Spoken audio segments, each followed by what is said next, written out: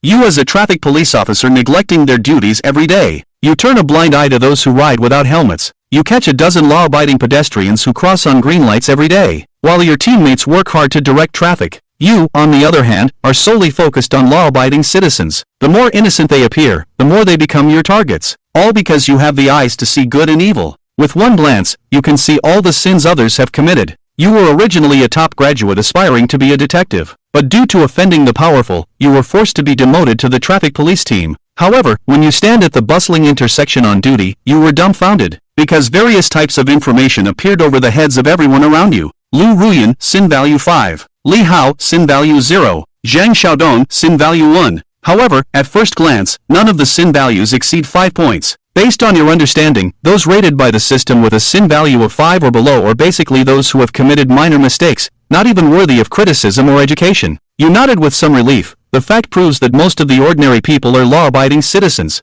However, at that moment, your gaze suddenly focused and locked onto two figures. The two individuals were a man and a woman walking side by side. The man wore a duckbill cap, had a lean figure, and sharp eyes. The girl, however, looked a little pale, with a hint of fear and unease in her eyes. A thought flashed through your mind, and you immediately activated your moral compass. Suddenly, the man's information appeared: Chen Zichao, guilt index 106, charged with kidnapping and murder. Currently holding the victim's child, preparing to escape. Special alert, danger level 3 stars. Seeing this, you immediately tensed up. At this point, the distance between both sides kept getting closer. The little girl noticed you, and tears immediately welled up in her eyes. She slightly opened her mouth and silently said 2 words, "Save me." You, however, seemed to have not noticed her at all. You put the whistle hanging from your chest into your mouth and blew it urgently. Hurry up, the red light is coming soon. You still looked like you were directing the flow of people, but no one knew that you were extremely nervous at this moment. The kidnapper and murderer came closer again, and was now less than 5 meters away from you. Both sides were about to pass by each other. You glanced at the little girl without looking directly, then continued to urge the people behind with a few words. Both sides finally brushed past each other, and in that instant, you saw the kidnapper, one hand in the right pocket, seemingly holding something inside, aimed at the girl's lower back. You suddenly restrained your mind upon realizing there was a weapon. Was it a knife or a gun? At this point, you already had the intention to retreat. But if we let the other party leave, the little girl will undoubtedly be in more danger. The situation is extremely urgent, and in an instant, you made a decision. When you brushed past the criminal, your eyes were wild. Suddenly used your body to push the girl away. At the same time, you reached out and grabbed the right arm of the kidnapper, then suddenly leaned back and fiercely butted the other person's head with your own. Click, you twisted the other person's arm behind their back and forcefully pushed them towards the ground. In less than 2 seconds, you had the criminal on the ground. The surrounding crowd was stunned by this scene, not understanding why you, a traffic police officer, suddenly started fighting. Some people also noticed the girl who was knocked down and immediately went to help her up. You had a slight headache, and your eyes were extremely serious. The kidnapper's hand tightly gripped a sharp boning knife, the scarred handle wrapped in adhesive tape, not easy to remove. Seeing this scene, you couldn't help but be shocked, truly a desperado. At this time, Captain Zhao Guodong had already noticed the commotion and immediately ran over, but when he pushed through the crowd, he was dumbfounded, especially when he saw the other person's boning knife wrapped in adhesive tape, his eyes filled with seriousness. You don't even look up. Using all your strength to control the suspect, Zhao said, "Quickly take his knife away." Upon hearing this, Zhao Guodong immediately bent down and struggled to take the knife away. "Wait, don't move. Let me make a call first." After saying this, he dialed a number. "Hello, Lao Su, send someone over immediately. We've caught a suspect who committed a public assault. Hurry up and come over." "Wait, what's going on?" "Your traffic police caught someone committing an assault in public," the person on the phone said. A middle-aged policeman furrowed his brow in surprise. His name is Su Qingshan. He and Zhao Guodong were high school classmates and he is now the director of the Longhua Road Police Station. "Okay, I'll bring people over right now." After hanging up, Su Qingshan immediately set off with the police. After Zhao Guodong hung up the phone, his heart was filled with mixed feelings. This kid, he's clearly a traffic cop. Why is he doing the work of a detective? Soon, Su Qingshan and his team arrived at the scene. At this moment, you are still holding onto the kidnapper tightly. "Uncle, he killed my dad." "My dad." The little girl next to her had a look of despair on her face. Seeing this scene, Su Qingshan immediately ordered the 2 police officers behind him to handcuff the person. "Lao Zhao, what's going on?" he shouted at Zhao Guodong. The latter pointed to the little girl and said he is the victim, but has been greatly frightened. "Take him back and arrange for some psychological counseling." Xing Shushan nodded and immediately arranged for a female police officer. But the little girl stood timidly by your side, holding onto your sleeve tightly. "I'm not leaving. I want to stay with my brother. I'm not going anywhere." The sudden turn of events caught everyone off guard. especially you, don't understand when you became his reliance. The little girl is obedient. Brother is still working. You go to the police station with this lady, explain what happened, and rest assured,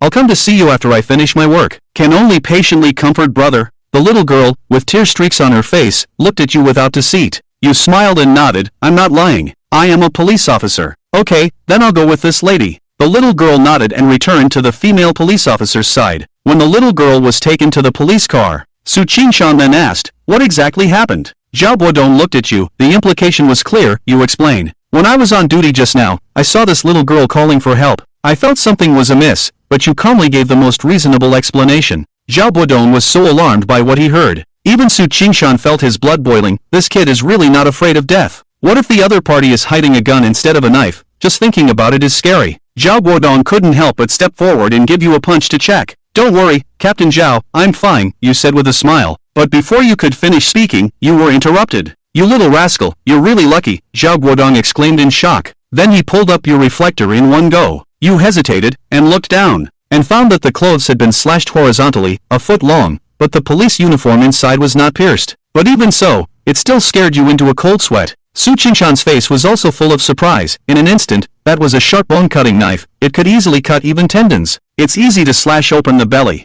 He looked deeply at you and said, Bro, do you want to come to our police station? If you are willing, I will report to the higher-ups now. When you heard this, it's not true that you weren't moved. After all, you studied criminal investigation. But you are not willing to leave like this, no matter who is suppressing you. You must seek justice. And if you agree now, you may not be able to transfer, but instead will involve Su Qingshan. So it's not the right time yet. You made a decision in your heart, immediately shook your head and said, sorry, the organization arranged for me to be in the traffic police team, so I will be in the traffic police team. I won't go anywhere. Su Qingshan was stunned. He never expected you to refuse. Even Zhao Guodong was stunned. Su Qingshan started to dig into his people, and he didn't stop him because you showed him with your actions that you were cut out for criminal investigation. But who would have thought that you would actually refuse? It's just that tone of refusal, seemingly hiding a hint of anger. Why did Zhao Guodong and Su Qingshan almost speak at the same time? You smiled and said, why so many whys? The instructors at the police academy taught us to strictly obey orders from superiors. Su Qingshan noticed something fishy and moved his mouth slightly. In the end, he didn't speak again. Zhao Guodong's expression changed, and he stopped asking questions. The more you are like this, the more they like you. At this point, they are already thinking of finding some connections to investigate. What on earth happened? Then Su Qingshan left with his people. Next, you and Zhao Guodong continue to carry out traffic control and traffic guidance tasks. Zhao Guodong thought, I should be able to get through today safely. But who would have thought that in less than 10 minutes, you caught another canned food? Several cell phones were found on the person, as well as a considerable amount of cash and jewelry. Oh man, Zhao Guodong felt it was necessary to tell you what our police are for, but he didn't get a chance to say it. About 7 or 8 minutes later, you made your move again. The guy caught this time is suspected of multiple provocations, troublemaking, and assault cases, all of which are probably over 5 years. One after another, here comes another one. It wasn't until 10 o'clock in the morning that, at Zhao Guodong's invitation, you finally stopped working, still feeling reluctant. The previous community police officer, somewhat numb, looked at this scene. You caught 8 people in one morning. Who on earth are you? Not even a criminal investigation expert is this amazing. You, on the other hand, had a big smile on your face, tapping your own achievement. Congratulations, the host has captured criminals, accumulating 1,000 points, and can participate in special skill draws. Hearing the voice of the system in your mind, you unhesitatingly gave the command to the system to open the blind box. Instantly, a beam of light appeared on the system interface. Congratulations, the host has obtained the brand new skill King of Close Combat, an ultra-powerful close combat fighting ability that gives the host absolute power to crush criminals. Then, countless combat scenes suddenly appeared in your mind. At the same time, you also sensed that your strength was increasing. The feeling of being overpowered is really awesome. You clenched your fists, feeling the earth-shattering change within yourself at this moment. Even if those world champion fighters stood in front of you, they might not fare well. Ancestors, can we go back? Suddenly, Zhao Guodong's voice came from beside me. You turned your head awkwardly to look. At this moment, the captain's face was full of sorrow. The morning rush hour was delayed for nearly an hour. The deputy director received a lot of complaints. I already called and scolded him. To be honest, it's a bit unfair. He looked deeply at you and suddenly felt that his subordinates were too outstanding. It's not a good thing either. The two quickly got into the car and left the Longhua Road intersection. Meanwhile, in the traffic police squadron, Deputy Captain Lu Zhaozheng, who had already returned, and a group of his subordinates were watching the video. Each of their faces showed shock. Deputy, are you sure this kid is the new recruit in our team? pointing at the figure on the phone with a shocked face. The video of you subduing the kidnapper and murderer this morning has gone viral online. Various headlines are spreading rapidly. The strongest traffic police in history is born, murderer captured, traffic police hero, brave and fearless, traffic police are also police. You get rewarded when something happens. In a moment, you became the most handsome traffic police officer, the spokesperson for the entire traffic police force. But at this moment, you didn't know that you would become famous. Instead, you came with Xiaoguodong to the Longhua Road police station in the Dachao district. You promised that girl to visit him after the task was over. The moment that little girl laid eyes on you, she immediately ran into your arms. Brother, father has been killed, grandpa has no one left, she sobbed, her crying echoing like blood. Everyone in the reception room fell silent. You let out a sigh and patted the little girl's back. You waited until the crying gradually subsided. Before you knew it, the little girl fell asleep in your arms. Then, you and Xiaoguodong went together to the office of Director Su Qingshan. Director Su Qingshan personally brewed a cup of good tea. Xiao Su, I have already reported to the higher-ups about the case of the street murder, and put in a good word for you. In addition, I have also applied for a cash bonus for you. Thank you, and you didn't refuse.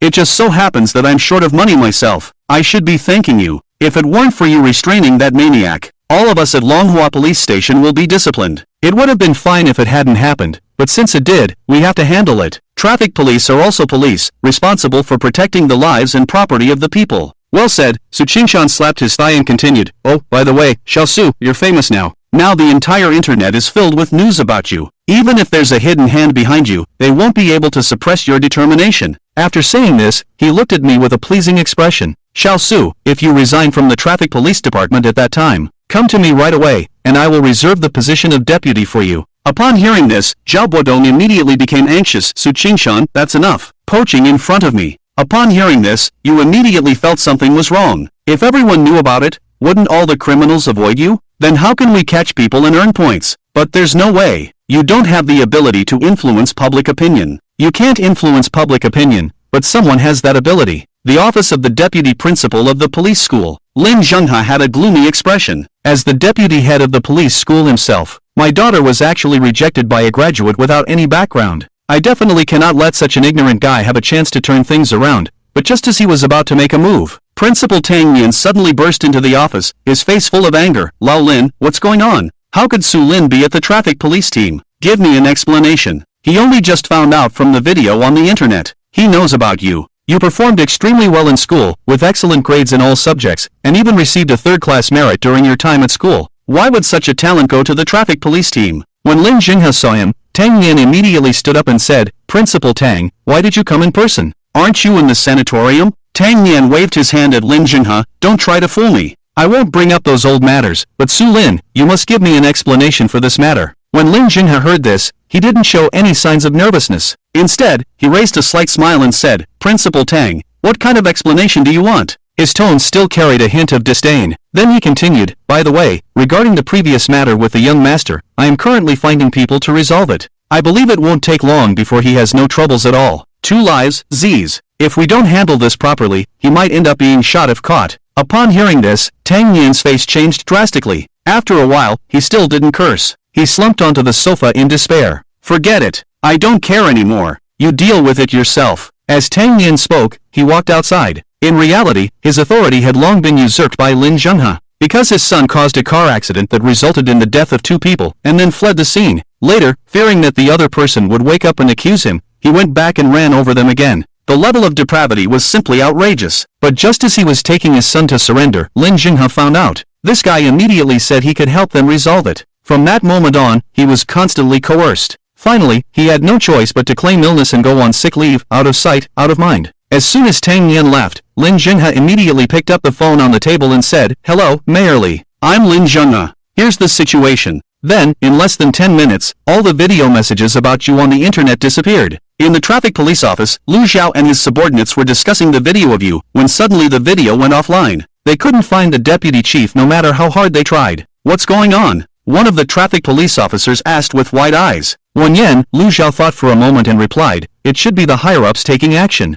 After all, the case involving Su Lin is not trivial. What if their relatives and friends seek revenge? It has to be said that Lin Zhang and their reasoning is indeed logical and compelling, making it hard to refuse. Even Lu Xiao had the same thought. But you are completely indifferent to these, and lowering your exposure actually helps with your plan to catch thieves and advance. In the afternoon, after finishing lunch, you immediately arrived at the informant location. You stood at the intersection, continuously scanning the pedestrians with your gaze. Unconsciously, you activated the eye of good and evil. Good. The good and evil value has increased by 3 points. Praising the good and evil value for 1 or 200 years. Good and evil value 47. The total amount involved in the theft case is 540,000 yuan. Your gaze hardened, feeling like you were about to get distracted from your work again. You walked over quickly. In the panic-stricken eyes of the other person, you directly reached out and grabbed the other person's arm. After a series of moves, that little thief was pressed down to the ground. The surrounding crowd was a bit confused. You searched the little thief and found nearly 20 mobile phones on him. Yang Wei twitched his mouth and said to you, Su Lin, with so many onlookers, don't you think the traffic is getting more congested? Wen Yan, you smirked and said, Captain Yang is a sly one, we have to catch him. You won. Yang Wei gave a thumbs up, then took out the police communicator to contact. Because the area you are on duty this time belongs to the jurisdiction of the Zhanshin police station. So, the one who rushed over was Zhang Wengue, the director of the Zhanshin police station, and his police brothers. Captain Zhao Buodong also arrived at the scene later. At this time, there were already 3 criminals squatting at the intersection checkpoint. He looked at Zhang Wengue helplessly and said, I'll leave it to you, you take them back. We need to direct the traffic at the scene. With so many onlookers, I'm afraid there will be trouble. Okay, thank you, Captain Zhao, Zhang Wengue said. Then he looked at you again and said, Comrade Xiao Su did a good job. I'll apply for a bonus for you later. Thank you, Director Zhang, you said with a smile and nodded. Then Zhang Wengue prepared to leave. But before leaving, he was stopped by Zhao Buodong. Director Zhang, why don't you send a car? And send 2 more police officers. What do you mean? Zhang Wengue was a little puzzled. It's nothing. It's just that this kid in our team is very capable. You don't know. He already caught 8 people at the No. 2 subway station on Longhua Street this morning. Really? When this was said, Zhang Wengue was startled. He can catch so many? What is he doing at the traffic police station? Believe in my policy, said Zhao Buodong. Then I'll send a car to pick you up. It will be parked at the intersection behind, said Zhang Wengue. Did you take the person away? After 10 minutes, a police car stopped at the front intersection. 2 plainclothes police officers got out of the car. One of them, upon seeing you, immediately ran over with a happy face. Su Lin, what are you doing here? You, who were scanning the crowd, were suddenly startled by the voice behind you. Seeing that it was your police academy classmate Zhang Changning, you couldn't help but smile. On duty, Lao Zhen? You're at the police station in front of the station. Yes, today is my first day at work. Zhang Chao nodded, somewhat excitedly. Lao Su, you've arrived. I heard from our station chief that a very skilled expert came here today and caught 3 little thieves in one go. The chief asked us to come and learn from him. Let me tell you, but he didn't finish his sentence. But you dashed out like a cheetah. What's going on? He instinctively turned around. At this moment, you arrived in front of a middle-aged man who looked honest. Without waiting for the other person to speak, you immediately grabbed his arm. What are you doing? The middle-aged man immediately shouted loudly, Help, someone come quick. The traffic police are beating someone. Upon hearing this, the surrounding crowd immediately gathered around, occasionally pointing and gesturing. Zhang Chao was a bit bewildered and quickly said, Lao Su, are you crazy? Let go quickly. You remained calm and patted the middle-aged man. In the next moment, you found wallets, phones, jewelry, and other dirty items one by one. Zhang Chao widened his eyes in disbelief and looked at you in shock. You, on the other hand, smiled calmly and said, Old Zhang, what are you waiting for? Hurry and take the people and the dirty items away. Zhang Chao and another police officer immediately stepped forward and subdued the dejected little thief. Then he couldn't help but ask, Old Su, the master that Zhang mentioned, could it be you? You smiled and said, It's no surprise, it should be me. Awesome. I knew you were great. You shine wherever you go, Zhang Chao praised emphatically. Then, you took the little thief and left. Zhao Guodong watched the scene and gave a thumbs up. Feeling proud but also a little helpless, always getting into trouble, he thought. The afternoon quickly passed by. However, Zhang Chao was completely shocked by your actions. In just 3 short hours, 9 little thieves who passed by you were all caught. Moreover, during the peak time of theft near dusk, not a single report of theft was received. Clearly, the little thieves got wind of it. Alright, Old Su, this van is almost full. Let's call it a day. Zhang Chao waved to you. Zhang Chao waved his hand to bid you farewell. Then he drove away in the police car. You looked at the system panel with over 1,300 points, already ecstatic, and managed to reach the number for another lottery draw. Not knowing what the surprise might be this time, hurry home to draw the lottery. Thinking of this, you planned to leave on the motorcycle. However, the next moment, your gaze suddenly focused. An inexplicable sense of familiarity swept over you. There was a man standing at the intersection ahead, wearing black-framed glasses and holding a magazine. He looked like a typical office worker. You took a closer look, and that sense of familiarity grew stronger. Without further thought, you directly activated the eye of good and evil. Wang Guangping, the murderer and dismemberer, is an immediate wanted criminal. Special alert, danger level 3 stars. Damn, your heart suddenly raced. You unexpectedly encountered a tough character, and as you stared at the other party's calm eyes also looked at you. Your heart skipped a beat, and this look of yours would definitely arouse suspicion in the other party. Sure enough, Wang Guangping took a slight step back. Seeing this, your heart sank, and you immediately sprung into action. In an instant, you sprinted forward. As you ran, you shouted loudly into the police radio to report the wanted criminal Wang Guangping. D-level wanted criminal Wang Guangping spotted. Upon hearing this, Wang Guangping's expression changed drastically, and he immediately turned and ran towards the street behind. Yang Wei suddenly heard a shout, and hesitated for a moment. Then he suddenly realized, and his face changed abruptly. At this moment, you were already chasing after someone towards the corner of the street. After an exclamation of surprise, Yang Wei immediately chased after. While running, he took out his police communicator and contacted the headquarters. We have found the Class B wanted criminal, Wang Guangping, currently in pursuit on Dongming Road, requesting backup. At this moment, Zhao Guodong, who was directing traffic, suddenly heard the message on the police communicator. His expression immediately changed drastically. Immediately put out an arrest warrant for the criminal Wang Guangping. He is an extremely dangerous and brutal criminal. Thinking of his subordinates who might be in danger, without saying a word, he picked up the police communicator and shouted, "Attention all teams, immediately surround Dongming Road. As soon as you see him, surround him." Second team acknowledges. Third team received. The on-duty traffic police quickly began to act. Zhao Guodong then got into the car and made a call to Su Qingshan. He immediately drove towards Dongming Road. You were very fast. In less than 5 minutes, you had already closed the distance with Wang Guangping to less than 10 meters. Seeing you pursue him relentlessly, Wang Guangping's face suddenly changed. He looked at a residential area ahead and without hesitation, he rushed in. The security guard at the door tried to stop him, but he pushed past him. You didn't hesitate to chase into the residential area when you saw this. The residential area is lush with greenery, and there are several elderly people and children playing under the shade of the trees. Seeing this, you immediately became anxious. But Wang Guangping showed a ferocious expression. He pulled out a sharp knife. He headed straight for an elderly couple and a child. You rushed forward to stop him, yelling and throwing yourself at him with all your strength. Just as Wang Guangping was about to put the knife to the child's neck, you grabbed his arm and forcefully tackled him to the ground. But Wang Guangping was extremely strong, and he managed to twist his wrist and stab you in the chest. Seeing this, you quickly rolled over. But your chest was still torn open, blood gushing out. Go to hell! Wang Guangping's face showed a ferocious expression as he charged at you madly. Your face darkened as you prepared to strike. Suddenly, a wine-red luxury car rushed out from the side. Wang Guangping was sent flying 5 or 6 meters and crashed heavily to the ground. Seeing this, you immediately breathed a sigh of relief. Then you walked up and quickly turned over Wang Guangping, searching him thoroughly. After making sure there were no other weapons, he tied him up, avoiding the fugitive. This is a third-class merit. After doing all this, you stood up. But with this movement, you suddenly felt a severe pain in your chest. There was a wound about 10 centimeters long, and blood was flowing out. Fortunately, you dodged in time.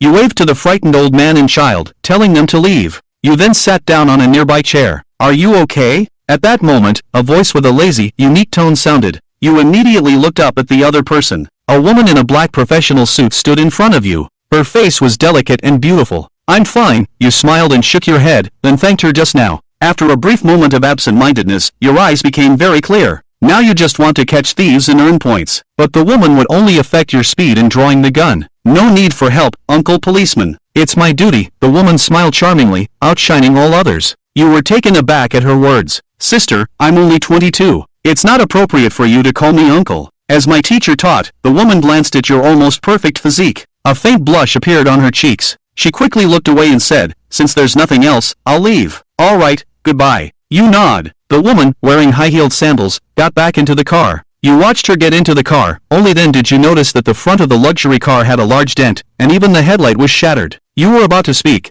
but the car had already driven far away. Forget it. I'll check it later. Anyway, I have to thank him. You muttered to yourself, silently noting down the license plate, and as soon as you finished speaking, a dozen police cars drove into the neighborhood, sirens blaring. All the members of the traffic police squadron, except for 2 on duty and administrative staff, were all present. In addition, the director of the Longhua Road Police Station, Su Qingshan, also brought a few colleagues. Zhao Guodong got out of the car and saw you injured. His face changed instantly. Captain Zhao, I'm fine. It's just a scratch, a minor injury, you quickly said. You are really my ancestor. I really want to kick you out, so I won't be tortured into madness by you later. Zhao Guodong is really afraid that something will happen to you. If it's a minor injury, it's okay, but if it's a serious injury, or even sacrificing yourself, will this captain still continue? At this time, Su Qingshan stepped forward, smiling and nodding. It should be nothing. This bit of blood is at most a 10-centimeter wound. Li Wenyan raised his thumb, indeed worthy of an old policeman. The wound can be seen from one's own bleeding.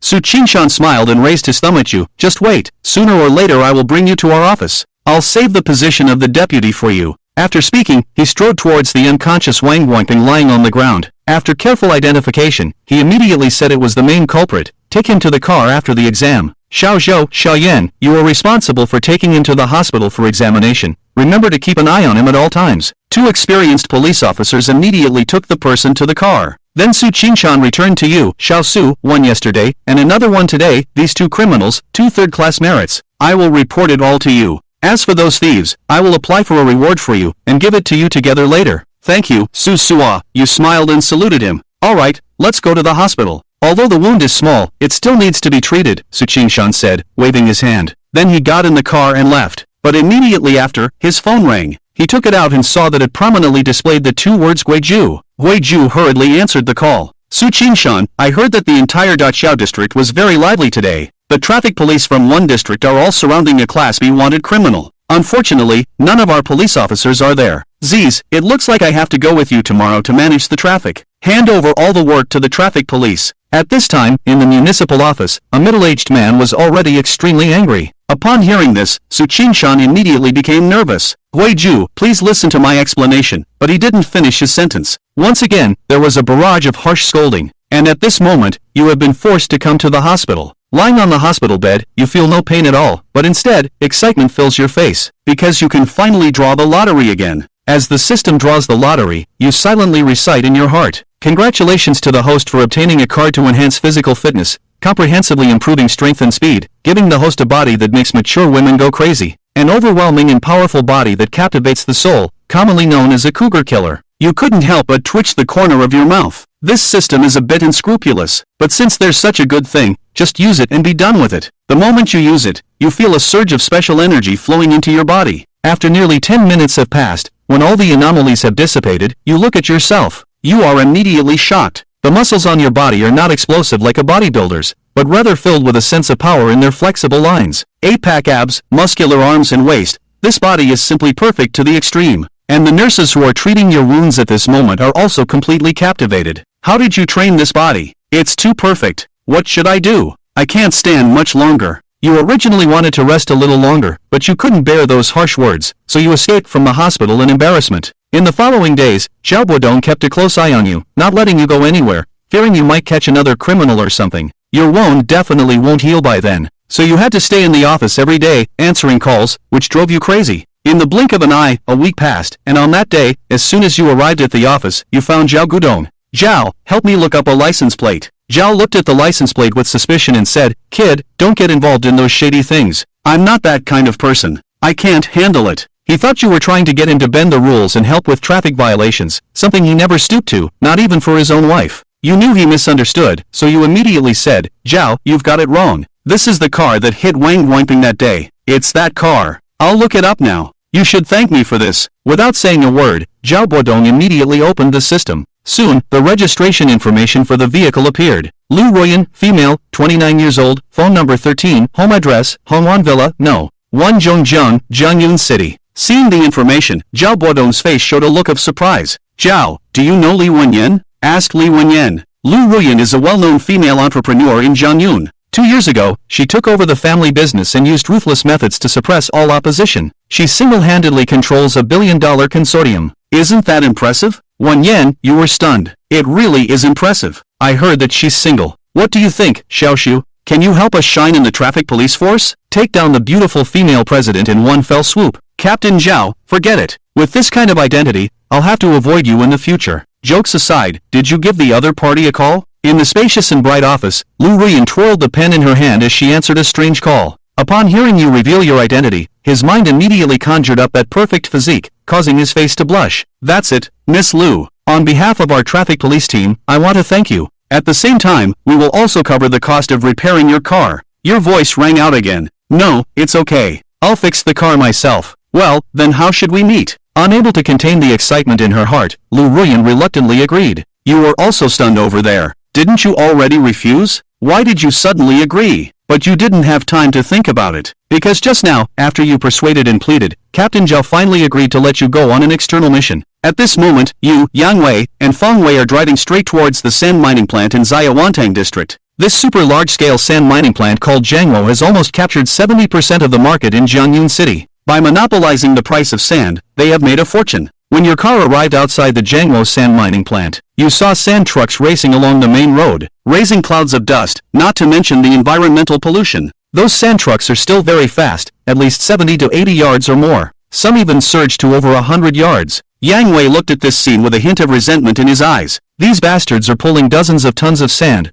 Once there's a vehicle in front, they simply can't stop. They are playing with people's lives and property safety. He laughed and fiercely slapped the steering wheel. Feng Wei, sitting in the passenger seat, also sighed deeply. 3 people were killed on this road last year. One of them was not even 10 years old. But they just settled it with money, and afterwards, they continue to act recklessly. There's nothing we can do. It is said that their boss Wang Jiangwo has connections, and no one can touch him. You look at the sand truck speeding towards us, your face is very ugly. Even seeing your police car parked on the side, they still speed. What is this? It's provocation. Provocation of law enforcement. Provocation of traffic regulations authority. Thinking of this, a surge of anger rose in my heart. Yang, go to the entrance of the sand market, let's block the road directly. Yang Wei shuddered at these words. You are crazy, kid. If they keep doing this, something will happen sooner or later. We clearly saw it, but did nothing. That is negligence. How do the people see us? Don't you feel guilty in your hearts? At this moment, you are sitting in the back seat, a face full of indignation.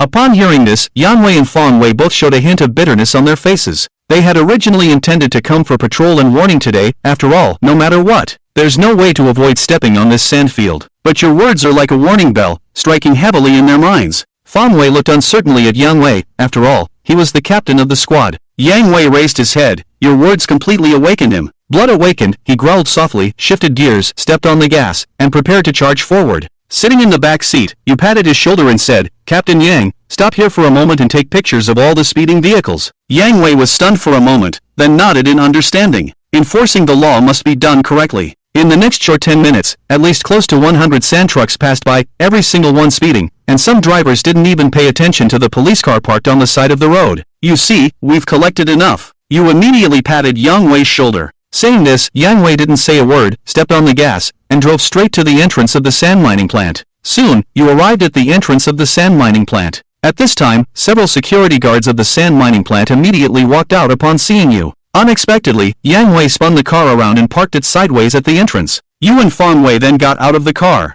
Without saying a word, he pulled out a tire iron and placed it across the entrance of the sand factory. What are you doing? A security guard rushed forward trying to stop them. Feng Wei acted quickly, standing in front of him and loudly reprimanding the traffic police. Law enforcement, step aside. To hell with law enforcement. Do you know where you are? Move, or don't blame us for being impolite, brothers. The security guard shouted loudly. One by one, figures began to appear around, each wearing short sleeves, with dragon and phoenix tattoos, and fierce expressions, not even flinching in the face of the traffic police. Some even looked eager to try. Yang Wei's face changed as he saw this scene, and he loudly shouted, What are you doing? Step back, he said. He quickly took out 2 police batons from the trunk of the police car. You narrowed your eyes and looked coldly over the few people standing at the front. Gua Hang, also known as De Gua, a fugitive wanted for murder, evading the law for 11 years, now working for the construction group. Yu Shui, also known as Lao Shui, a fugitive wanted for a major criminal case, causing 2 deaths and 6 injuries, with serious implications, now working for the construction group. Zhang Dake, also known as Lao Yu. Your gaze swept over more than 20 people, and at least 10 of them are fugitives.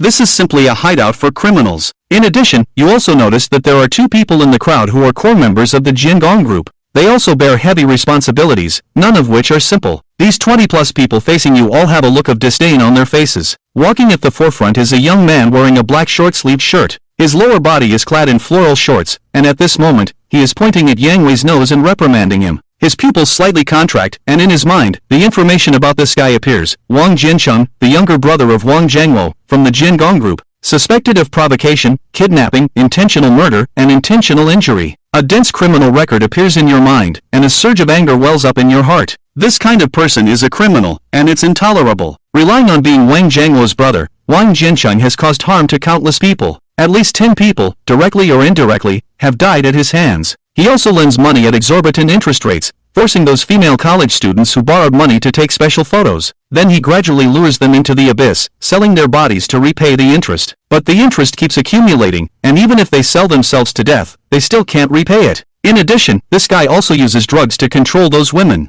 According to the system's prompt, this sand mining plant is a den of iniquity. Wang Jiancheng, under the instructions of his brother Wang Jiangwo, controls those female students here. To win people over, these scoundrels usually make the female students serve the people under their control. If the service is not satisfactory, it's just using fists and kicks, even threatening their family members. Under such coercion, several female students committed suicide here. The bodies were all buried underground in the sand and gravel yard. Seeing that information, the phrase shocking case immediately came to mind. Once this case is uncovered, the entire Jiangyun city will experience a major earthquake. I'll give you one more chance, get out, or don't blame me for being rude. Wang Jiancheng looked at you fiercely. He dialed a number on his phone at the time. Hello, big brother, the traffic police have visitors again. It was his older brother Wang Jiangwo, the founder of Jiangwo Group. Upon hearing his brother's words, Wang Jiangwo, who was bathing with a few women, suddenly sat up from the bathtub. What do they want? Can't they let go of even a small matter? The sand and gravel plant cannot be exposed.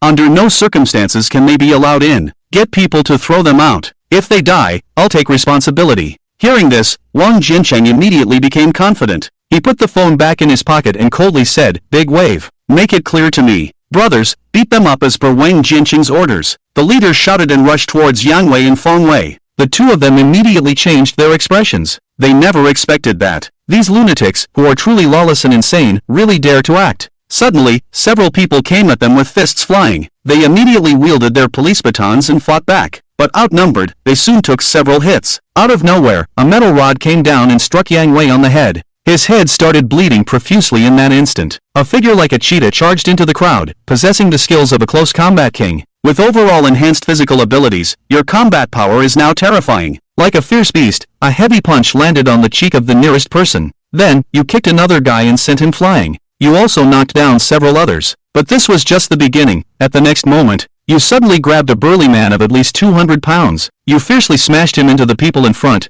knocking down 7 or 8 more after a few rounds. Over 20 people, except for Wang Jiancheng and the 3 or 4 people beside him, were all taken down. Each person was seriously injured. Yang Wei and Feng Wei were completely stunned when they saw this scene. This Su Lin, is he really this fierce? Is he really this fierce? Wang Jiancheng across from them also looked horrified at this point. Lao Shui and Lao Yu sat him down, and Wang Jiancheng hurriedly pulled the two of them, blocking them in front of him, and began to shout hysterically at you. Hearing this, Lao Shui and Lao Yu both took out 2 daggers from their own bodies. Gritting their teeth, they rushed towards you. Seeing this, you directly swung the baton and smashed it towards one of them. With a crack, the sound of the dagger hitting the ground was heard. At this time, the other person's dagger had already come in front of you, less than 20 centimeters away from piercing your body. Su Linxiao, Yang Wei shouted loudly, with a star at his throat. But the next moment, you grabbed the other person's hand like lightning, and then fiercely struck the other person's head. Lao, you didn't even have time to scream before falling to the ground. Yang Wei finally let go of his suspended heart, quickly called the captain for support. At this point, he finally thought of calling for backup.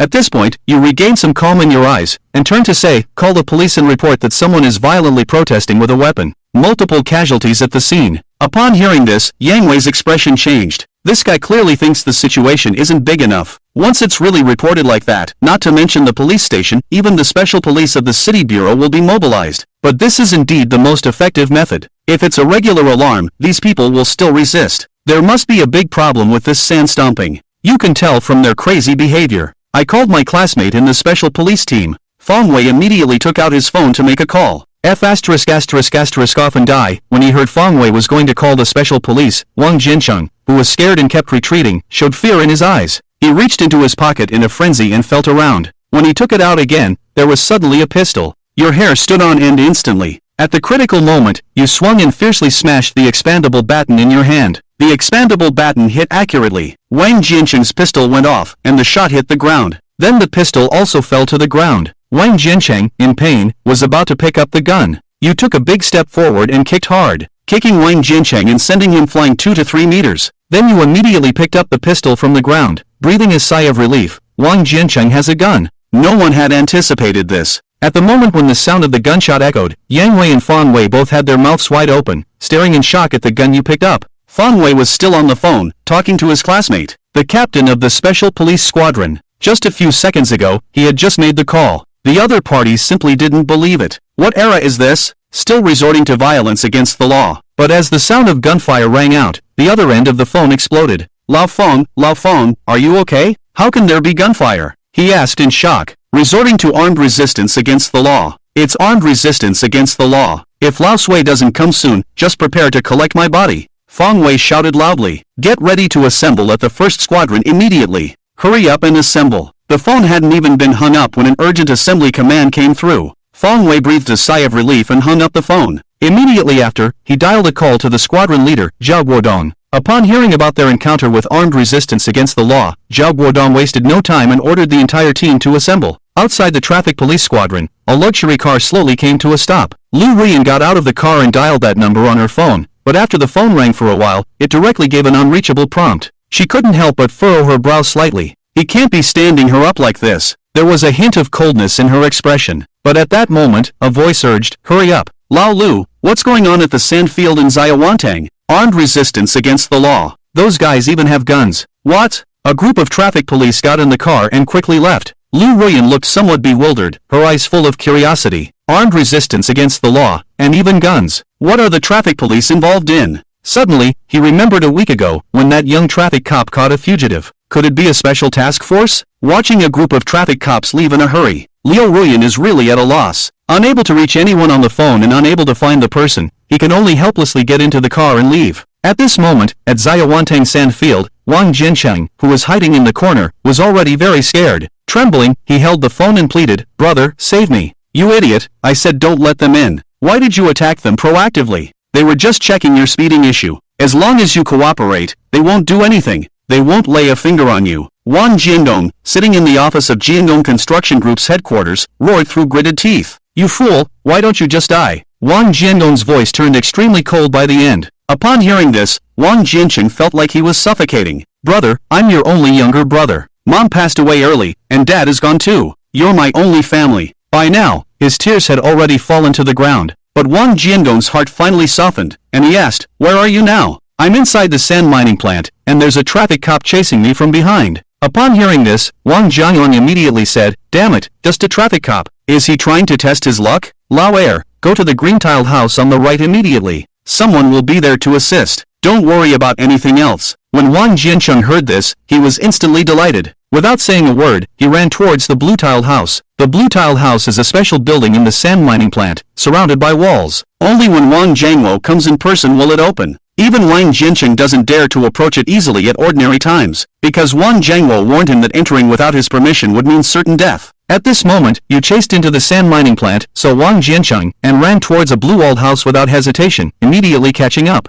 And when Wang Jiancheng ran to the door of the blue-tiled house, a figure had already opened the door for him. She was already there, understanding that once she sent him away, she wouldn't owe you anything. She was a cold woman, wearing a tight leather outfit, with a very hot figure. She held a phone in one hand, coldly watching Wang Jiancheng run in. Then her gaze converged on a figure sprinting more than 10 meters away. She raised the gun. Bang, bang, bang, the pistol instantly fired several bullets. Seeing this, I quickly threw myself to the side. But the opponent's marksmanship was as if it was part of her. A bullet still hit your shoulder. Watching the blood gush from your shoulder, your face turned extremely ugly. But at this moment, you've already hidden behind a wall, and the other party has lost the shooting angle. This is too arrogant. I am a systematic person. You injured me, and you think you can still run? You shouted in celebration, then darted out like a cheetah. The woman's face changed instantly, and she turned to raise the gun. But you raised your hand and scattered sand all over her face. The woman instinctively closed her eyes, but the gun in her hand still pulled the trigger. At the moment the gunshot rang out, he suddenly flew up and crashed heavily into the wall behind him. The wall instantly cracked, and the woman felt as if she had been hit by a speeding truck, with pain all over her body. Wang Jiancheng, who was watching this scene from the side, turned pale. However, at this moment, you were already standing in front of him. Before this guy could turn and run, you grabbed his neck and threw him outside. With a thud, Wang Jiancheng fell to the ground and passed out. Then you looked again at that woman. Although she's a woman, she gave you an extremely dangerous feeling. At that moment when you scattered sand, she calmly fired 3 shots. One of the shots even hit your thigh. If you hadn't reacted quickly, it might have been a fatal hit. This woman is definitely not simple. As you think about this, in your mind, the eye of good and evil opens, and the information about the other party instantly appears in your mind. Jean Megui helps people, a mercenary assassin, because she was captured in a battle and later rescued by Wang Jiangwo. She promised to help Wang Jiangwo 3 times. Sure enough, this woman is a perfect viper beauty. You grit your teeth, enduring the intense pain, and take step by step forward. Jean Megui, you shouldn't have come to the building. You directly revealed the other party's name. Jean Megui's face instantly changed dramatically. Who are you and how do you know my identity? It's impossible for Wang Jiangwo to betray me. A faint smirk appeared at the corner of the mouth, without saying anything. At the moment the other party was distracted, she pounced directly. However, Jean Megui's reaction speed was also very fast. An elbow strike was blocked. In an instant, she lifted her leg for a flying kick. Jean Megui dodged and the two sides exchanged more than 10 moves in the blink of an eye. You fought more and more fiercely. Jean Megui, on the other hand, was gradually retreating. In his heart, a storm had already been stirred up. Your methods can be considered top-notch in the mercenary organization. Damn, after Jean Megui stubbornly endured your punch, her figure suddenly retreated into the blue-tiled house, just about to catch up, but suddenly saw the barrel of a gun. Scared, you immediately stepped back, but after waiting for a few seconds, the other party didn't even shoot. You immediately realized something was wrong, rushed in to take a look. As a result, you found that there was a wide river behind the house. Damn it, they actually ran away. And at that moment, the door was suddenly kicked open by someone. Then, one by one, fully armed special police officers rushed in. You finally breathed a sigh of relief, and then your head tilted and you fell into a deep sleep. Find the wounded and quickly take them to the hospital. The captain of the special police shouted loudly. Then, several police officers lifted you and ran outside. After that, they began to inspect every inch of the Qinghua house. Sui Dong glanced at the crushed Wang Jiancheng, a trace of coldness in his eyes. Openly defying the law, attacking law enforcement officers with a gun, this guy is finished. Take everyone away, and regroup under the command of Sui Dong. The criminal investigation and the supporting police officers from the police station here have also completed their work. Hundreds of people were brought out from the sand mining factory. In addition, the criminal investigation team also contacted their brothers in the drug control department, because they found over a kilogram of ice in a basement at the sand factory. In addition to the ice, they also found several female students who had been tortured and were in an inhuman state. Those bastards deserve to die after seeing the pitiful state of those girls. Bei Dong wishes he could shoot Wang Jiancheng directly. The captain who does drugs nodded and said, he deserves to die, not to mention other charges. Just 1 kilogram of bullets is enough for us to shoot him several times. Hearing their words, the leading captain of the criminal investigation team immediately said anxiously, line up and follow the team. I think you should hand the person over to us first, for interrogation. I believe there is definitely more to him than meets the eye. Just now, when we brought out those few girls, they said a few more sisters were beaten to death. Sui Dong nodded in response to the words, regardless, we must dig out all their crimes. Give the victims the justice they deserve. I agree, said Yi, the anti-drug team leader, nodding. By the way, I heard that this operation was led by a traffic police officer. Suddenly, Yi raised his head and asked. Sui Dong nodded and said, that young man was shot twice. I've just taken him to the hospital. Shooting incidents, we must investigate thoroughly. As he spoke, he said to the captain of the criminal investigation team, right, those few people lying at the entrance of the sand plant need to be checked. I think there's something fishy about them. In this day and age, only desperados dare to attack the police. I understand, nodded in agreement. On the other side, outside the operating room of the No. 1 hospital in Jiangyun City, Zhao Guodong was shot twice. His eyes flickered with shock and fear, and more than that, he couldn't help but want to give you a good beating. If he had known at noon today, he definitely wouldn't have let you go. This little brat is really something, Zhao Guodong said in a low and hoarse voice, then shook his head with a bitter smile. Beside him, Deputy Captain Lu Zhao also sighed deeply. Lao Zhao, it seems that this time we really might not be able to keep him. Zhao Guodong was stunned for a moment, nodded with a wry smile. Such outstanding talent, the higher-ups definitely won't leave him alone. Even if suppressed, there will come a day when he will soar. Hearing this, Lu Zhao's mouth twitched fiercely. On the first morning of the report, they caught 8 criminals, and in the afternoon, they caught 12. A few days ago, they caught a must-convict. Today, they even directly took down a gang-related den, arrested nearly 20 people, including some serious criminals. Where did he come to be a traffic police officer? He came to give them a funeral procession. I don't know where this kid's next unit will be. Just as Zhao Guodong and Lu Zhao were discussing, it was a time to think about where you would go next. In a luxurious villa in Jiangyun City, several people sat in a dim room, quietly drinking tea. Wang Jiancheng, if you can't stay, you must shut up. Suddenly, the voice of a middle-aged man rang out. I agree too. If Wang Jiancheng stays, our whole group will be destroyed. Another slightly elderly man also spoke. I agree with Mr. Hong. I suggest getting someone to take action inside. Then another man's voice agreed. This is a middle-aged man sitting in the corner, suddenly stepping forward and saying, but that's my brother, Wang Jiangwo. No one knows about my younger brother. Inside Wang Jiang's interest group, who knows how many there are. But what can be confirmed is that in this group, there are definitely several highly influential figures. Otherwise, they wouldn't be able to easily say something to make Wang Jincheng shut up. You should know that Wang Jincheng has already been taken to the detention center. No one is allowed to visit. To make a person like this shut up forever, it seems to require extraordinary abilities. At this moment, I woke up on the other side and found myself lying in the hospital. It seems my luck is still holding, and I couldn't help but smile. But what's even more exciting for you is that this time, you've accumulated 3,730 points, enough to open 3 blind boxes. You muttered to yourself and immediately chose to draw a skill. Congratulations, host, for obtaining the skill Mute Communicator with the Corpse, the ultimate skill for forensic experts. Congratulations, host, for obtaining the skill Enhancement card +1. Congratulations, host, for obtaining the skill Tracking Pursuing the Culprit for 1,000 miles, the ultimate skill for criminal investigation. The vast amount of knowledge almost made your head explode. You couldn't help but let out a cry of pain. This feeling is simply unbearable. Suddenly, 2 people rushed in. It was Yang Wei and Feng Wei. Yang Wei anxiously shouted, "La Feng, you watch him, I'll go call the doctor." "What? Call in Lin." "Yes, and Lin." "No need." Just as the 2 of them were in a flurry, you had already recovered. "Are you okay, kid?" Feng Wei asked with concern. You smiled and said, "It's nothing, I just slept too long." "By the way, how long was I unconscious?" "It's been 2 days. You don't know how scary it was the day before yesterday when you came, covered in blood," Feng Wei said. Suddenly, a phone rang in Yang Wei's pocket. He took it out and found it was Captain Zhao Guodong, so he answered immediately. Captain Zhao Guodong on the other end said a sentence. Yang Wei's face instantly became extremely embarrassed. "What's wrong?" A bad feeling arose in your heart.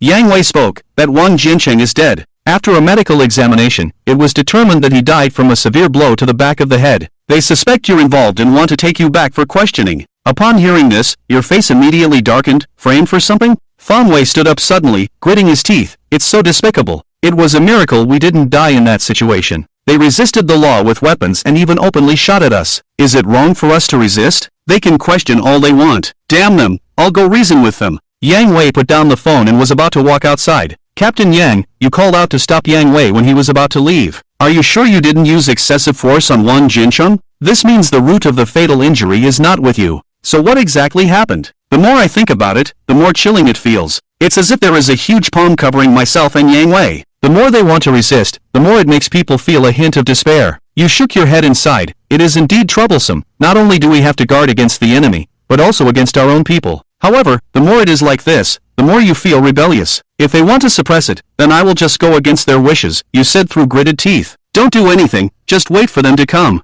"That's not enough. How can that be enough? Even if there's no what if," you shook your head and said, "We can't do anything about this matter. After all, our body cameras and police communication devices were broken at that time, there is no evidence, and secondly, we didn't have the right to arrest the criminals. You should be clearer about this than me." Hearing this, the 2 of them suddenly fell silent. "What you said is right," and the ward fell silent for a moment. After about an hour, footsteps were heard outside the ward. Then a team of people walked into the ward, and at the forefront was none other than the criminal investigation team leader who had been at the scene before. His name is Hu Gang. Seeing this, Yang Wei and Feng Wei immediately stood up and blocked in front of you. Hu Gang couldn't help but frown when he saw this scene. "Brothers, don't be nervous. We are just taking him to understand the situation at that time. To be honest, he also doesn't understand why Shang Ming wants to pursue this. After all, the situation at that time was beyond your control. It's making a mountain out of a molehill." But the higher-ups said that Wang Jincheng is the mastermind, and he has a big secret on him. The reasons also make it impossible for them to ignore it. Understand the situation. It's enough to understand it here. Didn't you see that Xiao Su was injured? A low voice sounded from the doorway, and Zhao Guodong, wearing a traffic police uniform, came in aggressively. "Captain Zhao is very sorry. I received the order to take Su Lin back." Hu Gang shook his head with a bitter smile, waiting for Zhao Guodong to leave 2 words. Then he took out his phone and dialed a number. Soon the call was connected, and the voice of a middle-aged man came from the other side. "Lao Zhao, if you are here to plead for that intern traffic police officer, then I have no way. It's what the higher-ups have asked for. We can only obey orders." As soon as this was said, Zhao Guodong's original intention was completely thwarted. He gritted his teeth and asked Lao Huang,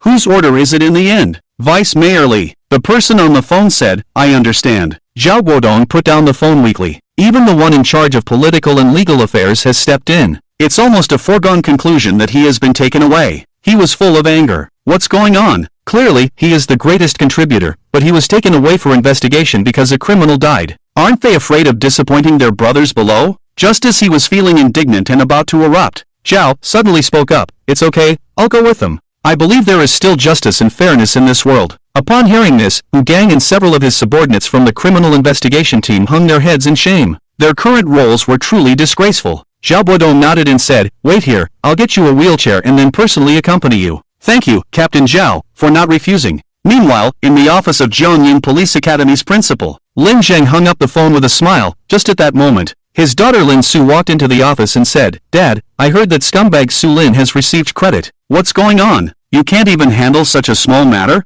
You even let him get credit, he complained with a full face. Lin Zheng chuckled at his words. Credit? Ha, I think he's about to die. Don't worry, Su. I said I would crush him, so he won't have a chance to turn things around. Really? That's great, Dad. When the time comes, you must tell me. I want to see him act all high and mighty in front of me. If I, Lin Su, can't get it, I will definitely ruin him. Then, with Yunshur Criminal Investigation Detachment leaning on a wheelchair, led by Zhao Guodong, they entered a meeting room. In front of the meeting room, there were 4 middle-aged men sitting. You looked calmly at the review, then come in. You are Su Lin. Suddenly, a surprised voice sounded, and another middle-aged man walked in through the door. After seeing the other party, he also hesitated slightly. Wei Ju, according to your own memory, finally found the information about the other party. Wu Liang and Jiang Yun are the directors of the Dongqing District Bureau. They are also the executive office of the Municipal Bureau. You two met when you were studying at the police academy. Xiao Su, it's really you. How could a criminal investigation major from the police academy become a traffic police officer? It shouldn't be. You saved my sister once back then. The higher-ups in the police academy jointly awarded you a third-class merit. Wu Liang couldn't help feeling puzzled. Third-class merit? Wei Ju, you're not joking. A middle-aged man with a cold expression said. Then, a second-level police supervisor also looked surprised. Wei Ju, what's going on? A criminal investigation major from the police academy who was awarded a third-class merit, but was assigned to the traffic police team. How is that possible? That was 2 years ago. Wu Liang fell into memories. The scene from back then resurfaced before his eyes. At the time, Wu Liang encountered a fugitive on his way home from work. So he contacted the bureau for support and then tracked the fugitive alone, entering a slum area. Unexpectedly, he was discovered by the fugitive during the tracking. 2 extremely vicious guys cornered him in a dead-end alley, pulled out a weapon, and stabbed him twice, directly injuring his internal organs. At the critical moment, you happened to pass by there. Without saying a word, you picked up a weapon and took care of one from behind. Then, disregarding the weapon in the other person's hand, you knocked down another with a brick. Making sure there was no danger, you immediately tied up the 2 criminals with hemp rope and called the police. Finally, you carried Guo Liang, who had lost a lot of blood, and ran 500 meters to call for a car to take him to the hospital. After Guo Liang woke up in the emergency room, he reported directly to the higher-ups. The leaders of the Municipal Bureau paid great attention, especially after learning about your identity as a top student at the police academy. They praised you even more. Through a vote at the meeting, you were unanimously awarded the third-class merit. The second-level police officer suddenly realized when he heard this, recalling that there seemed to be such a thing. It caused quite a stir back then. You wrote a report for me, saying that our city had a teenage hero. At this moment, after hearing Guo Liang's account, Zhao Guodong was wide-eyed, his face full of disbelief. Then he suddenly thought of something and said, Wait, Wei Ju, are you mistaken? I've seen Su Lin's file, and there's no record of a third-class merit. It's impossible. I personally awarded him the medal at the time. Guo Liang said earnestly. Zhao Guodong still shook his head in denial. No, I just looked at his file. It's confirmed that there's no such honor. As soon as these words were spoken, the faces of the 2 leaders sitting in the middle looked somewhat unpleasant. Especially in Xiao Weihai's eyes, there is a strong sense of anger. A third-class merit student at the police academy, saying there's none just like that. Absolutely audacious, the angry voice rings out from Xiao Weihai's mouth. His eyes seem to almost spew out flames. Xiao Su, you have to believe in the organization. We will definitely give you justice. Xiao Weihai couldn't help but feel emotional. But unexpectedly, the next moment, you smiled and said, the director was joking. I really didn't take it to heart. No matter where, can shine and be passionate anywhere. Just because you became a traffic police officer doesn't mean you can't serve the people.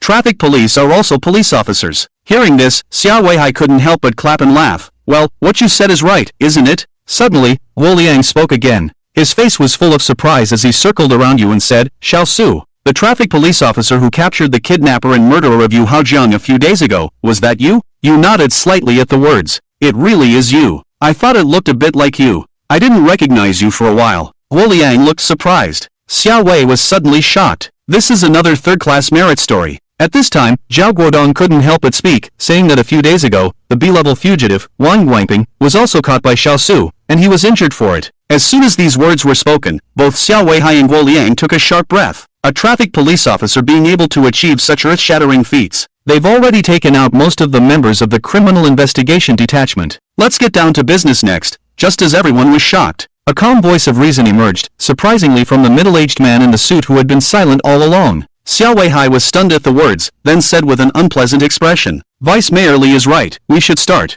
He put away all expressions and said to Huang Weihan beside him, "Xiao Huang, you take the lead." "Okay." Huang Weihan nodded and calmly said, "Sulin, why don't you start by telling us why you forcefully entered the construction site sandpit? You should be very clear about it. As traffic police, although they have the power to enforce the law, they do not have the right to arrest." As soon as this was said, Zhao Guodong behind you changed his expression. "This matter is not easy to explain." But you smiled and said, "You're right, we don't have that right. But that doesn't prevent us from acting bravely for justice, does it?" This retort almost got Zhao Guodong excited, and he slapped his thigh. "Fantastic. We don't have the right to arrest, but acting bravely for justice is always okay." Hearing this, Huang Weihan suddenly revealed a subtle smile on his face, obviously very satisfied with this response. "Excellent." Xiao Weihai couldn't help but applaud on the side. "Review? What a load of rubbish." This was Xiao Weihai's first reaction upon receiving the notice. 3 traffic police officers dared to fight against a group of armed criminals. The fearless and heroic spirit itself is worthy of promotion. Do you really need to review it? Are they joking with me? While they were secretly applauding you at Xavier C, suddenly the table was slammed hard. Deputy Mayor Li looked at you coldly and said, "What's your attitude? Now, we're not talking about your heroism. We want to know why you wanted to kill Wang Jiancheng.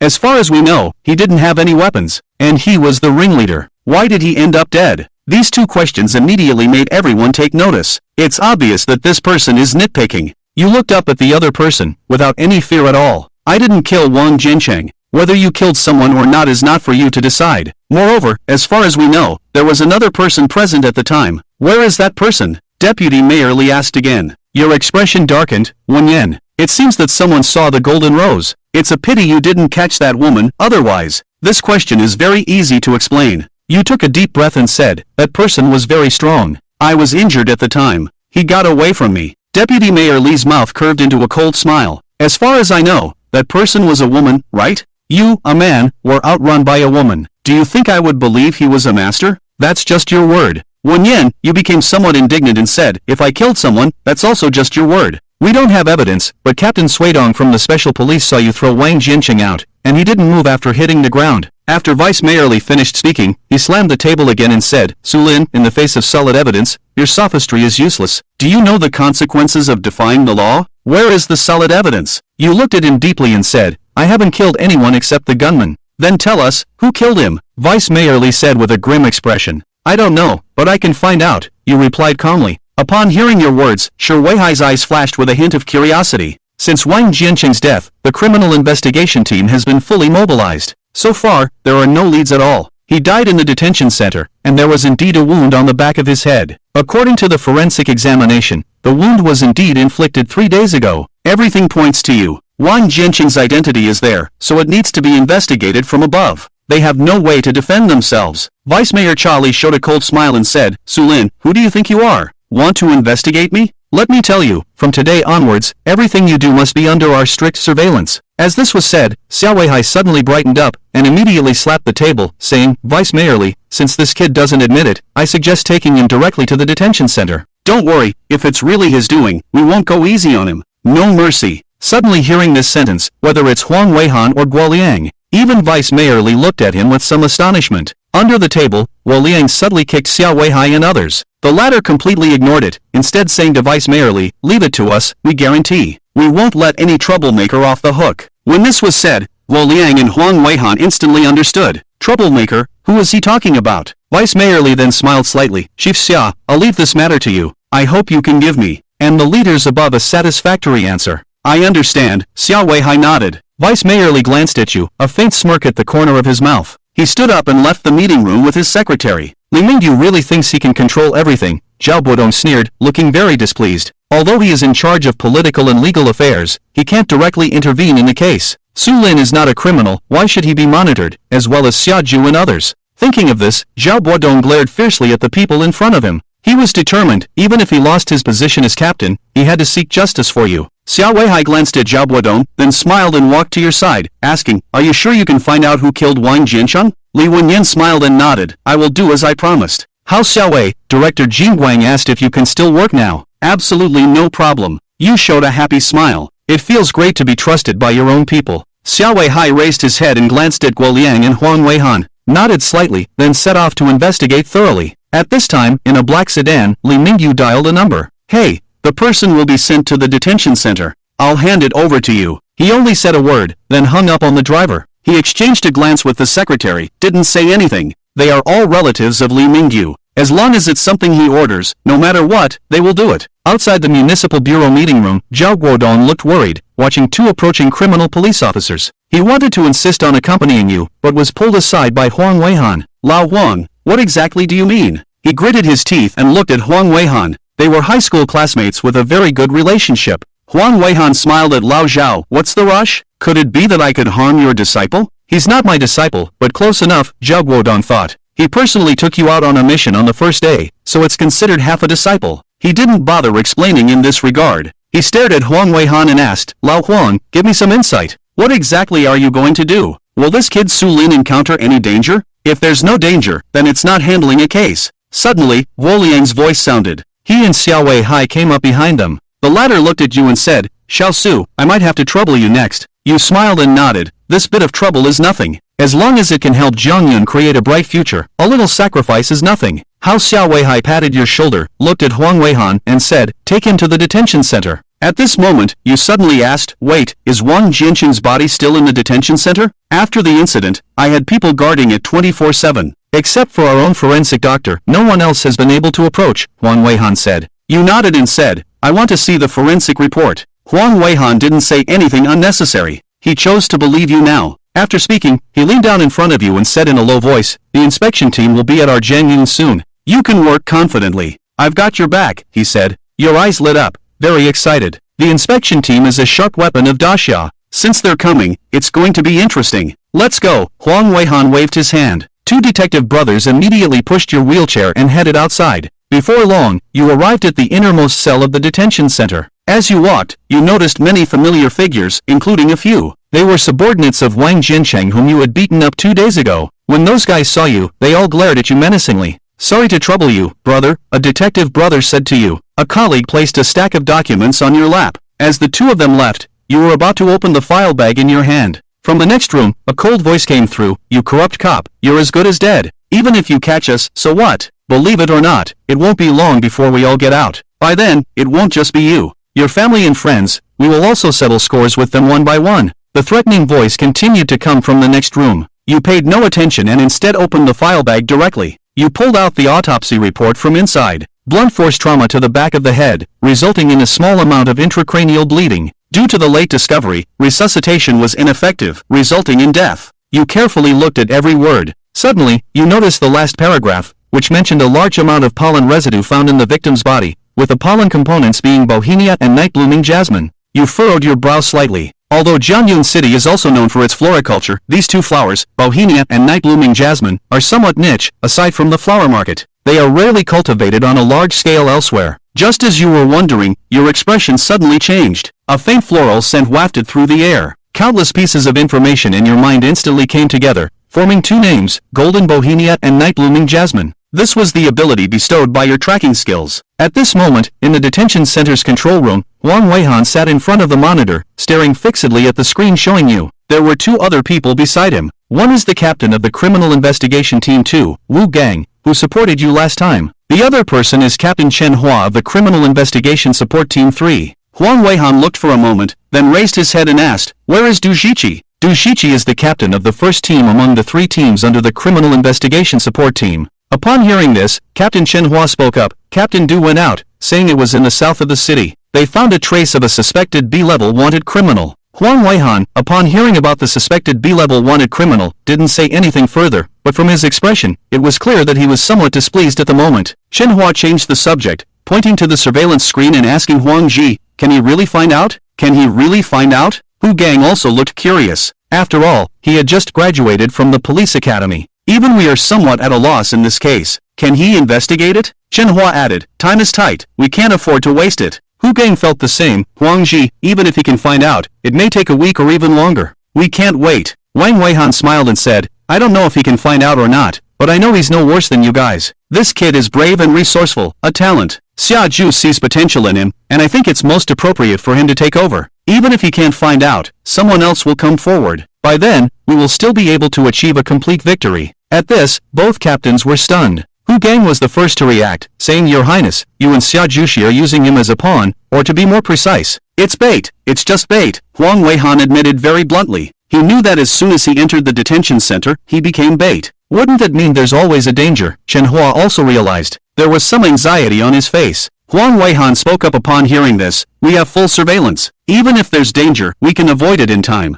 And I don't think that kid is so weak. He could take down a group of ruthless criminals, let alone these guys. The two team leaders were slightly stunned upon hearing this, then couldn't help but nod. However, at this moment, in the surveillance footage, you suddenly raised your head and made a gesture. Seeing this, the three of them were all stunned. What did the gesture mean? Did they discover Chen Hua? Come with me. Huang Weihan suddenly stood up and walked directly outside. Chen Hua was shocked and immediately followed. It's only been 15 minutes. They were just saying you would need at least a week. This is really surprising. Hu Gang stayed in the monitoring room, looking incredulously at the surveillance footage of you. Could it be that they really discovered something? Suddenly, he saw in the surveillance footage a figure approaching the cell where you were. Duden saw the person, and Hu Gang's expression changed. Captain Du is the most senior captain in their criminal investigation team. Everyone believes that Captain Du will take over the position of the old team leader. Who would have thought that Huang Ji would airdrop into Jianyun City and forcefully take away the command of the support team from him? Huang stared at the surveillance video. Wu Gang called Huang Weihan. Huang's team went to Su Lin's prison cell, and as Huang Weihan was walking downstairs, he heard this and his face changed. Immediately rushed towards the direction of the prison with Chen Hua. Soon they saw the guard at the door. When they saw the two approaching, the guard's expression changed instantly.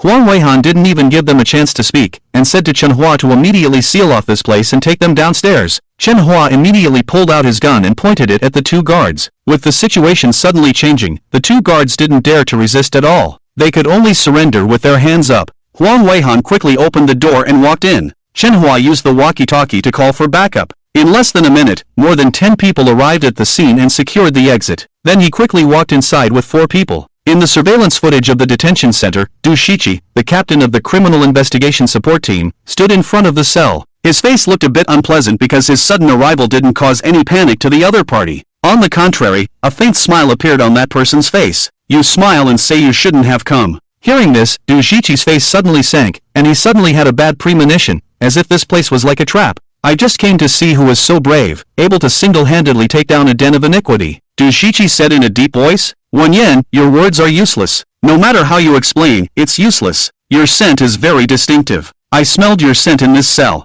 Ha, it's a joke. Isn't it normal for a criminal investigation captain to come in and interrogate prisoners? Du Shiqi became even more flustered. It's very normal, but the problem is, I heard that after you came here yesterday at noon, you did not interrogate Wang Jiancheng, and he died yesterday afternoon. In the same cell, you were the last person to see Wang Jiancheng, am I right? Du Shiqi's eyes flashed with gloom. When I left, he was still very clear-headed. Yes, very clear-headed, because there was a problem with his wound. You continue to smile, looking straight into my eyes, as if seeing through everything. Now Du Shiqi was completely panicked. He suddenly raised his hand, and there was something like a syringe in his hand, but before he could make any move, stop, Lao Du. Huang Weihan suddenly appeared, pointing a gun at Du Shiqi, with an extremely cold and fierce look in his eyes. Betrayal has always been the most hated thing in their team. Du Shiqi turned his head, his face instantly turned ashen. He knew he was finished. Even his own family might be looked down upon, or worse, they might be silenced. At this point, he almost hesitated for a moment and plunged the syringe into his own neck. The potion was injected into his neck in an instant. Huang Weihan went crazy and immediately rushed up. But it was too late. Du Shiqi's face turned blue the next moment. His lips turned purple. Lao Du, why did you do this? Huang Weihan looked distressed. Lao Huang, I can't turn back. I regret my mistake. In just a few seconds, Du Shiqi lost her breath. It seems that the situation is much more serious than we imagined. Chen Shang, it's hard to imagine, making a captain of the criminal investigation team willing to die. How powerful must be the mastermind behind them? Bastard! Huang Weihan roared and kicked the wall fiercely. You spoke up. Now is not the time to vent anger, Wang Ji. They want our lives, so we have to take the initiative and bring them down. Huang Weihan came to his senses, looked at you, and asked, what should we do? Wen Yan, you snorted coldly, although the murderer is dead, we can still find the accomplice. Accomplice? Huang Weihan's expression changed. Who is the accomplice? Captain Huang, can you smell the floral scent in the air? You asked inexplicably. Huang Weihan nodded and said, But at this critical moment, why are you talking to me about floral scents? At this point, you spoke again, saying that you had seen Wang Jinqing's autopsy report. There was a wound at the back of his head, but such a wound absolutely couldn't have caused extensive intracranial bleeding in just one day. I've reviewed his medical records. He had asthma and high blood pressure. Haha, he had both conditions, and if he had really pulled through, I would have been surprised. What do you mean? Huang Weihan listened in a fog, completely not understanding what you meant. You explained that at night, the night-blooming jasmine emits a large amount of odor particles that can cause dizziness in patients with high blood pressure and heart disease when inhaled. In large quantities, it can directly lead to hypertensive syncope. Inhaling a large amount of bauhinia can directly trigger asthma, causing difficulty in breathing. The heart beats violently, and blood circulation is at least 3 times the normal rate. Asthma, high blood pressure, accelerated blood circulation, plus the wound on the head. What do you think the result would be? You looked at Huang Weihan as you said this. At this moment, the latter opened his mouth wide, completely bewildered. He understood every word, but when they were put together, it felt like a fantasy. Flowers can kill people? You must be joking. But looking at your serious expression,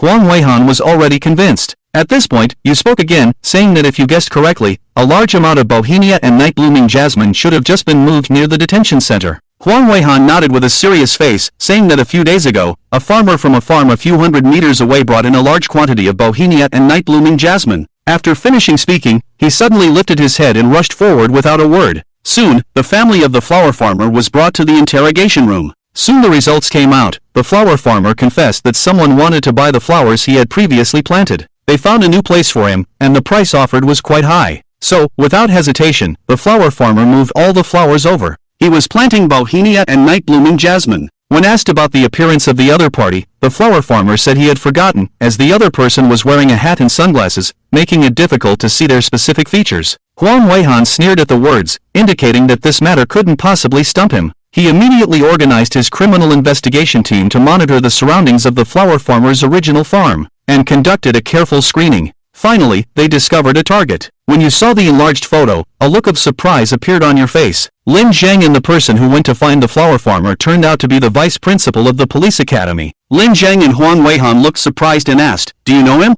"Very well," you nodded with a smile. Then he explained to Huang Weihan why he had been assigned to the traffic police team. He slammed his fist hard on the table and Huang Weihan cursed loudly, "Traitor!" You smiled and pointed to the surveillance screen, saying, "Huang Ji, I think he is our breakthrough. There is definitely more to him than meets the eye, and his daughter, from what I know, is also up to no good." "Leave it to me," Huang Weihan said, about to lead the team to arrest Lin Zhang and the woman. Upon hearing this, you immediately said, "Take me with you to arrest the two of them." "How can I not be there? I promised to personally catch them." "Alright, I'll indulge you," Huang Weihan said with a smile. He is completely relaxed now. We've found the breakthrough, so the next steps will be easy. On the way, Huang Weihan called Xiao Weihai. After hearing this, Xiao Weihai was so shocked that he almost dropped the teacup in his hand. "What are you saying? You found the breakthrough in just 15 minutes? With this kind of investigation technique, all of you in criminal investigation will be out of a job, Huang Weihan." After hanging up Huang Weihan's call, Xiao Weihai smiled and looked across at the middle-aged man in a black suit, with a gentle smile but a glint of gold in his eyes. "Chief Ma, sorry to interrupt, but there's something to report," said the subordinate. Ma Zhenhua across from him furrowed his brow, not understanding the intentions of his old comrade before him. As the head of the inspection team, he was tasked with investigating some cases in Jiangyun City. But as soon as he arrived, he was assigned to Xiao Weihai's side. He couldn't understand what was going on,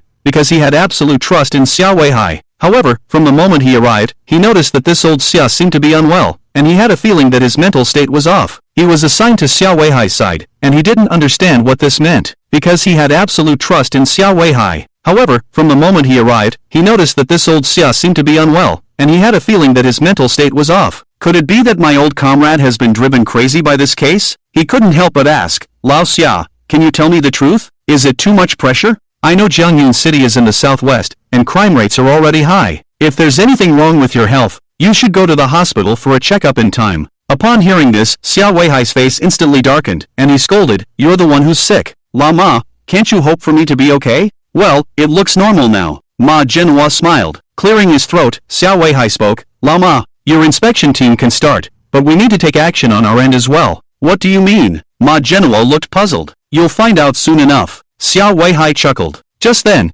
Guo Liang suddenly pushed the door open. He approached Xiao Weihai, took out 2 commendation reports, and in addition, a stack of bonus application forms. All of these were submitted by the following people, he said. Zhang Wengue from the Zhengqin police station. And also, there are 2 third-class merits for Su Qingshan from the Longhua police station, and nearly 20,000 yuan in bonuses. Xiao Weihai's face instantly lit up with a smile. Good, very good indeed. Without saying another word, he directly signed on top of them, without even looking at the content. Seeing this, team leader Ma's face immediately darkened. He reached out and held the stack of documents, saying, Lao Xia, you signed without even looking at them. This is not in line with the rules. This is not proper. Xiao Weihai smiled and said, rest assured, I have a plan in mind. Lao Ma, your inspection team's visit to our Jiangyun city this time. I guarantee it will be the easiest inspection job in your career. Ma Jinhuo frowned again. Without saying much, Zhou Xiao Weihai took out the documents and handed them to Guo Liang. By the way, let the traffic police department award a medal on their own. We won't show up. After this operation is over, that kid should come to us. Guo Liang nodded in understanding and then left. What does this mean? It's still someone from the traffic police department. Ma Jinhuo was even more puzzled. 2 different systems, and yet the police department has been involved. Has Jiangyun City become this dark already? Thinking of this, Ma Jinhuo's face became even more grim. Lao Xia, I feel that the system in your Jiangyun City is very chaotic. Including you, everyone needs to be investigated. You can investigate as you please, I don't care, Xiao Weihai said, then rubbed his chin and asked Lao Ma, at what stage is your inspection team now? Ma Jinhuo, upon hearing this, solemnly said, the people under my command are still investigating. Even if I knew, I couldn't tell you. Have you forgotten about organizational discipline? Then let's compare speeds, how about that? Xiao Weihai smiled. Compare what speed? Ma Jinhuo frowned. With a sly smile, Xiao Weihai said, let's just compare who can solve the problem first. Alright, let's compare. Ma Jinhuo narrowed his eyes. He had a gut feeling that something was off with his old comrade, but he didn't know if it was good or bad. On the other side, in a magnificent club in Jiangyun City, Wang Jianghuo's face was very dark. 2 leaders, according to your plan, my brother is dead, but that traffic cop is still alive. You said you would make him bury my brother. So, Xiao Wang, don't be in a hurry. Some things need to take time. We failed this time. But there is a more sophisticated move, a voice of an old man sounded. The man was in a neat suit, exuding a sense of dignity. Zhang Lao, don't deceive me. Now, you are also in danger, right? Wang Jianghuo coldly smiled. I heard that the inspection team has already arrived. It probably won't be long before our ship sinks. In that case, I might as well just take care of that traffic cop myself, and then make a quick getaway. The table was slammed loudly. Li Mingyu pointed at Wang Jianghuo's nose and scolded, Wang Jianghuo, how dare you talk to me, your superior, like that? Are you asking for trouble? Wang Jianghuo smirked coldly, Li Mingyu, you still can't scare me. I come from a rough background. I don't know how many times I've narrowly escaped death. You're still a little green.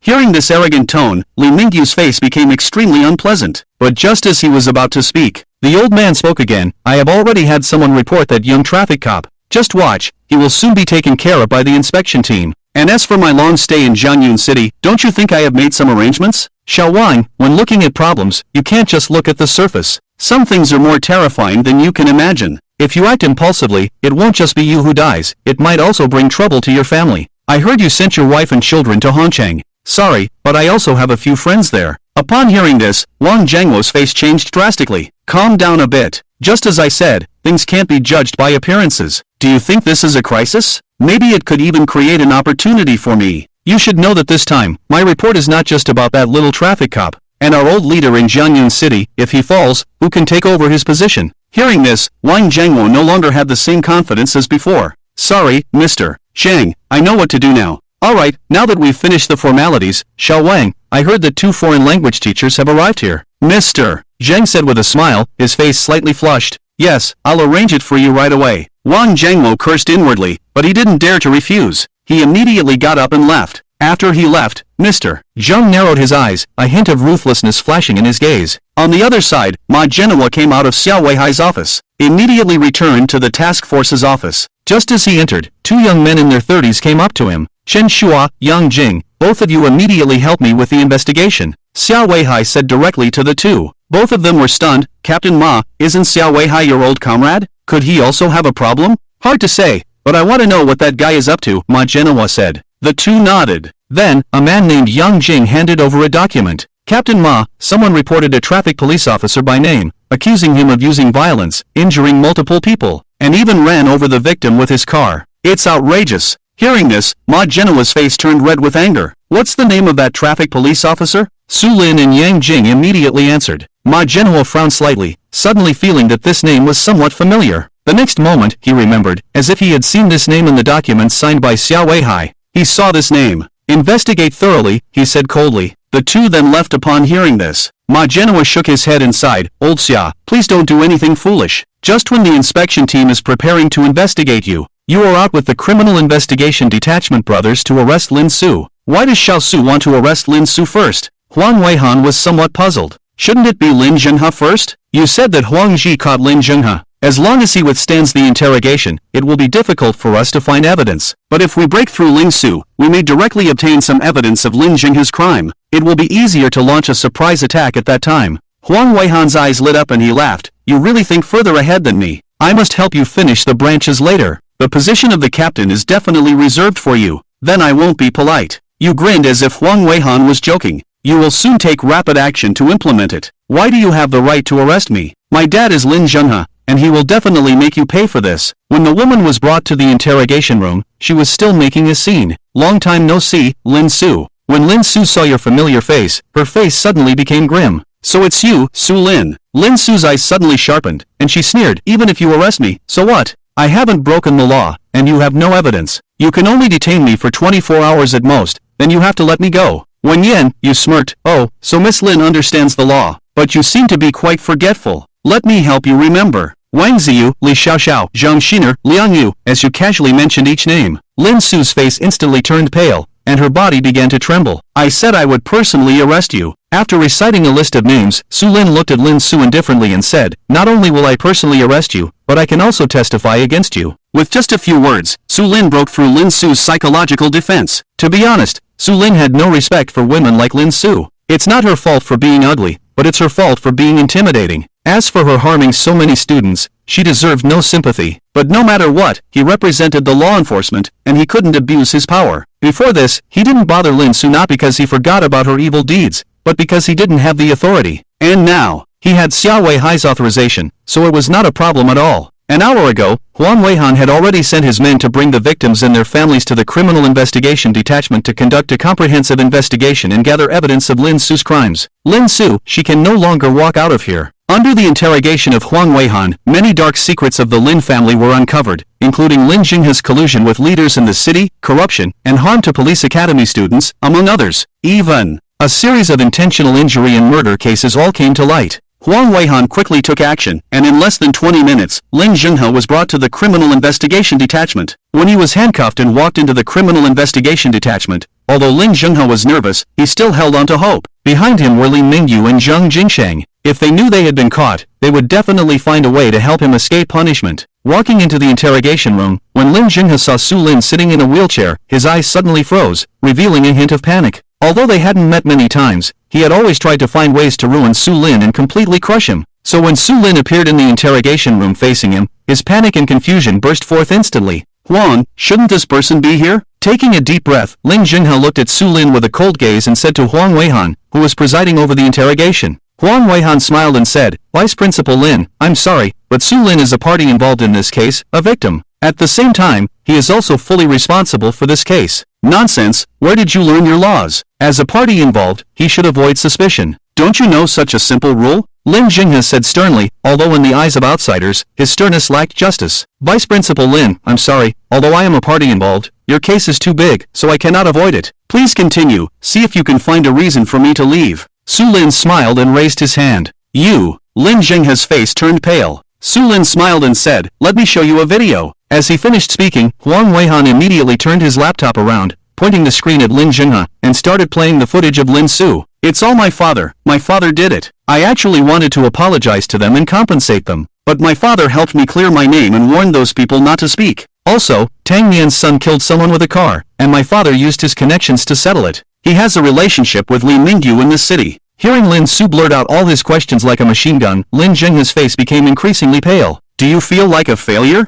This is the person you've been protecting, even risking your life for. In the end, she sold you out without hesitation. Su Lin's mouth curled into a mocking smile and continued, I'm not doing this for myself, but for the students and families who have been harmed by you, to seek justice. After speaking, he pushed his wheelchair and turned to walk towards the door of the interrogation room. Huang Weihan watched Su Lin's departing figure, feeling somewhat shocked. This kid really understands human nature. Starting with Lin Su, first of all, she is a woman, and secondly, in the face of a series of evidence, she has no way to deny it. After breaking through the opponent's defense, it is equivalent to breaking through Lin Jinghe's defense. Neither the father nor the daughter can escape now. Continue the interrogation, Huang Weihan said to Hu Gang. Lin Su started talking, but Lin Jinghe remained silent, believing that this old man must have many secrets. Just as Su Lin had left the interrogation room, he saw Chen Hua and two young men in suits, with a righteous look on their faces, walking towards him. Chen Hua's expression was somewhat unpleasant. He came to Su Lin's side and said, Su Lin, these two comrades from the inspection team are looking for you. Inspection team? Coincidentally, at this moment, Huang Weihan also walked out of the interrogation room and saw those two people. His brows furrowed tightly. What's going on? He asked in a deep voice. Chen Shua looked at Su Lin, who was sitting in a wheelchair, and frowned. He said, someone has reported you for using excessive force, causing physical harm to others, and even causing a fatal car accident. Now, we want to understand the situation from you. Su Lin was stunned. Excessive force, he didn't deny that. He did use violence once or twice, but it was also because of the circumstances. But to say that he caused physical harm to others, caused a fatal car accident, that's nonsense. Huang Weihan looked at Su Lin and coldly said, who said that? Bring the informant here, I want to see the report. It's ridiculous. Su Lin has only been working for less than 10 days. Where did he use excessive force, cause physical harm, or cause a fatal car accident? Who said that? Let me tell you, in these less than 10 days, he has arrested more than 20 criminals, including a Class B wanted criminal. Do you know what a Class B wanted criminal is? With these words, Chen Shua suddenly laughed. He said, Captain Huang Weihan, right? I know everything you just said. Just half an hour ago, we have already investigated all of Su Lin's files, including his records in the police academy. We also learned from some of his classmates and juniors. Of course, we don't believe that Su Lin is that kind of person. But personally, I think it's best for him to live under our protection for now, because someone wants to harm him. The investigation by the inspection team was very powerful. In less than an hour, they almost exposed all of Su Lin's secrets. When Ma Genua saw Su Lin's information, his mouth opened wide. Damn it, I'd been tricked by Lao Xia. This kid is Lao Xia's trump card. Suddenly realizing this, Ma Genua couldn't sit still. They made a bet, and even though they didn't have to pay money if they lost, it was still embarrassing. Thinking of Xia Weihai's smug look, he felt uncomfortable all over, so he sent Chen Shua and Yang Jin over, thinking they could pick some peaches or something. Unfortunately, it was too late. When Lin Jinghe's interrogation ended and Chen Hua brought the testimony to Huang Weihan's office, Huang Weihan immediately stood up and shouted, "Take action, close the net." In a spacious office in the official building of Jiangyun City, 8 people sat together. These 8 people were the core of Jiangyun City, from the eldest Li Suyuan to the last-ranked Xia Weihai. Besides them, there was an unexpected guest, Ma Genua. The latter sat next to Xia Weihai, looking at the triumphant expression on his face, grinding his teeth. "What's wrong, Lao Ma? Feeling uncomfortable?" Xia Weihai deliberately teased in a low voice. Ma Genua said, "Lao Xia, you've hidden well. You hid your trump card in the traffic police department, then turned the tables and completely changed the situation. Impressive." Xia Weihai shook his head and smiled, saying, "Lao Ma, this wasn't my plan. Su Lin, that kid, was deliberately arranged by Lin Jinghe to the traffic police department. I just borrowed someone else's chessboard and played my own game. Regardless, your move was impressive." Ma Genua gave a thumbs up. He had doubted his old comrade before, but now it seemed that his old comrade had been prepared for a long time. Ahem!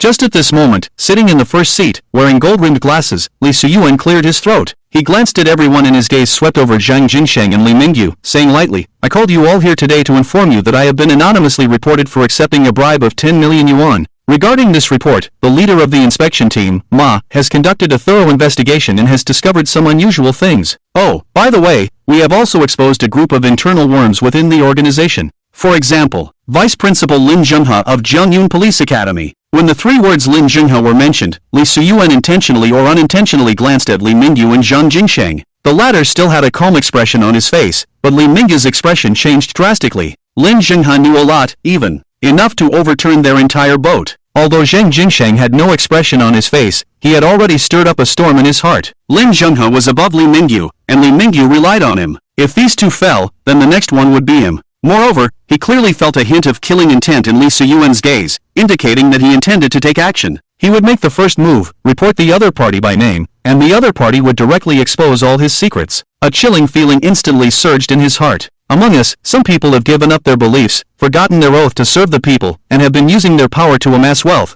colluding with some unscrupulous businessmen in the society for forced buying and selling, illegal possession. The core meeting lasted for more than an hour. When Ma Genua stood up, Zhang Jinsheng, the second in command, and Li Mingyu, the fourth, turned pale instantly. Creak! The door of the meeting room was pushed open, and a group of people walked in swiftly. When they placed the summons in front of Zheng Jingsheng and Li Mingyu, the two immediately collapsed. If it was just the city, they wouldn't have the power to deal with them. But now they were facing the inspection team from the capital, the most authoritative supervisory institution, armed with the sword of justice. At the same time, on Huang Weihan's side, a joint force consisting of the Special Police Brigade, the Armed Police, and police forces from various jurisdictions was mobilized to thoroughly eliminate the criminal forces led by Wang Jianong. A team of nearly 1,000 people spread out and swept through all the enterprises and entertainment venues under Wang Jiangong's name in one day, arresting nearly 300 people, completely dismantling this criminal gang that had plagued Jiangyun City for nearly 10 years. The entire Jiangyun City was thoroughly cleansed from top to bottom, giving the people a bright future. When the people saw the news the next day, they all applauded. It was still the same restaurant, the same private room, and the same few people. Su Lin and Zhang Chao raised their glasses to each other, celebrating their reunion. After 3 rounds of drinks, everyone started chatting.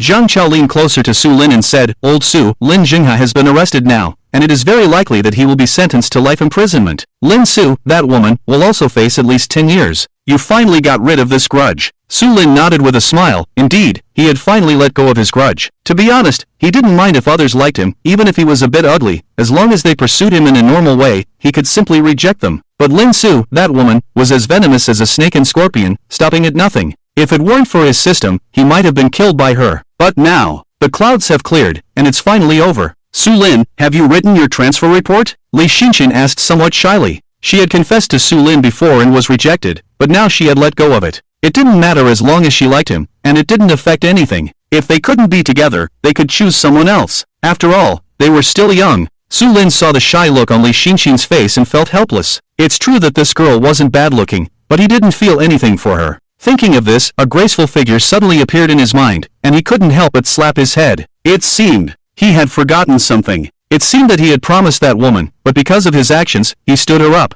Thinking of the string of unanswered calls, he felt a sense of guilt in his heart. "I haven't written the transfer report. I've been busy writing action reports these past few days." He raised the glass in his hand and toasted to everyone, saying, "The last toast, my wounds haven't healed properly yet." Although he has a strong physical fitness, it will take at least half a month for the gunshot wounds on his legs and shoulders to heal, and for others, it would take at least a couple of months. "Are you injured?" Suddenly, 2 crisp voices sounded. One of them was Li Xinxin's, and the other came from behind him, accompanied by a faint fragrance in the air. Su Lin turned his head and immediately looked embarrassed when he saw the person. "Why are you here?" Standing behind him was Yan Yao, who he had stood up for 5 days and had at least 80 phone calls with. There was a hint of anger in her eyes, and her chest heaved as if she wanted to tear Su Lin apart. "You have time to drink, how interesting." Yan Yao felt like she had wasted her worries on him these past few days. No, even if she gave them to a dog, the dog would at least kneel and lick a few times. This guy, she had called him so many times, didn't he know to let her know he was safe? "Su Lin, I'm really sorry, I was genuinely busy and forgot." He spoke up. "Busy drinking?" Yan Yao asked coldly. "All right." He felt that if he said anything else, he would be making excuses. Yan Yao didn't say anything else, but took out a receipt from her bag and placed it on the table in front of Su Lin. "You said you would compensate me for the repair costs of my car, right? This is the receipt, give me the money later," she said, elegantly nodded towards the stunned Zheng Chao and the others, smiled, and then turned and left. Su Lin didn't chase after her, but picked up the receipt on the table. "Damn, 620,000. He exclaimed, his eyes almost popping out. A sentence instantly popped into his mind. "Woman, you're suspected of extortion." Su Lin picked up the receipt and left. After he left, Zhang Chao and the others came back to their senses. "Damn, that woman is so beautiful. A fairy in the mortal world." "Lao Zhang, how does Su Lin know her? Their relationship seems unusual." "Oomph, just an old woman." "Xinxin, you're jealous." Several people spoke up one after another. Li Xinxin had a look of disdain on her face, making the male comrades feel a sense of desolation. They were all men. Why was someone else eating from their bowl and even eyeing the pot? And their own group, they could only stand by and drool. "Ranji, Dafeng, my heart hurts."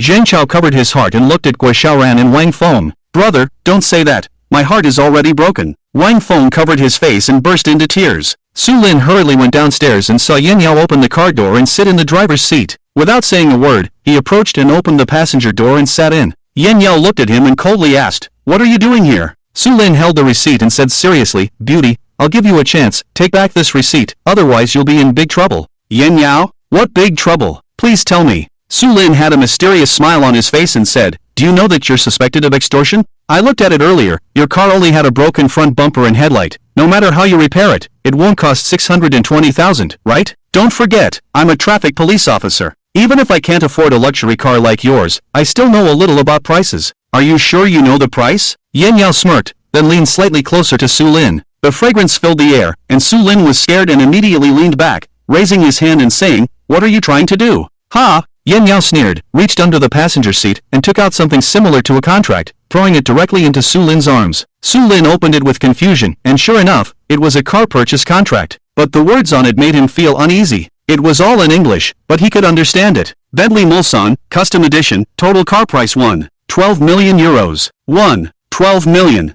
euros? Su Lin felt his lips trembling. Poverty really limits imagination. He thought a Bentley would cost around 4 to 5 million. Even if he damaged a headlight and bumper, it would cost at most 100,000 to fix. He could apply to the leader for funding. With 620,000, he could buy a fully equipped 5 Series and still have some left over. If he asked the captain himself, he would probably get scolded. He looked at Yan Yao's exquisite and flawless face, feeling a bit embarrassed, and asked, did you get insurance? No, since you said you would compensate, I didn't get insurance. Yan Yao's lips curved slightly. This guy is interesting. If Su Lin knew that she considered him interesting, he would probably be infuriated. Hearing this, Su Lin's mouth twitched. I really can't afford to compensate for your car. Yan Yao nodded. Su Lin looked surprised and asked, and then? There's no one then. Since you can't afford it, I can only go to your superiors. If that doesn't work, I'll go to the city. Stop. Su Lin raised his hand and said, is it necessary to go that far? I don't have to go if you don't want me to. This amount of money isn't a big deal for me. How about this, let's find another way to settle. Yan Yao smiled and said, okay, tell me, take off your clothes. What? Su Lin was startled. Sister, even though you're beautiful, I don't sell myself. What nonsense about selling myself? I'm a police officer. Are you going to take them off or not? Yan Yao's eyes flickered with a hint of coldness as she slowly took out her phone. Fine, I'll take them off. Su Lin gritted his teeth. It wouldn't be a loss to take off his clothes in front of this beauty. Men. It's normal to walk around shirtless on the street. Without hesitation, he took off his shirt, but in the process, he accidentally touched his wound, causing him to suck in a breath of cold air. Yan Yao's gaze focused on him, and she immediately noticed the knife wound she saw a few days ago when she first met Su Lin, and then she noticed the gunshot wound on his shoulder. Both wounds were still bandaged. She was shocked and her face changed. She reached out to touch it, but her hand trembled slightly and she slowly retracted it. Her gaze moved away from the wounds and looked at his perfect and muscular body, her cheeks slightly blushing.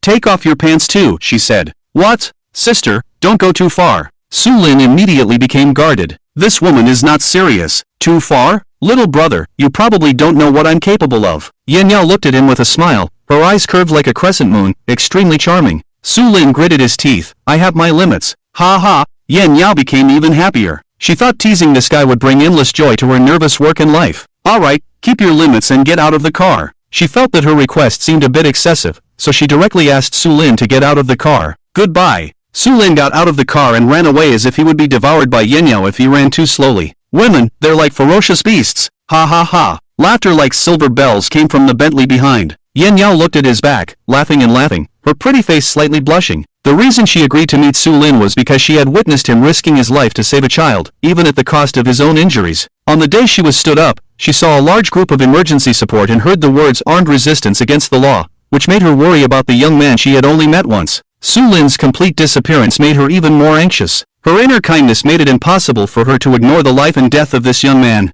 Seeing him again today, and seeing all the scars on his body, she became even more certain that he was an unknown hero. There are some indescribable feelings in my heart, especially when he brings joy to himself. Yan Yao feels a sweet taste. TSK. She suddenly spat at herself, blushing and driving away. At 7 o'clock the next morning, Su Lin was still sleeping soundly at home, and a phone call woke him up. Little brat, hurry up and come to the team, quickly, there's a big deal. The phone connected. Zhao Guodong excitedly shouted on the other end. Zhao team, why are you going crazy so early in the morning? I'm still on sick leave. Su Lin muttered. Zhao Guodong, sick leave my ass, get up quickly and come to receive your medal. The deputy captain and director Xiao will personally present it to you, they will be here soon, hurry up. Su Lin's eyes widened at the words, and a look of joy appeared on his face. A Medal of Merit is an honor and affirmation for anyone in the police system. Su Lin knew that he had done something meritorious, and had long been looking forward to the day when he could wear the Medal of Merit, but he didn't expect it to come so soon. He immediately put on his clothes, washed up, and hurriedly left the house, rushing to the traffic police squadron. The taxi had just stopped in front of the squadron gate, and as soon as he got out of the car, he saw 3 cars arriving at the squadron gate at the same time.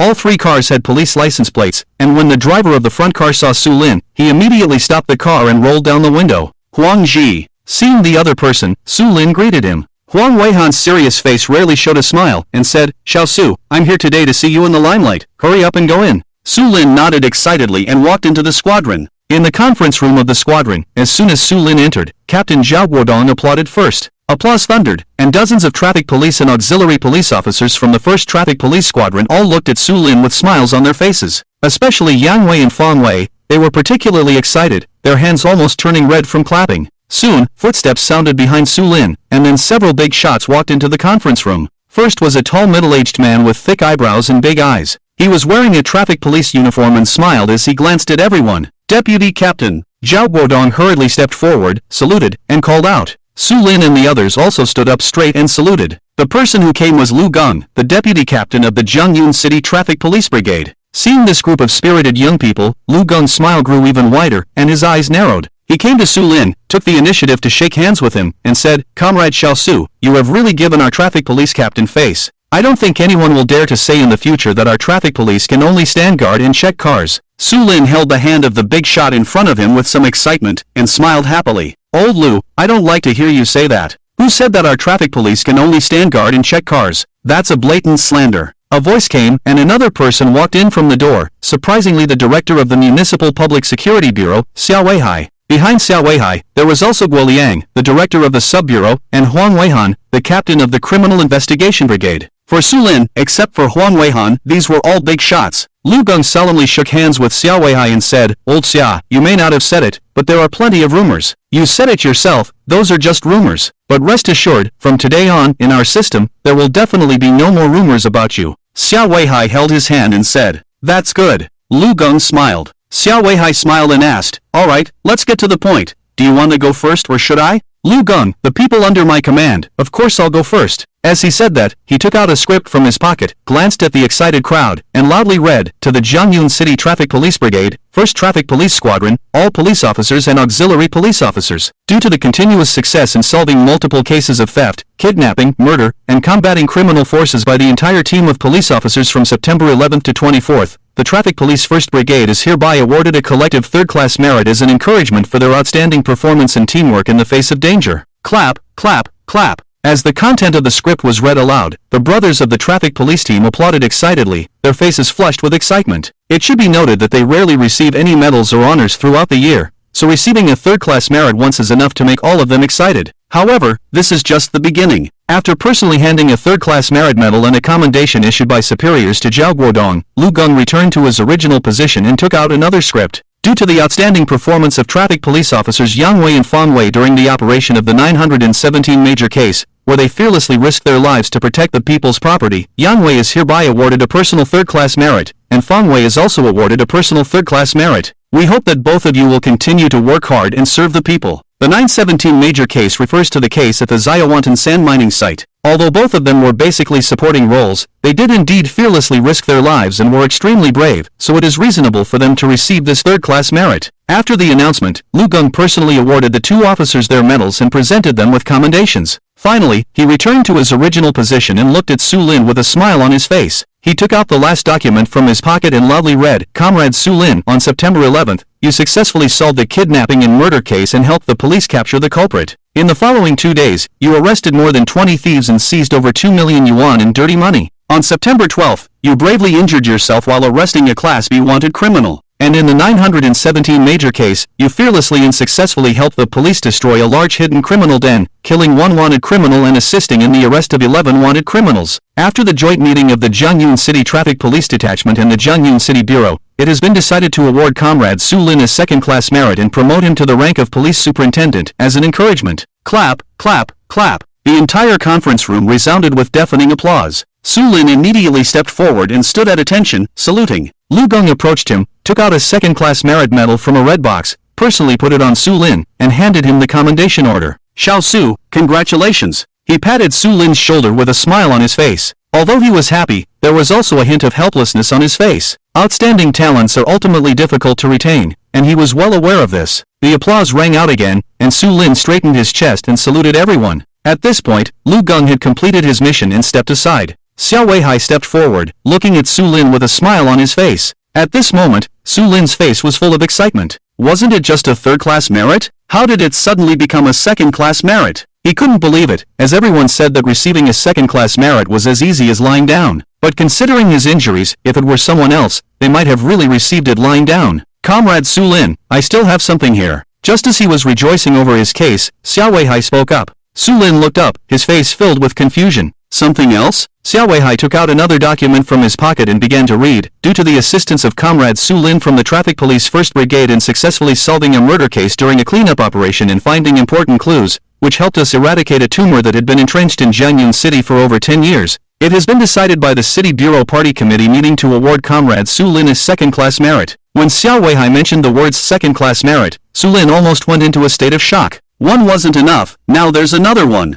He had only been a traffic police officer for a little over 10 days, yet he directly received 2 second-class merits. Such a terrifying record, it's probably impossible to find another person like him in the entire Xia. No, he was unprecedented. You know, he is a traffic police officer. He has received 2 second-class merits and has been promoted from a probationary officer to a first-level police inspector. The surprise came a bit too fast and caught him off guard. Looking at the 2 medals on his chest, it feels like a dream. It wasn't until Lu Geng personally replaced his epaulets that he came back to his senses and looked at the single bar and 3 4-pointed stars on his shoulder. His current administrative level is at least a deputy department level, right? Don't look, it's a department level position, Lu Geng said with a smile. Yes. Su Lin straightened his body and shouted loudly. Lu Geng patted his shoulder, turned around, and the smile disappeared from his face. Zhao Guodong, come with me. Zhao Guodong immediately followed him obediently upon hearing this. The two went outside, and Lu Geng's face instantly turned gloomy as he said coldly, I went to the provincial office to study for a while, and you can't even handle such a small matter? Do you know how many pairs of eyes are watching Su Lin right now? Couldn't you have given me a call? Zhao Guodong felt wronged and said, Captain, I make more than 10 calls a day, don't I?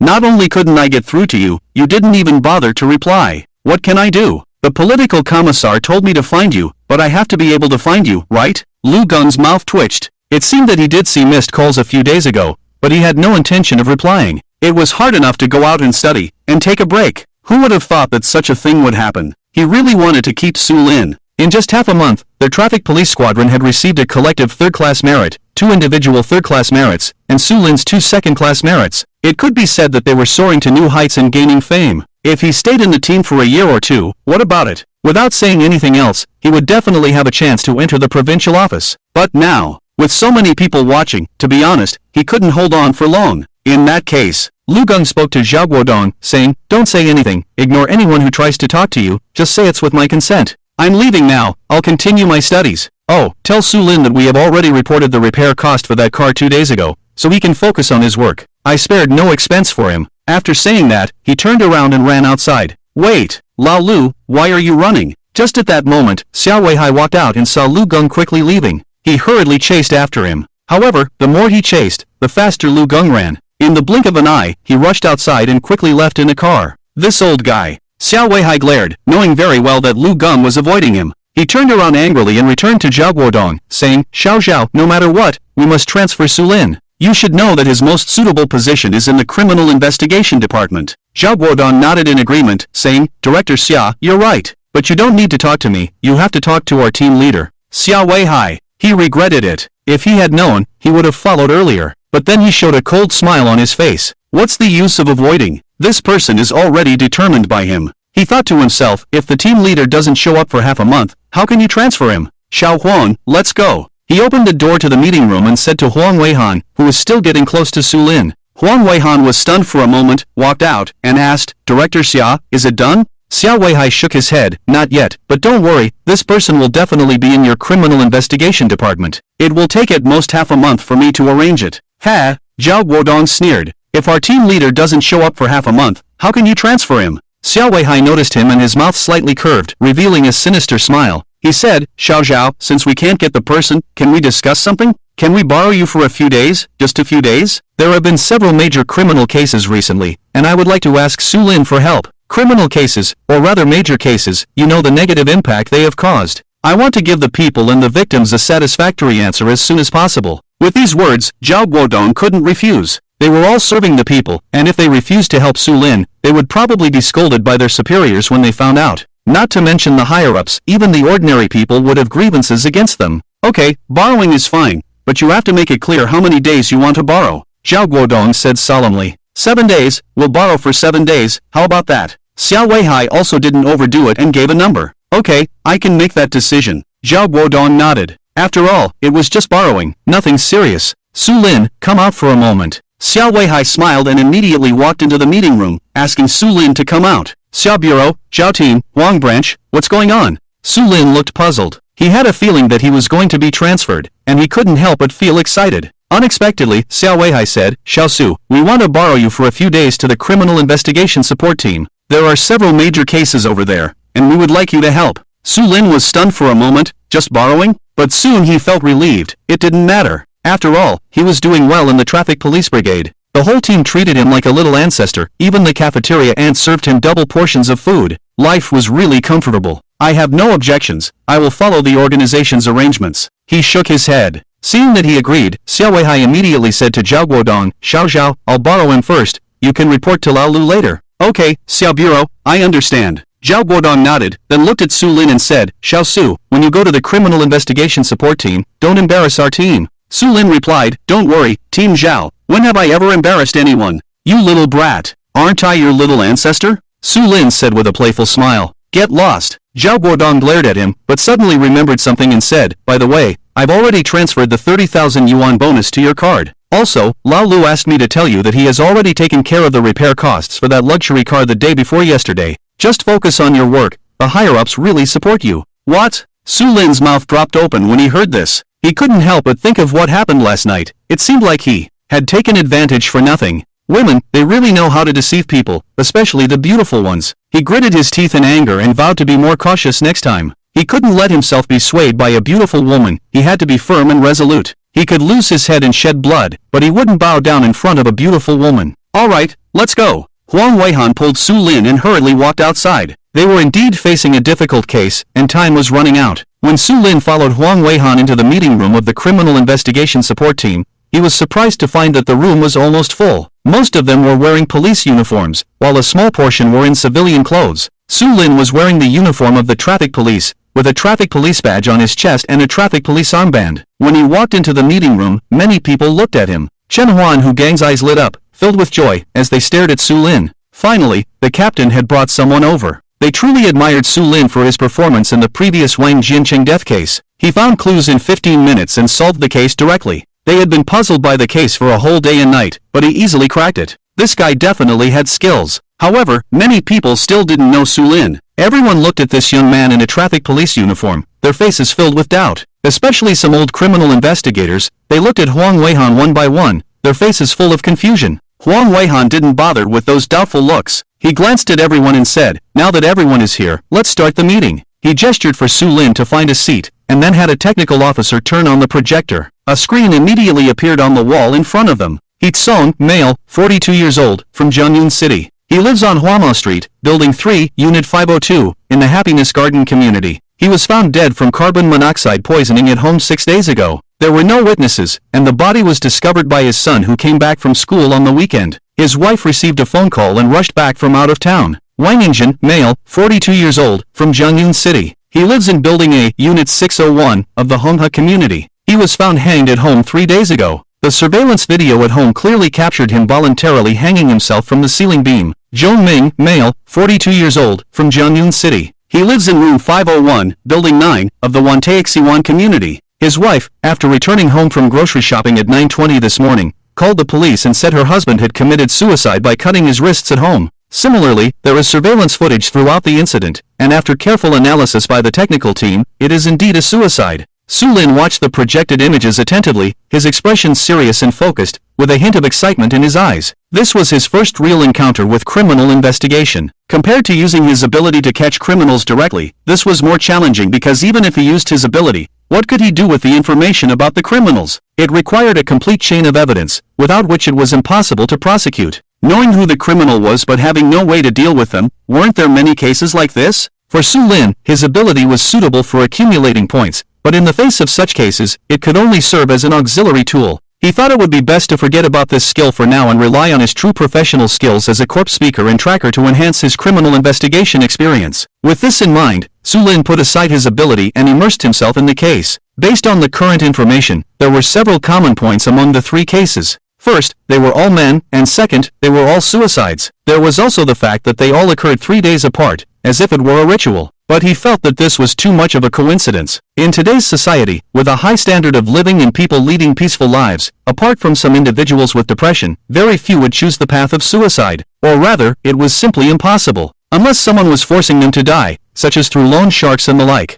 Huang Weihan continued, in the past year, we have had only 4 suicide cases in Jianyun City. But in less than 10 days this month, we have had 3 cases. Is this a coincidence? The question echoed in everyone's ears. Everyone's expression was very serious. A coincidence? Impossible. The work of criminal investigation was to shatter all kinds of coincidences, impossibilities, and analyze all inexplicable facts, in order to find the truth and the answers. They absolutely did not believe that there could be so many coincidences in the world. But according to the on-site investigation and the forensic autopsy, they were told that these 3 cases seemed to have no connection at all, just a coincidence. Su Lin touched his chin, his gaze fixed on the projection screen, unwilling to let go of any detail. The expressions of the deceased at the time of death, as well as the environment they were in, were carefully observed. Although nothing was found, he believed that details would always come to light. Xiao Su, here are the documents. Just then, a deliberately lowered voice sounded, and it was Chen Hua who came to Su Lin's side, giving him autopsy reports and background information on the 3 deceased. Thank you, Captain Chen, Su Lin said with a smile. Chen Hua patted his shoulder and returned to his seat. Little did he know that his actions surprised everyone present. Even the veteran detectives who had been in criminal investigation for 7 or 8 years, all looked incredulous. Chen Hua and Hu Gang were both case-solving maniacs, having solved countless major cases under their command.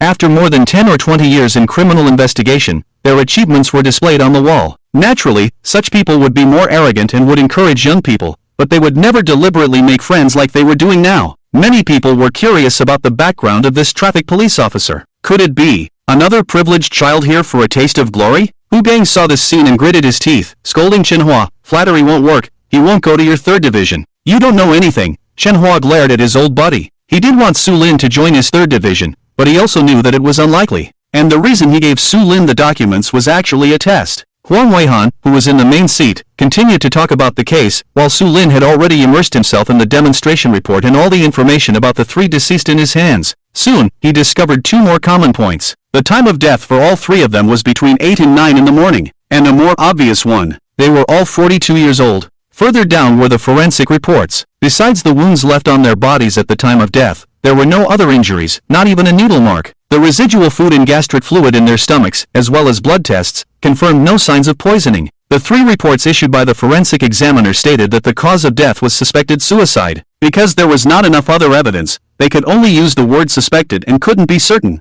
Further down were the materials from the interviews. According to the neighbors, these 3 people were cheerful in nature, had good relationships with their neighbors, and showed no signs of irritability. They were kind and honest, and had a generous personality. Then there were the investigation records of several medical cards. Besides some minor colds, they had hardly been to the hospital, and there was no sign of depression. Then there was the background investigation, digging into their identities, and almost all the evidence indicated that there was no connection between these 3 deceased. It seems these 3 cases are just a coincidence. Su Lin couldn't help but furrow his brow. He felt that just looking at these documents was not enough. He needed to visit the scene, all 3 scenes.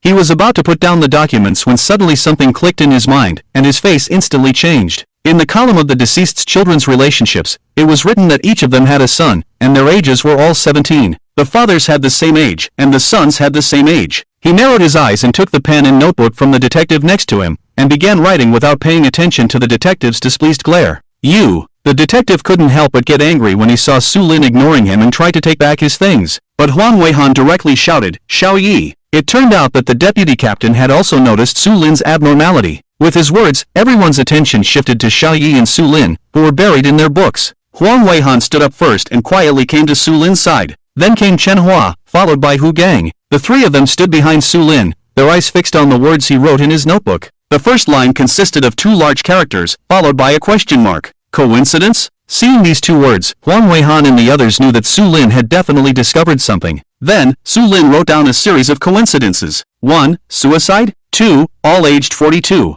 3. Middle to upper class family background. 4. 3-day intervals. 5. Similar time of death. 6. Children all aged 17. As each piece of information appeared, Huang Weihan, Chen Hua, and Hu Gang were all surprised. From the moment they entered until now, which was only 10 minutes, could it be that this kid had discovered something again? This speed was too fast, wasn't it? Seeing the three captains and the chief acting this way, some experienced detectives also stood up and approached Su Lin, wanting to see what this person, who had caught the attention of the three captains, was writing. The young detective whose notebook was taken by Su Lin looked at the series of coincidences written by Su Lin with a shocked expression. To be able to discover so many coincidences in such a short amount of time showed that this young person had an extremely meticulous mind. He couldn't help but look up and suddenly widened his eyes when he saw Su Lin's rank, a one-star police inspector. He couldn't help but gasp in surprise. He had been a detective for 3 years and had solved several cases, earning a third-class merit. But so far, he was only a third-level police inspector. This young man next to him, who was at most in his early 20s and 4 or 5 years younger than himself,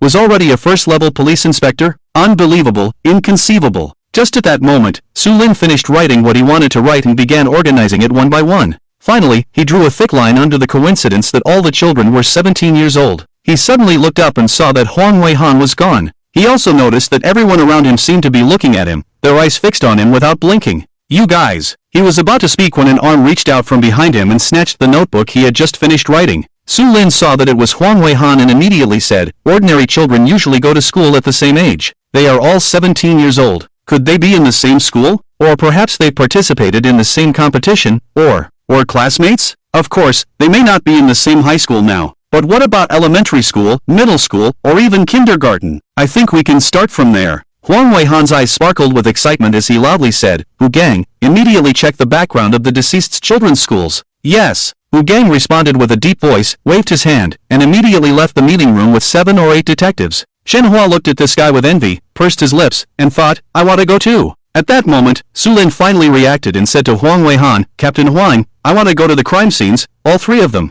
"Good. Chen Hua, don't think I'm favoring one over the other. You take Xiao Su with you. How far you can go depends on your abilities." Huang Weihan said meaningfully. "Yes." Chen Hua immediately saluted with excitement. Great, being able to go to the crime scenes with Su Lin would definitely yield results. Although he had just tested Su Lin, he was already shocked at this moment. In just 10 minutes, this guy had discovered a potential clue, injecting a strong dose of confidence into their entire team. Whether they found anything or not, it was valuable experience. This kid was truly extraordinary, especially when he thought about the last time in the prison cell. When this kid found a clue just by smelling the fragrance of flowers, it was simply unbelievable. He became more excited and said to Su Lin, "Xiao Su, I'll take you there." Su Lin nodded and ignored the shocked gazes around him as he walked outside with Chen Hua. Once they left, the detectives couldn't hold back any longer. "Huang Ji, who is this young traffic police officer?" "Yeah, Huang Ji, is he the expert you invited? Is the clue he mentioned useful?" The group of people started speaking one after another. Huang Weihan glanced at everyone and said angrily, "Think for yourselves, each of you has been working in criminal investigation for years, right? Why didn't anyone think of such a crucial piece of information? You all focused on the victim's personal relationships, maybe noticed the family relationships, but you habitually excluded the student group from the clues. I think all of you need to learn criminal investigation again."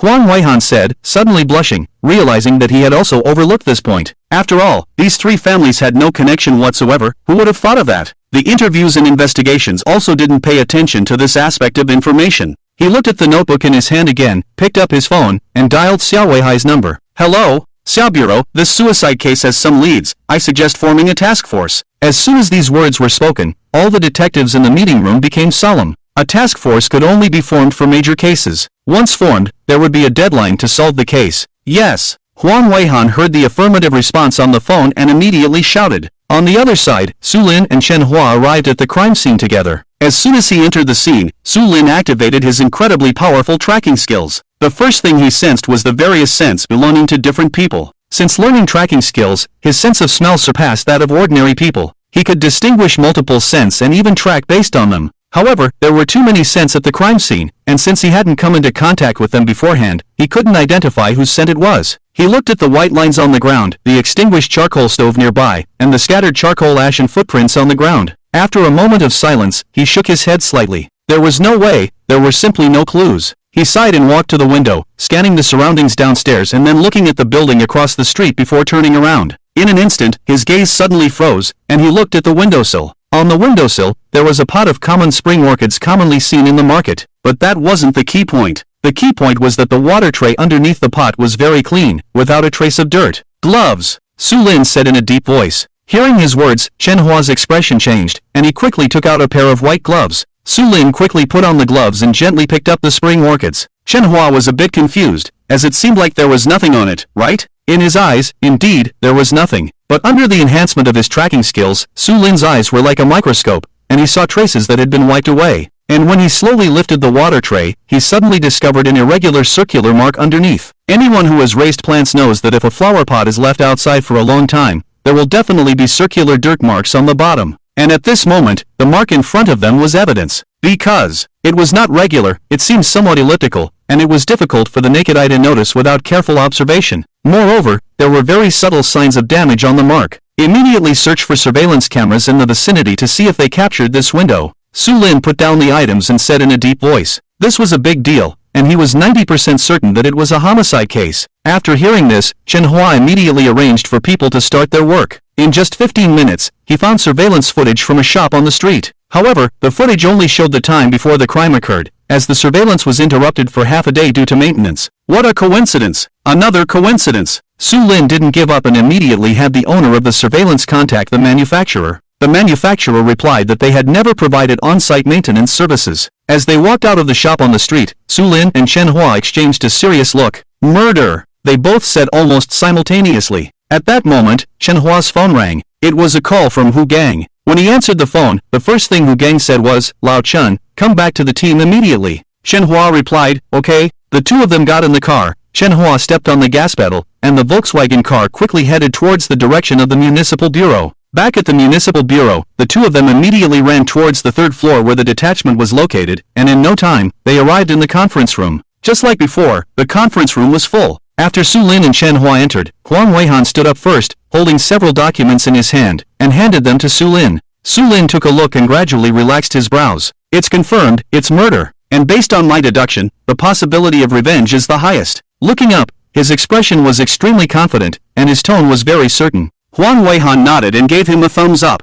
Good job, kid. You found clues for us in just 10 minutes. We all need to go back to the drawing board. Previously, we all fell into a thinking trap, desperately trying to connect the three victims together, but we only focused on their personal relationships. And since they were suicides, we paid special attention to the people around them. And the killer didn't leave any traces. Their methods were really clever. Su Lin said, focusing solely on the victim's personal relationships won't work. A person's life trajectory is actually very simple. Professional work, family life, social activities. We just need to start from these 3 points and connect the entire network of relationships, and the answers we want will definitely surface. Even if the killer is clever, as long as there is a connection between them, we will definitely lock them down. Well said. Huang Weihan clapped his hands and looked at the dozens of criminal investigators present, saying, take note, this will be helpful for your future case solving. The group of detectives, who were still in shock and awe, immediately picked up their pens and started writing. Huang Weihan looked at Su Lin and grinned. Su Lin, you will be the expert of our Jiangyun City Criminal Investigation Detachment from now on.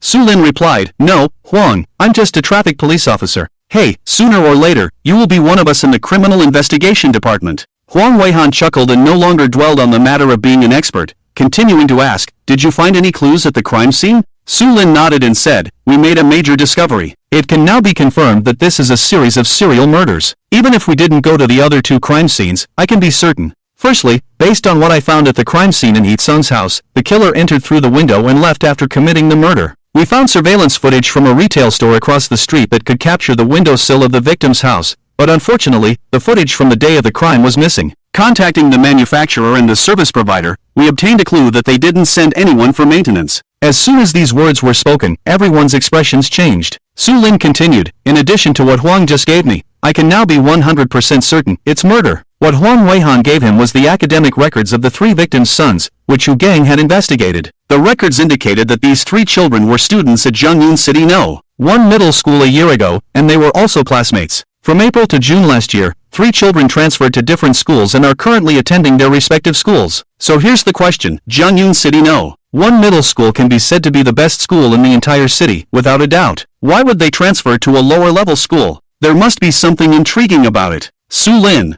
Huang Weihan called out in a deep voice. Yes. Su Lin was taken aback but still stood at attention and responded. After the Bureau's research and decision, a special task force for suicide cases will be established, and I will be the team leader. You are now appointed as the deputy team leader of the task force. From now on, you have access to all the resources of the entire detachment. Everyone, including myself, will obey your command. We have a 10-day deadline to solve the case. Ha! Su Lin was dumbfounded. Wait, Wang Ji, are you kidding me? I'm a traffic police officer here to help, and you're giving me the title of deputy team leader of a special task force? Will those veteran criminal investigators agree to this? What? I'm asking you now, do you have any objections? Huang Weihan said in a deep voice. Report, no objections. Upon hearing this, Su Lin straightened his neck and shouted, this is a golden opportunity that has been handed to him on a silver platter. He didn't ask for it, but he won't refuse it either. Then he looked at Chen Hua, then turned to Hu Gang, and saw them both smiling. Hu Gang, rest assured, Deputy Team Leader Su, no one will have any objections. That's right, anyone who has objections can come to me, and I'll make them obedient. Chen Hua also said with a smile. The group of criminal investigators nodded one after another. Su Lin's previous move had already won over these veteran criminal investigators.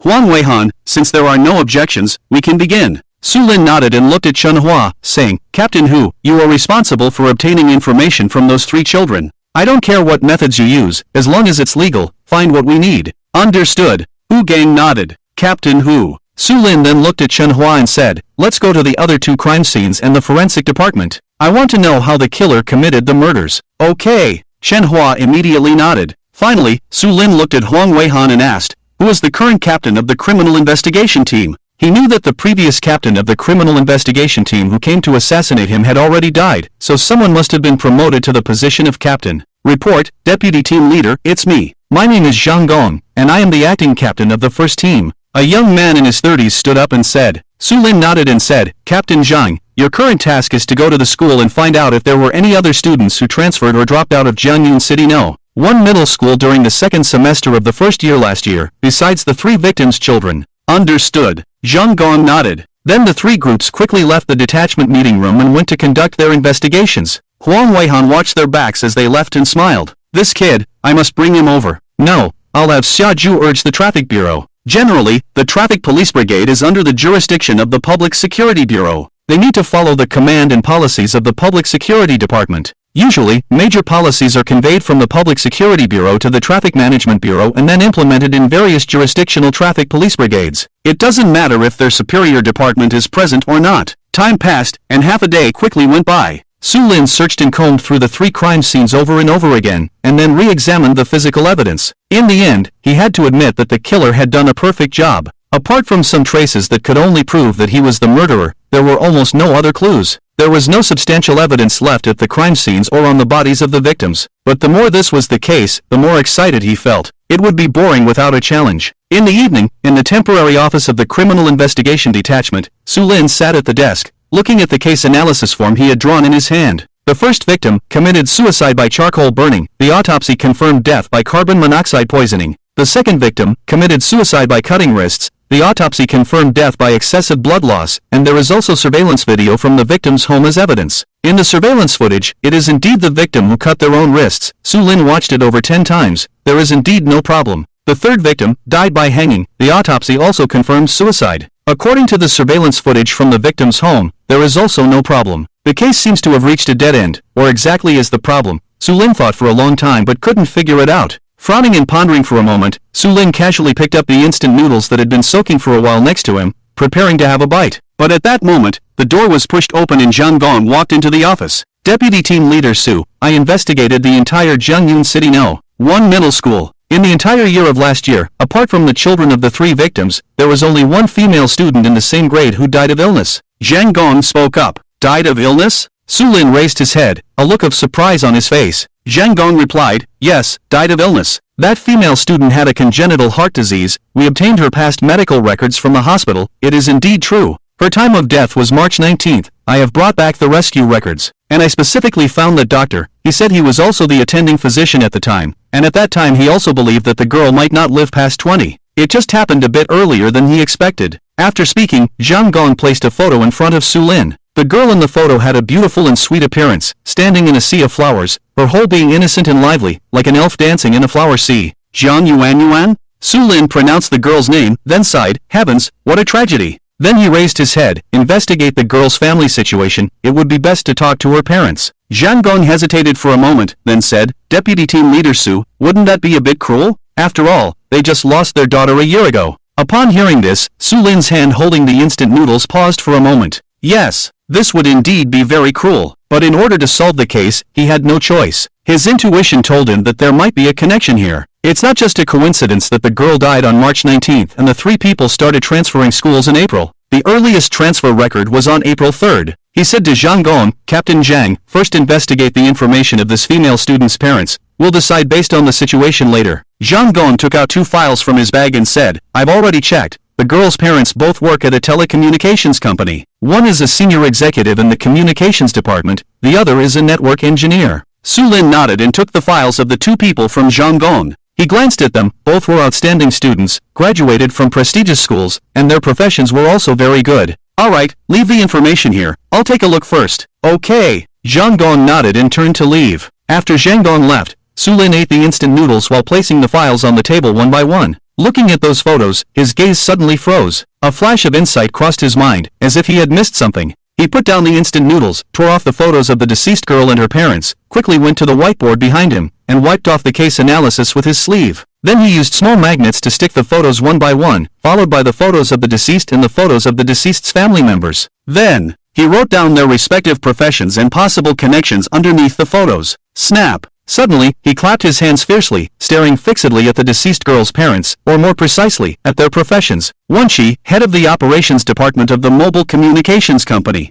Jiang Jinbin, deputy chief engineer of network communications at the mobile communications company. He turned and ran back to his desk, searching for the documents on the table. He quickly found several files from the messy pile of materials. The small shop across the street from the first victim's house uses surveillance from the mobile communications company. The second and third victims' homes were both installed with surveillance through door-to-door sales in the past 6 months, and they were both products of the mobile communications company. All 3 victims used mobile numbers. When all the coincidences are connected, it is no longer a coincidence. However, he had one question. If the 3 victims knew each other, why was there no record of communication between them? He immediately picked up the phone and dialed Zhang Gong's number. In less than 3 minutes, Zhang Gong left and returned. Once assigned to a special task force, these old detectives were like going to the battlefield, risking their lives. It was not uncommon for them to not go home for 72 hours. Zhang Gong originally planned to deal with it in the office overnight, but he didn't expect to receive a call from Su Lin before he could rest. Deputy Team Leader Su, is there any discovery?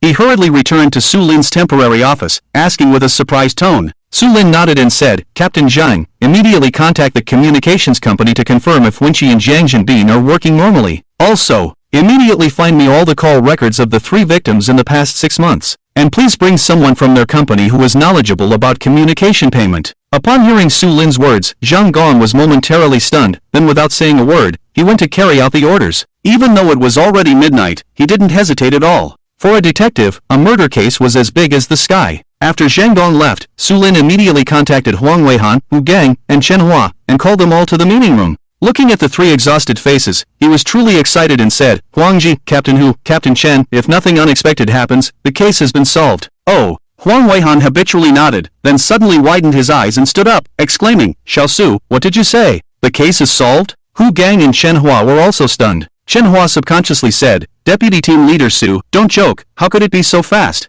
Hu Gang looked at Su Lin's confident eyes and couldn't help but ask, Deputy Team Leader Su, are you serious? Su Lin smiled and nodded. Immediately, the 3 of them looked at Su Lin in shock. Then they saw him grin and say, I've already asked Captain Zhang to find evidence. If this lead is also broken, I think our special task force might be criticized. Seeing his relaxed smile, the 3 of them exchanged glances. This guy, could it be true? Is it really solved? Su Lin, along with Huang Weihan and the other 3, quietly waited in the office. After about an hour, at 1 o'clock in the morning, Zhang Gong finally hurriedly returned to the detachment with a USB drive. He was followed by a manager from the mobile communications company, wearing glasses and looking refined. At first glance, one might mistake him for a girl. Su Lin immediately stood up, and Huang Weihan and the other 3 also stood up. Captain Zhang, give me the call records of the 3 individuals, Su Lin said. Zhang Gong and Huang Weihan greeted each other, and then Zhang Gong handed the USB drive with the call records to Su Lin. Immediately, everyone sat down in front of the computer. Su Lin quickly began to examine the call records of the 3 victims, carefully looking at each one. Open another computer, I want to take a look too,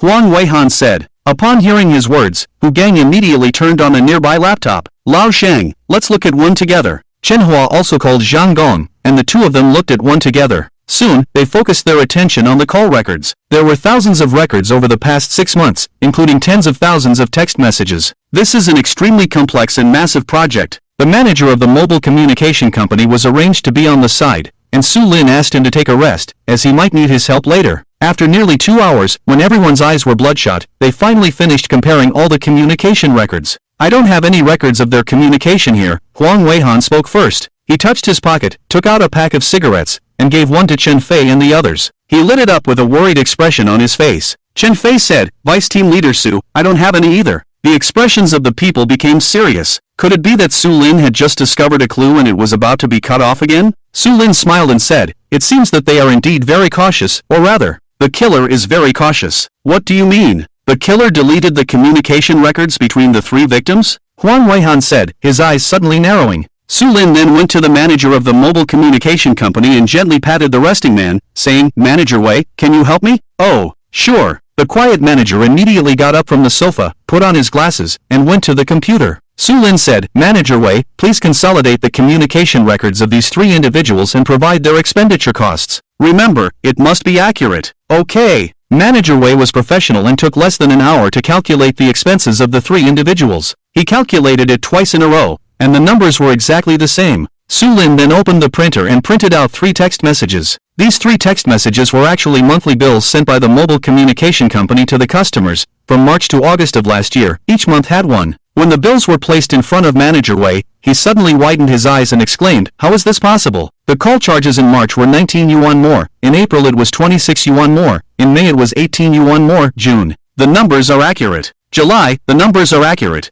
and there is no discrepancy in August. Why are the call charges for these 3 months abnormally high? Seeing the settlement costs of the call durations of the 3 victims compared to the actual charges from the mobile communication company, Manager Wei was stunned. Huang Weihan, Zhang Gong, Chen Hua, and Hu Gang stared at the computer screen, feeling their scalps tingling and their hair standing on end. Terrifying. It was too terrifying. They couldn't help but look at Su Lin, who had a smile on his face and a confident look. Huang Weihan said, Manager Wei, is your company overcharging customers? No, absolutely not. Maybe there were some isolated cases before, but now it's an automatic system settlement, and there won't be any errors. Manager Wei shook his head hurriedly. We found it. Huang Weihan took a deep breath. Zhang Gong's face darkened, and he looked up at Su Lin, saying, is it really that couple? Su Lin replied, most likely. But now we're missing the final step. I want to know who took that girl to the hospital for emergency treatment, and which doctor performed the emergency surgery on her. Once this is confirmed, the entire criminal process will be complete. We can close both cases at the same time. Both cases? Huang Weihan was suddenly startled. Chen Fei exclaimed, what 2 cases? Hu Gang asked, what is the other case? Only Zhang Gong said in a low voice, the case of the girl with heart disease being murdered? Su Lin snapped his fingers and said, that's her. Zhang Gong looked deeply at Su Lin and felt a sense of admiration. It had to be said that the gap between him and Su Lin was quite significant. Ding ding ding. While the expressions of the few people were different, Huang Weihan's phone rang. He took it out and saw that it was close to 4 o'clock in the morning. The call was from the duty room, so he answered it immediately. Hello? Hey, Huang Ji, someone else has died. A voice came through the phone. Bang! Huang Weihan's face changed, and he asked in a deep voice, what happened? It's another suicide. The deceased is Wang Kai, the head of the emergency department at Zhengyun City Oriental Hospital. Boom! Upon hearing the news, Su Lin suddenly stood up from his chair, and the chair behind him fell to the ground with a loud crash. Let's go! He immediately ran outside. Huang Weihan and the others instantly understood and ran after him. However, Zhang Gong, who was running at the back, remembered that Manager Wei was still in the office. He immediately turned back and told him that they needed his cooperation in the investigation, and called 2 young detectives to watch over him. Soon, the group arrived at the hospital and finally saw the doctor who had committed suicide on a round bed in the emergency department. The doctor had cut his neck artery with a surgical knife, and blood was flowing all over the floor. In his hand, he still held that surgical knife. Su Lin looked at the body on the bed, his face turned pale, and he angrily said, immediately retrieve the surveillance footage. Investigate everyone who entered and exited the emergency department. Also, I want to know who was the last person to see this doctor. As soon as he finished speaking, Zhang Gong walked into the emergency operating room holding a photo. He looked at Su Lin, raised the photo in his hand, and said, I just asked the duty nurse and the head nurse. They confirmed that a year ago, 3 deceased individuals brought Jiang Yeye to the emergency room. The doctor who received them was named Wang Kai. It was him. As Zhang Gong pointed to the deceased Wang Kai, everyone's expressions became extremely grim. At this point, it could be said that the truth of the case was almost revealed. But it was still one step too late. He, or rather they, had completed their revenge. Xiao Su. Huang Weihan looked at Su Lin, about to speak, but Su Lin raised his head, his expression cold, and said, arrest them. What are you standing around for? Arrest them. Huang Weihan immediately looked at Chen Fei and the others, growling lowly. Yes, the three captains ran out together, and soon almost all the members of the Criminal Investigation Brigade were mobilized, heading to the suspects' homes. Su Lin looked down at the body, then turned and walked outside. Although he felt hatred and disgust towards this doctor named Wang Kai, he still believed that a living life should face legal punishment, not vigilante justice. Huang Weihan caught up with Su Lin's footsteps, and the two of them went outside. Huang Weihan habitually took out a cigarette and wanted to take a puff. Su Lin said, "Huang Ji, give me one." Huang Weihan was stunned for a moment, then gave him one and lit it for him. Su Lin took a drag, slowly exhaling a cloud of smoke. In his previous life, he was a heavy smoker, but in this life, he had always controlled himself and refrained from smoking. But at this moment, he felt that he should have one to ease the anger in his heart. "Xiao Su, tell me about the case in detail." Huang Weihan spoke up. To be honest, as the leader of this special investigation team, he still didn't fully understand the whole story, and he could only watch Su Lin's vague explanations. Su Lin nodded slightly at his words. Taking another drag of his cigarette, he said, "The case should start from a year ago. Based on my deduction, Jiang Ye's death was definitely not a normal heart attack. Or rather, her heart attack was triggered by something. And this trigger is related to the children of the three deceased. When Jiang Ye fell ill, the three children knew they couldn't cover it up anymore, so they called their parents. They brought Jiang Ye to the emergency room, and the doctor who received them was most likely acquainted with them. Then Jiang Ye died, and these people definitely concealed something, perhaps the true cause of Jiang Ye's death. Later on, Jiang Ye's parents must have learned about what happened to their daughter. 1 year was enough time for them to plan their revenge." As Su Lin calmly explained, Huang Weihan felt a chill run down his spine. Case within a case, and it's even 2 murder cases. It can definitely be considered a major case. 5 victims, a series of revenge killings. Jiang Yuanyuan's parents are simply insane. Su Lin continued, "The reason I targeted the suspects is because of their identities. They are all employees of a mobile communication company, and they are executives and engineers. They have the ability to cover up their own criminal evidence. For example, maintenance of surveillance, clearing the contacts of the 3 victims, dividing them into 3 individuals so that no one would suspect them. In fact, they almost succeeded." Su Lin said, looking at the flickering cigarette butt in his hand, and said in a low voice, "Actually, they could have trusted us. But unfortunately, they chose to go to extremes." He looked up at the gradually appearing dawn in the sky, and the night had passed. He extinguished the cigarette butt, got up and said, "Let's go. Under an avalanche, no snowflake is innocent. Huang Ji, arrest the families of the 3 victims as well. The case from a year ago must be cleared of injustice. Yes, no matter how evil Jiang Jinbin is, that girl is the first victim of this case. She deserves justice." Huang Weihan also nodded and got up. The two got in the car and quickly returned to the support team. On the way, Huang Weihan made a phone call to the people below. In addition to Jiang Jinbin and Wenqi, the husbands and wives, the sons and wives of the 3 victims were also arrested. Su Lin was very tired. After returning to the office, he lay down on the sofa and fell asleep. He didn't know how long had passed when someone woke him up.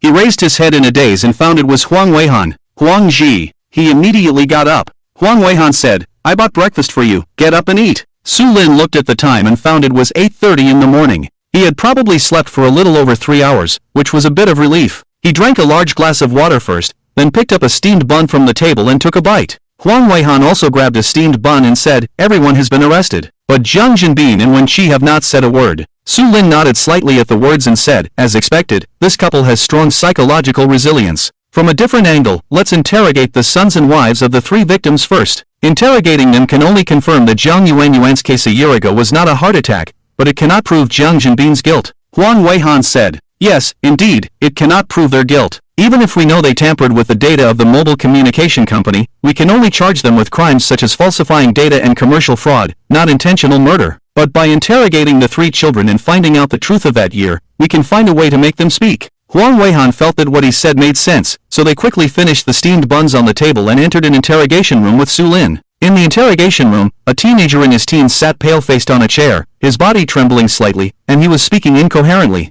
Su Lin just took a glance and knew that this child couldn't withstand the pressure of being interrogated by the criminal police. He shook his head and walked out, entering the second interrogation room, then the third. The results were similar. These 3 young children had never seen such a situation before, and as long as a little pressure was applied, they would spill everything. Sure enough, in less than 20 minutes, the door of the second interrogation room opened. Chen Fei came to Su Lin with a laptop in his hand and said in a low voice, "They are a bunch of animals, they deserve to die." The video started playing, and as the teenager inside slowly revealed the truth of that year, even Su Lin couldn't help but say, "Well done, killing them." The 3 teenagers wanted to vent their frustrations with a female classmate after watching some inappropriate movies. The result encountered Jiang Yuanyuan. They brought Jiang Yuan to Yi Sung's house under the pretext of tutoring and carried out the humiliation, with all three of them participating. Su Lin couldn't help but think of the beautiful girl in the photo, imagining her despair at that time, and his face instantly became extremely gloomy. According to their confession, they only discovered that Jiang Yuan had a heart attack and had passed out after they had vented their animal desires.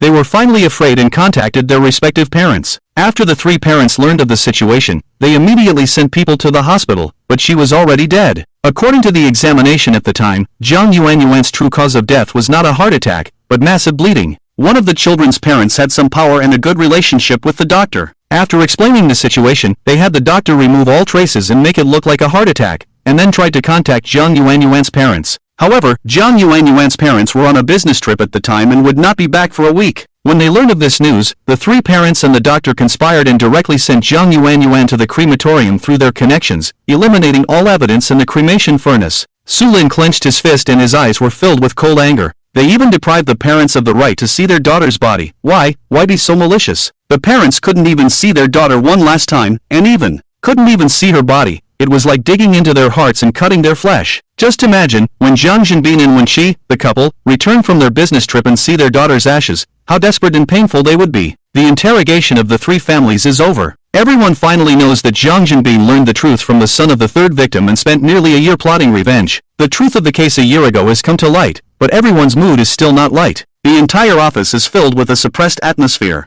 Huang Weihan, Su Lin, the three criminal investigation team leaders, and more than 20 detectives, all showed anger in their eyes. The root of everything is actually because of a juvenile crime. And the parents of the three families have shown such an ugly side, which is truly chilling. It is hateful that the doctor also did something that violated medical ethics. The wheel of heaven turns, and heaven spares no one. When they did all this, they probably didn't think that they would have such a day, right? What is most regrettable is that after Jiang Jinbin and Wen Qi learned the truth, they did not choose to report to the police, but turned into vengeful demons and killed the four culprits with their own hands. But what is most surprising is that he actually spared the three children, the three instigators who caused Jiang Yuan's death. Did his heart soften? Who will interrogate Jiang Jinbin and Wen Qi next? Huang Weihan raised his head and asked. Su Lin said, "I'll go." Okay. Huang Weihan nodded slightly at the words. Outside the interrogation room, Su Lin took a deep breath and pushed the door open. In the interrogation room, the man looked calmly at Su Lin, his gaze carrying a hint of surprise because he saw Su Lin's traffic police badge at first glance. Traffic police? He couldn't help but say in confusion.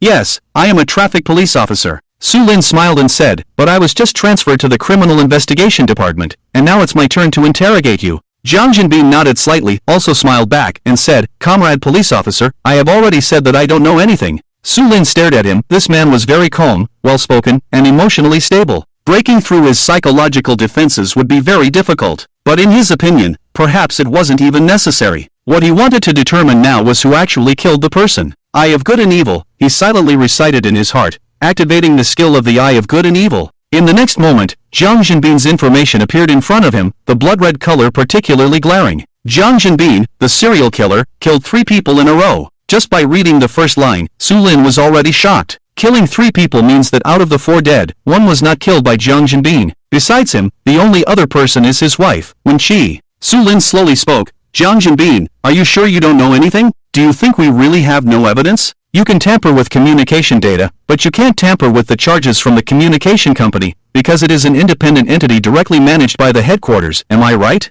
These few sentences instantly made Jiang Jinbin's face freeze, but he still showed a faint smile and said, just from this, it doesn't prove that I did anything. At most, I will be charged with a commercial crime for modifying the company's core data and damaging the company's image. Indeed. Su Lin nodded and said, what about your wife, Wen Qi? She was also involved and even killed 1 person. Do you think she can withstand interrogation like you? When this sentence came out, Jiang Jinbin's pupils contracted, and a look of panic finally appeared on his face. How did he know that his wife killed someone? It shouldn't be, it's impossible. He had handled the crime scenes very well, and each one was perfect. It's absolutely impossible. Jiang Jinbin's heart roared and roared. How do you know? Jiang Jinbin's lips trembled slightly, his eyes fixed on Su Lin, and his eyes flickered with intense hatred. He hated the injustice of the world. Why did they have to do this to their daughter? She was already pitiful enough. The doctors said she wouldn't live past 20. She was a girl with no future. The 2 of them worked frantically just to save enough money for her surgery and take her to the best hospital abroad. They almost gave up all their dreams just to give their daughter a tomorrow. But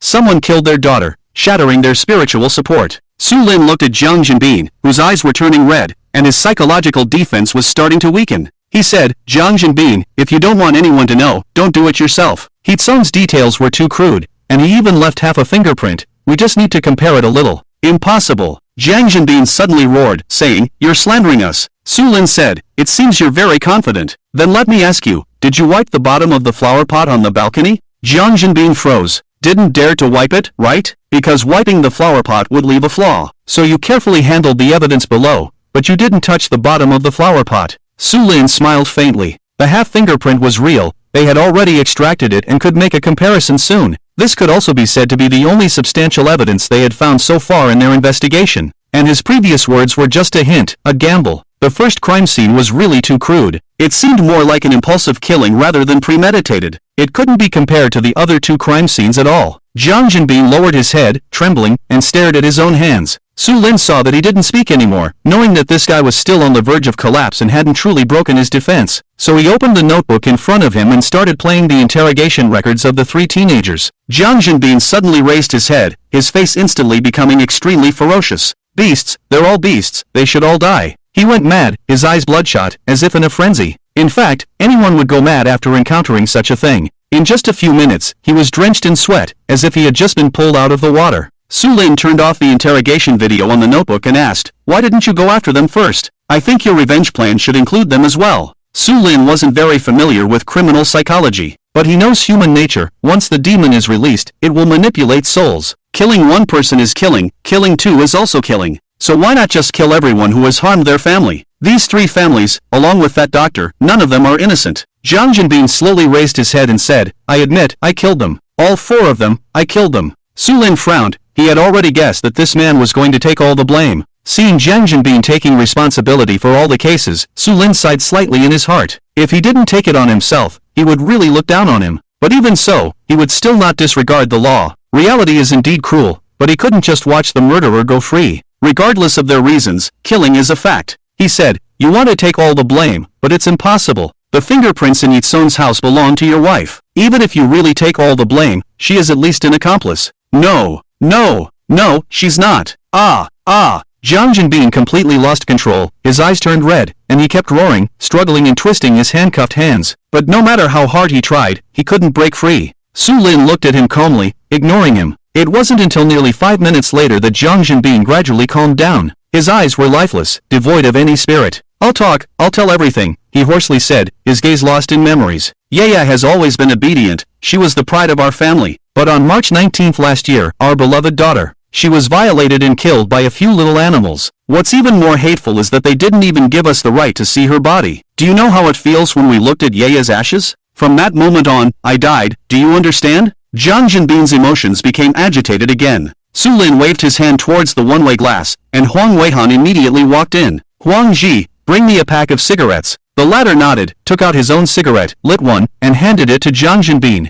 Thank you. Jiang Jinbin numbly nodded his head in thanks. He took the cigarette, looked at the wisps of smoke, and took a puff. Yaya was very well behaved. We never had to worry about her. Her heart condition was controlled with medication, and she rarely had attacks. And those bastards even cremated her body without our permission, so I suspected foul play in her death. For the next period of time, I was constantly monitoring those three families. Until the three little animals transferred schools, I finally confirmed that they must have done something to Yaya. So I started investigating, and with great effort, I finally got the truth from that child surnamed Zhong. At that time, I wanted to kill him directly. But it wasn't enough, I felt it was far from enough. All three of their families were guilty, they all had to accompany our Yaya in death, not one of them could be spared. The hysterical voice, the resentful tone, caused the temperature in the interrogation room to drop by more than 10 degrees. Su Lin raised his head, so, you started planning revenge? Yes. Jiang Jinbin nodded, took another drag of his cigarette, and said, I started secretly observing their daily habits, including their behaviors and habits. Every day, besides work, I was planning how to kill them without being discovered by others.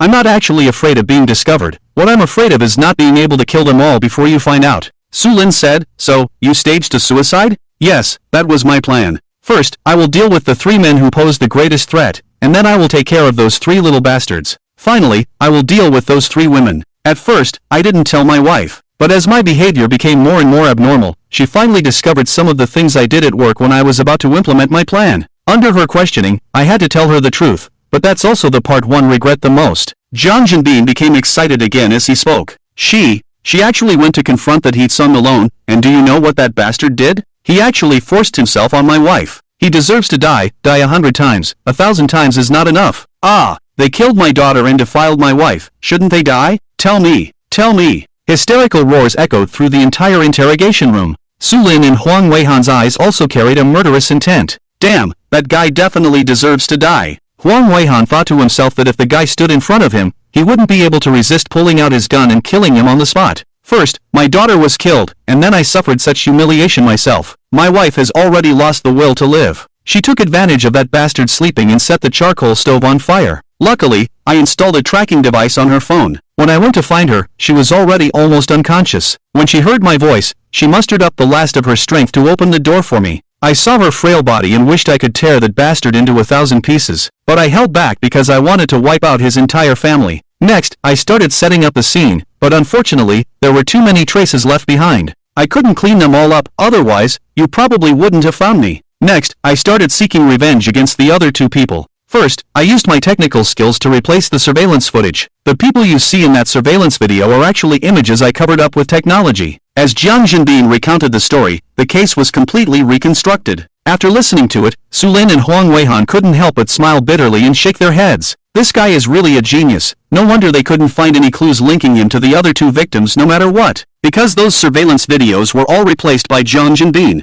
and his physique was similar to those two people, and after a long period of imitation, almost no one could recognize him without revealing his facial features. Su Lin and the others had also tried showing the people in the surveillance videos to the neighbors, and the neighbors immediately identified them as the men from those two families. Little did they know, it was all a deception. The interrogation lasted nearly 2 hours before it finally ended. When Jiang Jinbin was taken away, Su Lin suddenly spoke up. Huang Ji, keep him and his wife together. What? You brat, don't give orders recklessly, you can't handle the consequences if something goes wrong, Huang Weihan said in a deep voice. But on Jiang Jinbin's face, a hopeful expression appeared as he looked at Su Lin with gratitude. Then he shook his head and said, "Thank you, officer. But I know the heinous crimes I have committed. I don't expect anything more." Su Lin then said, "Huang Ji, if it's not possible, at least put them in adjacent cells, preferably where they can see each other." "That can be arranged." Huang Weihan nodded. "Thank you." Jiang Jinbin's eyes were red, and 2 streaks of regretful tears slid down his cheeks. "No need to thank me, this is the justice owed to you." Su Lin shook his head and said, "Actually, when you found out the truth, there was another choice." "No, there was no other choice, only this one. For our daughter, we are willing to sacrifice our lives, only seeking justice. Unfortunately, I couldn't kill those 3 little bastards. If I had known how capable you are, I would have gone after those 3 little bastards first. Su Lin, they will face legal punishment. The legal sanctions. No, they're too lenient. What are they compared to a life?" Jiang Jinbin said, leaving the interrogation room under the escort of 2 detectives. After leaving Jiang Jinbin's interrogation room, Su Lin sighed deeply. This damn case. He shook his head, feeling that it would be more satisfying to just go out on the street and arrest people. Solving this kind of case was enough to make him depressed. Huang Weihan patted his shoulder and said, "As detectives, we can encounter any kind of case. This is nothing. You haven't seen someone who killed their own child with their own hands." Su Lin's eyes narrowed at his words. "Huang Ji, are there really such beasts in the world? Even tigers don't eat their own cubs." "Yes, I have personally experienced it." Huang Weihan nodded with a heavy expression. "Huang Ji, I suddenly feel like going back to the traffic police team. Criminal investigation is too damn depressing." Su Lin said, "That's not possible. With your abilities, you will only encounter even more incredible cases in the future. Kid, we have to learn to be strong. Don't forget our graduation oath and our beliefs." "Fine." Su Lin forced a smile. The case was officially solved, and the special task force that was originally set for 10 days was disbanded on the spot. Su Lin and Huang Weihan went to the director's office together and saw Xiao Weihai, who was busy. "Director Xia," Huang Weihan called out. Xiao Weihai gestured for Su Lin and Huang Weihan to sit down first, while he continued to look at the documents in his hand without raising his head. "Sit first, I'll finish reading this document." After a while, he finally finished reading. Then he picked up a teacup and personally brewed a cup of tea for the 2 of them. "So, how is the progress of the case?" Xiao Weihai sat down in front of them and asked. The task force was established yesterday, and he still had a lot of things to do and couldn't spare the time to go over there.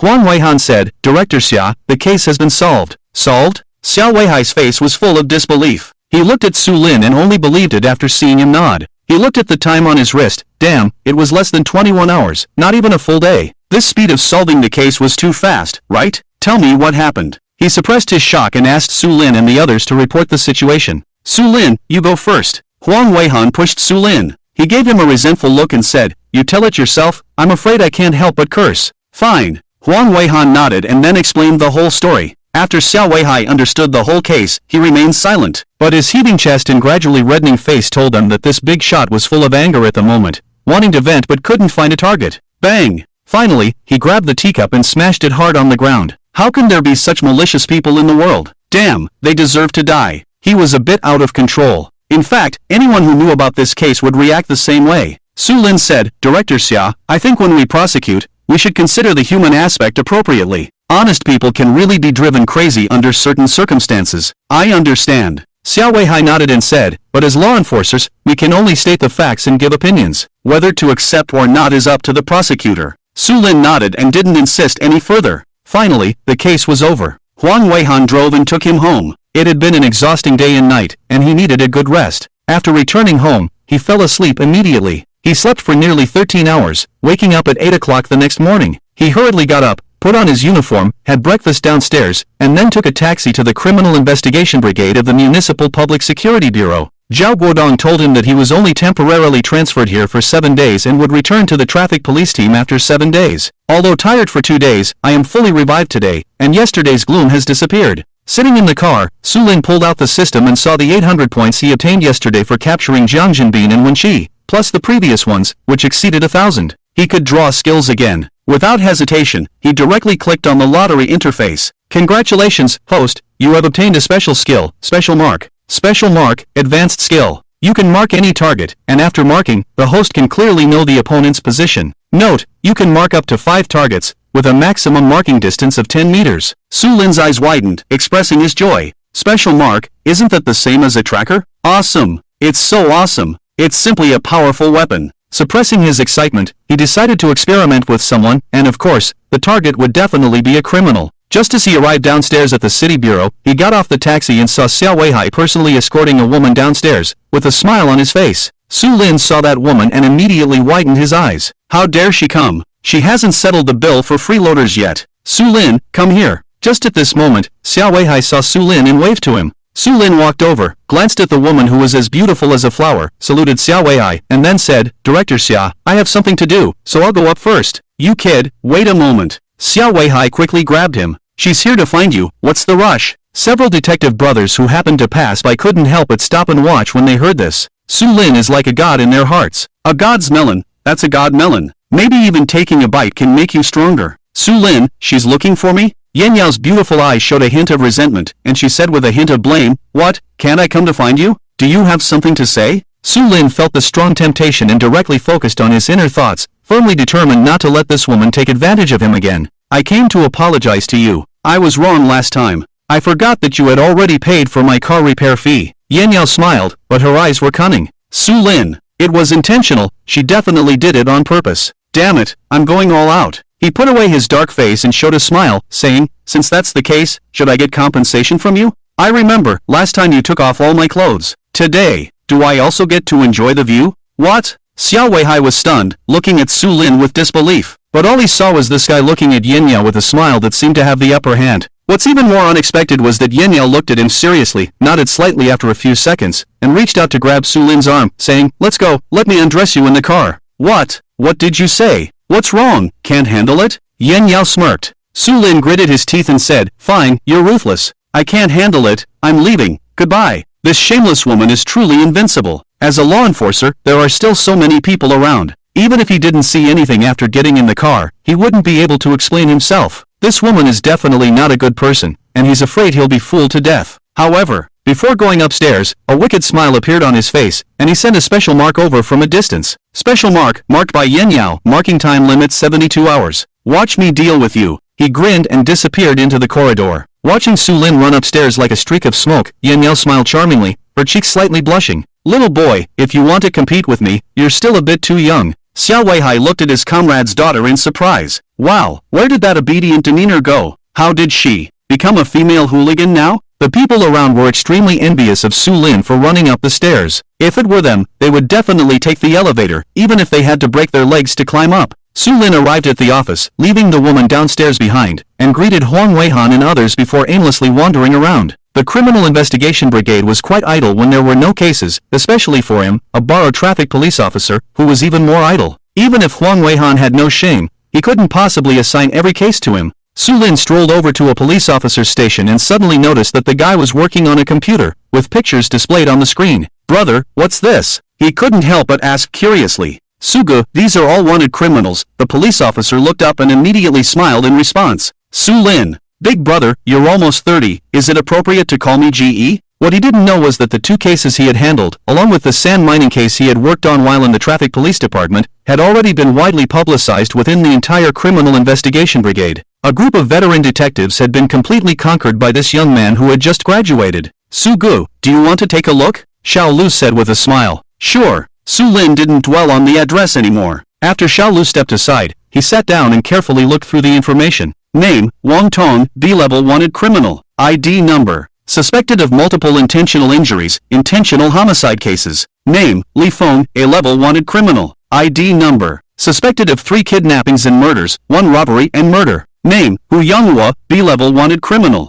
ID number. Suspected of illegal fundraising, with an amount reaching 350 million. Name, Zheng Wuli, B-level wanted criminal. ID number. Mastermind of a usury group, illegal lending profits exceeding 40 million, and suspected of intentional injuries, provocation, causing multiple disabilities. Name, Gao Yu, A-level wanted criminal. ID number. Suspected of multiple cases of murder and dismemberment, with up to 8 victims. As he looked through the wanted notices one by one, Su Lin suddenly felt that his brain seemed to have become much sharper. He clearly remembered the identity information of each person he had seen in the crimes they had committed, especially their appearances, as if they were imprinted in his memory. He smiled slightly, feeling somewhat surprised but not overly astonished. Since the system was activated, it seemed that his abilities had improved a lot. Later, he also used the physical enhancement card, and his abilities in all aspects became stronger than before. He quickly scanned through the information, while memorizing the appearances and information of the wanted criminals. Su Lin guaranteed that if he encountered them on the street, even without using the eye of good and evil, he would be able to recognize them. Even if they were disguised, they couldn't escape his eyes. Even with plastic surgery, the distance between the eyes couldn't be changed, and a person's gaze couldn't be changed either. He could still recognize them. One of the tracking skills was the ability to magnify any trace,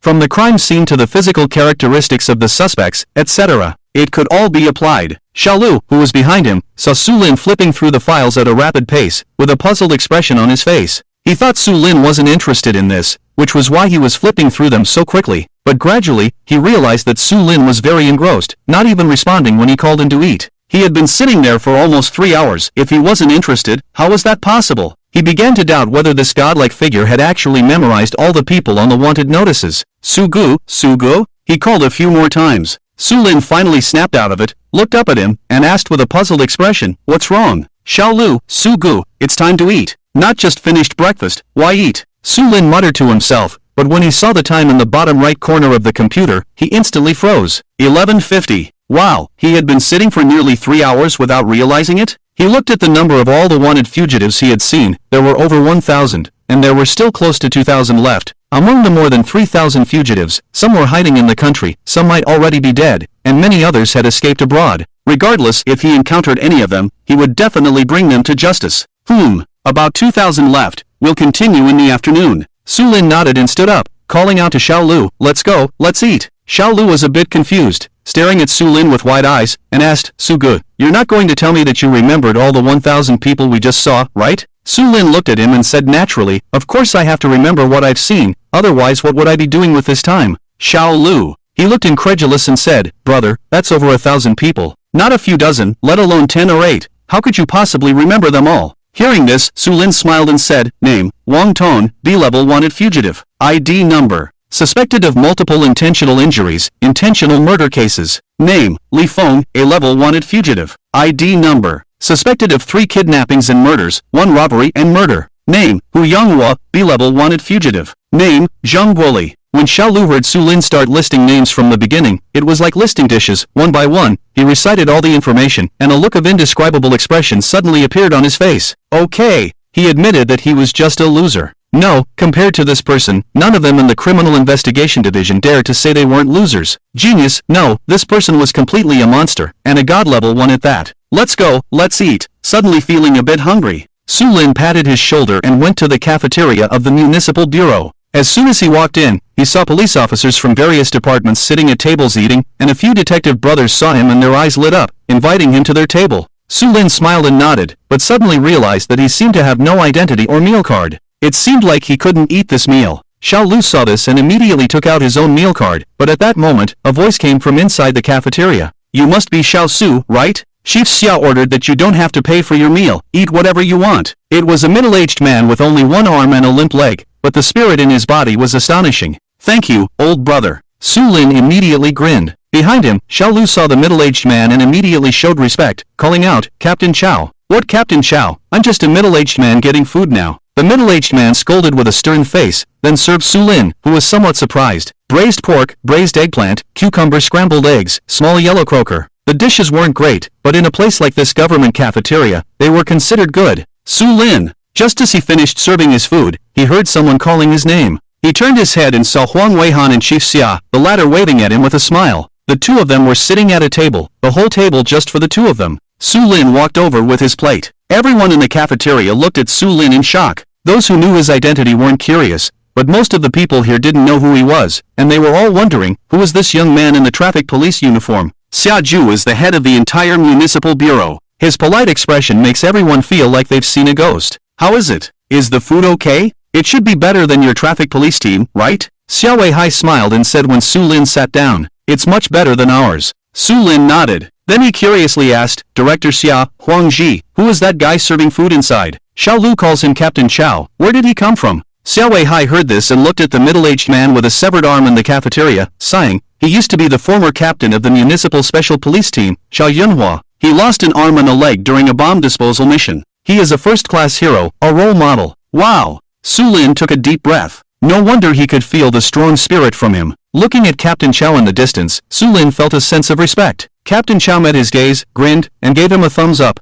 Su Lin smiled back. There seemed to be a kind of tacit understanding, a special inheritance between the two. It was the older generation of police officers passing on their beliefs and honor to the new generation. After quickly finishing his meal, Su Lin returned to his office and continued to search for fugitives in the computer. With his almost abnormal brain, once someone entered his mind, he would hardly forget them. He stayed up until late at night, finishing reading all the files of the wanted fugitives before going home to rest. In fact, he didn't need to remember all these things. With the eye of good and evil, he could directly identify the fugitives. However, he didn't always use it because it would cause discomfort if used for too long. His head would become swollen, his eyes sore, and he couldn't even open them. He had done some experiments before and found that he could use the eye of good and evil for a maximum of about 4 hours a day. Beyond that, he would experience mild discomfort. The longer he used it, the stronger the discomfort. So, as a precaution, it was better not to use it unnecessarily. With his ability, he could recognize the fugitives even without using the eye of good and evil. And, just like the previous investigation of the Jiang Jinbin case, the biggest drawback of the eye of good and evil was that it could only identify the culprit when the person was in front of him.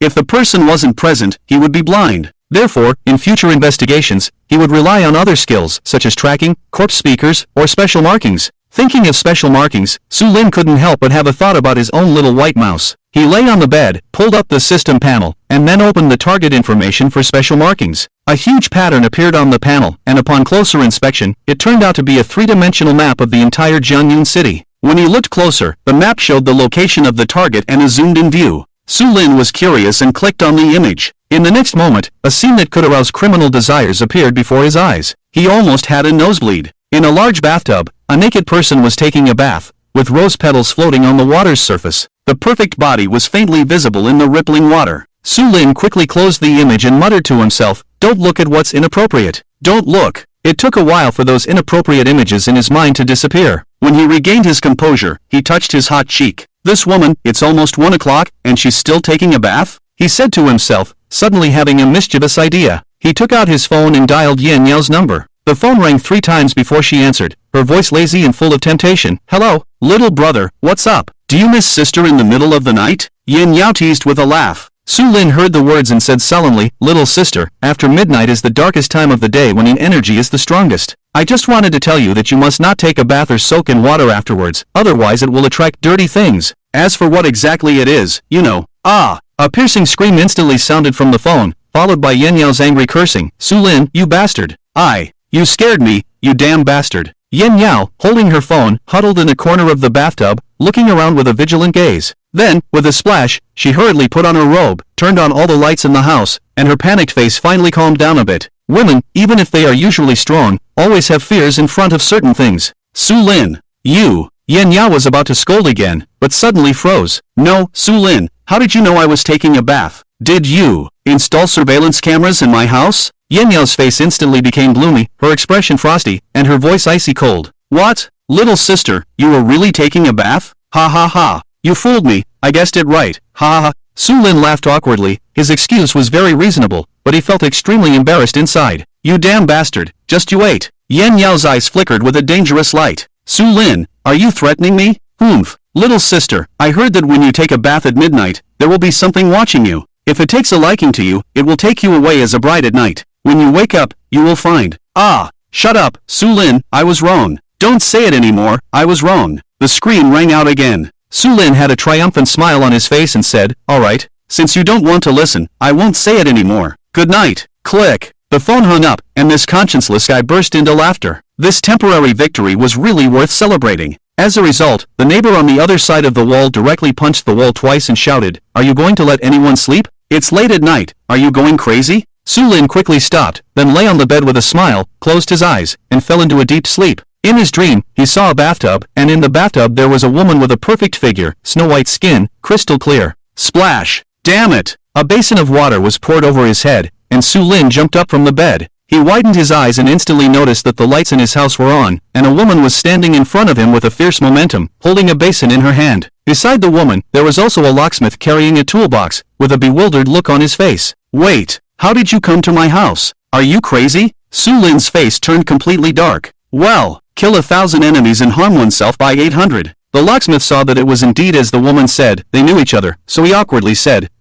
Miss, please pay me. Okay, thank you, sir. Yen Yao smiled sweetly, scanned the QR code to make the payment, and that smile almost made the locksmith drool. He looked at Su Lin and said with a serious tone, Young man, with such a beautiful girlfriend, you must cherish her. This is my business card. Next time you need a locksmith, I'll give you a 20% discount. Su Lin held the business card, sat on the bed, and felt like crying without tears. He personally escorted the locksmith out, and Yen Yao closed the door and returned to the bedside, smiling and saying, Come on, little brother, continue telling the story. Sister wants to listen. Su Lin gave her a blank look, got up, took a towel from the bathroom, wiped off the water on his body, and then lay down on the sofa. I'm not in the mood, do as you please. Where's my basin? Yen Yao got up to look for the basin. Su Lin, are you not done yet? I surrender, is that enough? No, coax me to sleep. Yen Yao said seriously. Are you a child? No, but you scared me so much that I couldn't sleep. How do I comfort you? Su Lin swore in his heart that he would never provoke this woman again. I want to listen to music. Listen to your sister. It's okay if you don't sing, just hold me while sleeping. Yen Yao smirked. Su Lin's spirits lifted. Are you sure? Yes, but I get to choose the position. Yen Yao nodded and continued to ask, I just don't know if you can handle it? Don't worry, I definitely can. Let's do it. The next morning, Su Lin arrived at the Criminal Investigation Brigade with panda eyes. Just as he walked into the office, he happened to run into Huang Weihan. The latter saw his dark circles and his tired face, and couldn't help but ask, Xiao Su, did you go to hug a girl last night? Su Lin gave him a disdainful look. Was this guy a mind reader? He replied irritably, It's not easy to hug a girl. Oh, it seems so. Huang Weihan seemed to have a gossiping nature and leaned forward, winking and saying, Tell me, how many times did you hug her? Su Lin said, Once. Once? Your combat power is so weak. Young man, it seems like you need to improve. Huang Weihan laughed and asked again, How long did it take to end up like this? Su Lin chuckled, Hee hee, what are you laughing at? Huang Weihan continued to look curious. Then he heard a few words from Su Lin's mouth, 6 hours. Click. Huang Weihan's jaw almost dropped, his face full of disbelief and shock. One time for 6 hours, even if you took drugs, it wouldn't be that intense, right?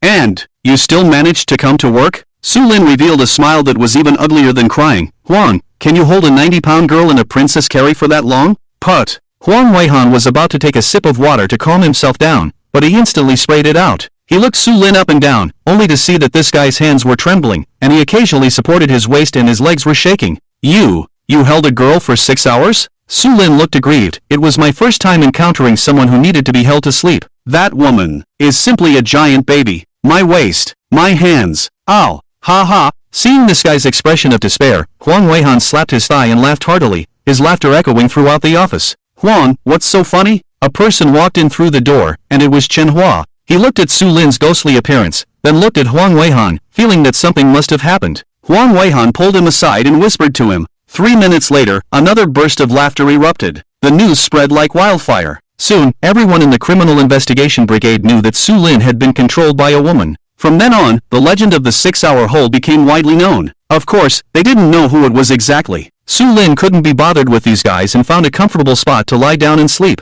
Suddenly, a nursery rhyme came to mind. The little monk goes down the mountain to beg for food. The old monk has instructed, the women at the foot of the mountain are tigers. In a daze, not knowing how long he had slept, Su Lin was awakened by someone. When he looked up, he saw Chen Hua standing in front of him. Xiao Su, don't sleep. Get up.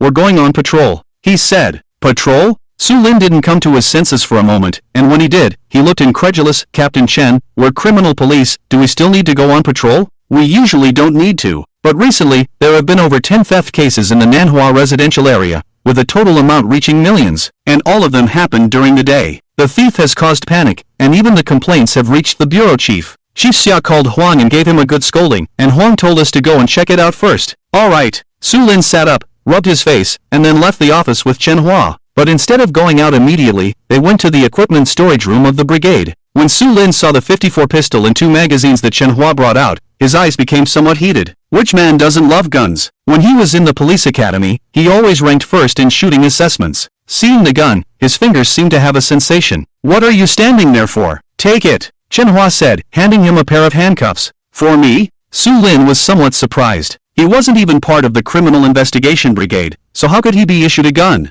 Chen Hua replied, Huang Ji instructed that your situation is special. You've heard what your captain said, you've almost lost your life at least twice. Have a gun for your safety, but you have to be careful and only draw your gun when necessary, he added. Su Lin grinned and quickly took the pistol, nodding as he said, I understand, I understand. With the gun holstered at his waist, Su Lin felt much more confident, as if he could endure another 2 hours of carrying the princess like he did last night. Soon, the two of them drove to Nanhua Community. Nanhua Community itself was an upscale residential area, and most of the residents here had some wealth. The security here had always been excellent since the homeowners moved in, and there hadn't been any incidents. However, since the neighboring street of snack stalls was built, there were more people from all walks of life, and as a result, some thieves started targeting Nanhua Community, with things being stolen every few days. Although the community was filled with surveillance cameras, there were still blind spots, and those thieves wore masks, so even if they were caught on camera, they weren't afraid. The two of them drove a regular black Volkswagen and arrived at the entrance of the community, observing if there were any suspicious individuals at the entrance. After a few minutes, Chen Hua and Su Lin got out of the car.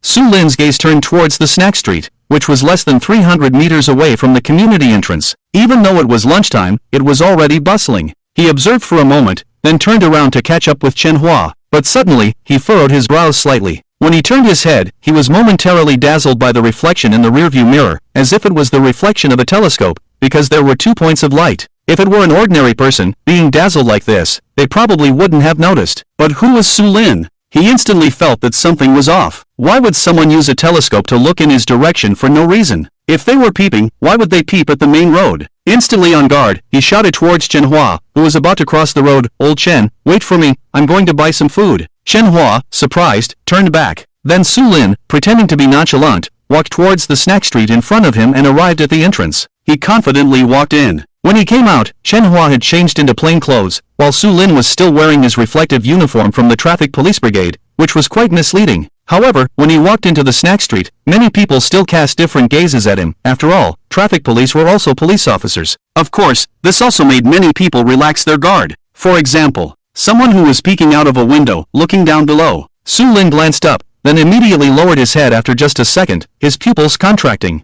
In his mind, information about a person instantly appeared. Ding Wenwu, Class B wanted criminal, ID number, suspected of robbery, theft, provocation, intentional injury. There were many charges, enough to sentence him for 10 or 20 years. However, before that, Su Lin activated his eye of good and evil to confirm. Ding Wenwu. Alright, there was no need to look at the rest. After confirming the other party's identity, Su Lin came to a stall and said to the owner, Boss, give me a plate of fried noodles. As he spoke, he took out his phone and scanned the QR code to pay. Alright, Officer Traffic Police, please wait a moment. The owner, in his 30s, smiled and called him Officer Traffic Police, leaving Su Lin somewhat speechless. He pretended to be a little awkward and said, Boss, where is the nearest restroom around here? The boss smiled and said, there's one in the hallway of the rental room behind, on the second floor around the corner. Thank you, boss, Su Lin said and immediately ran towards the hallway. Seeing this, the young man on the third floor quickly pulled his head back and said to the middle-aged man lying on the bed, "Boss, a traffic police officer is coming up, saying he needs to use the restroom."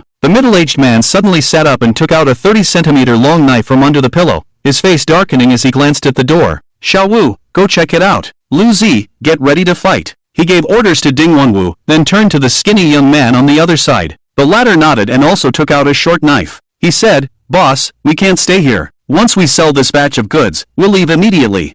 I know," the middle-aged man nodded. Ding Wenwu glanced at them, then walked to the front of the door, first listening against the door for a few seconds, then slowly opened a crack and looked outside. In that moment, he saw a size 43 foot. Boom! With a muffled sound, the door was kicked down, and Ding Wenwu was thrown out along with it. His forehead was covered in blood, and he lay motionless on the ground. "Fuck! Damn!" Two voices sounded in the room, and the middle-aged man and the skinny young man immediately jumped up, holding their knives tightly, staring at the traffic police officer who entered through the door. Su Lin narrowed his eyes when he saw these two people. Wang Er, Class A wanted criminal, ID number. Suspected of multiple serious criminal cases such as intentional murder, intentional injury, robbery, theft, etc. Xiao Zitsong, Class B wanted criminal, ID number. Suspected of organizing human trafficking, kidnapping for ransom, theft. Both of them were wanted criminals. Even without using the eye of good and evil, Su Lin could confirm it at a glance. Plus, with the weapons they were holding, there was no need to say anything else, just take them down. He seemed to see the points beckoning to him.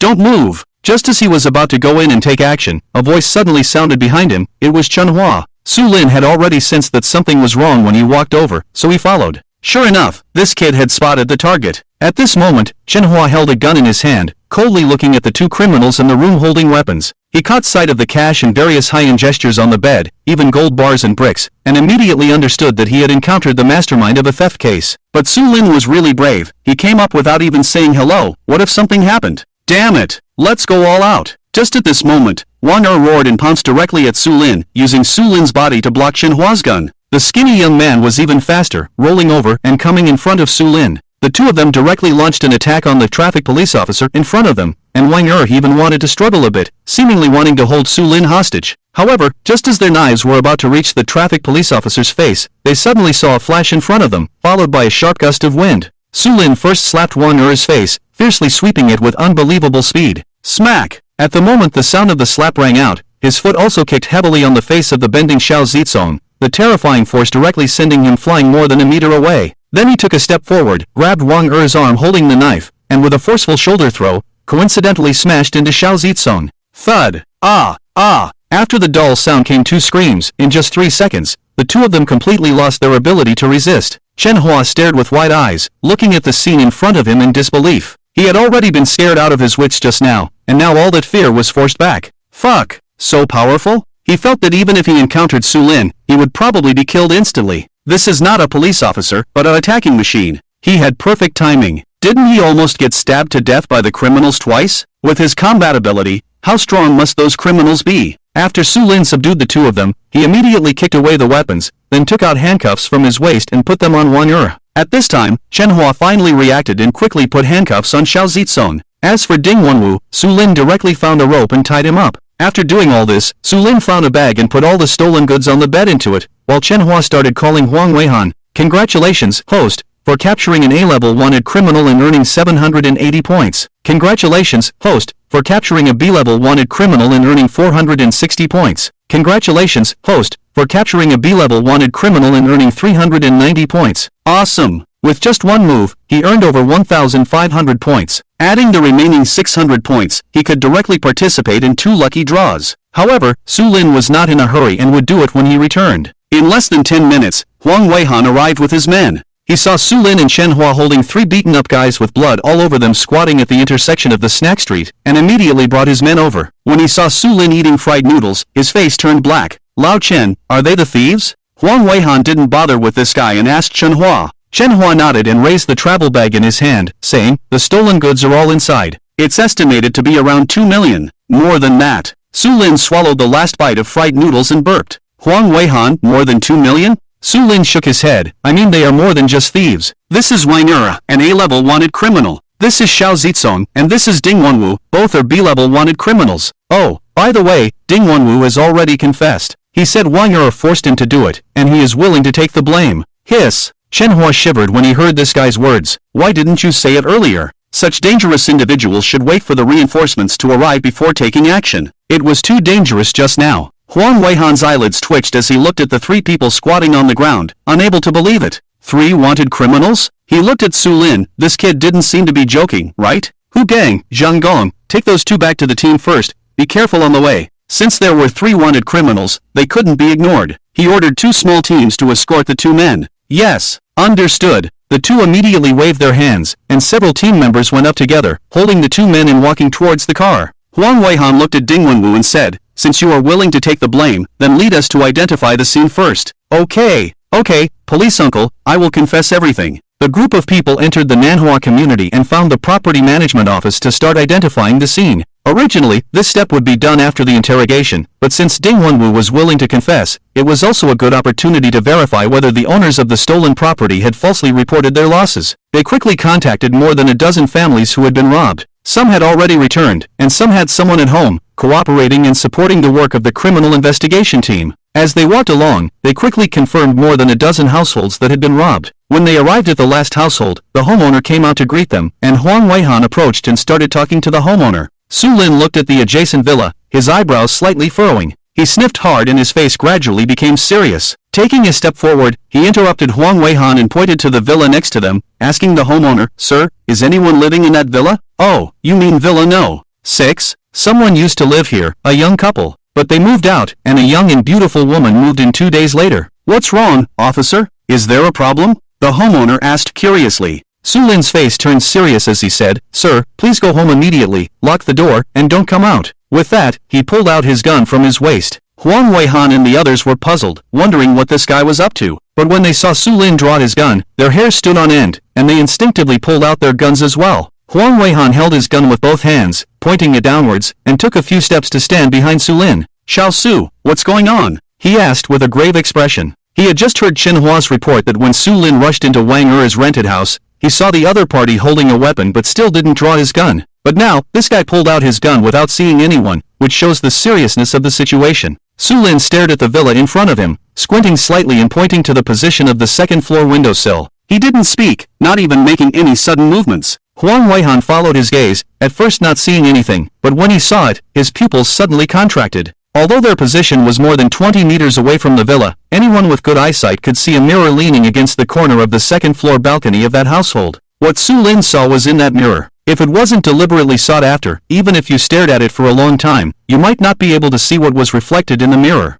Bodies. 2 bodies. Yes, inside the second-floor balcony, behind the curtains, there were 2 bodies tied to chairs with their mouths taped shut. Both of them had their heads tilted back, with a gruesome scar on their necks, a fatal blow. Huang Weihan saw it, and after a few seconds, Chen Hua saw it too. Then one by one, the police officers who were trying to find the target also gradually saw the bodies. Everyone's face instantly became serious. Huang Weihan looked at Su Lin and said in a deep voice, How did you find it? Su Lin replied, I smelled blood and a faint smell of corpses. I estimate that the time of death is not more than 36 hours. Are you bragging again? Huang Weihan couldn't help but mutter, just by smelling, you can determine the time of death of a body? Su Lin didn't explain anything. He pressed the person behind him and then put away his gun, took a few steps back to create distance, and then quickly ran towards the villa. What are you doing? Huang Weihan's face changed drastically when he saw his actions. Chen Hua and the others were also extremely nervous, with cold sweat in their hands holding the guns. However, the next moment, they witnessed an unforgettable scene. They saw Su Lin rushing to the corner of the villa's wall, suddenly leaping high, stepping on the wall with one foot, raising his body, and then using his left foot to gain momentum on the wall. With a swoosh, this guy's body hung on the rain gutter of the balcony, which was at least 4 meters high. Then with a strong effort from his arms, he flipped onto the balcony.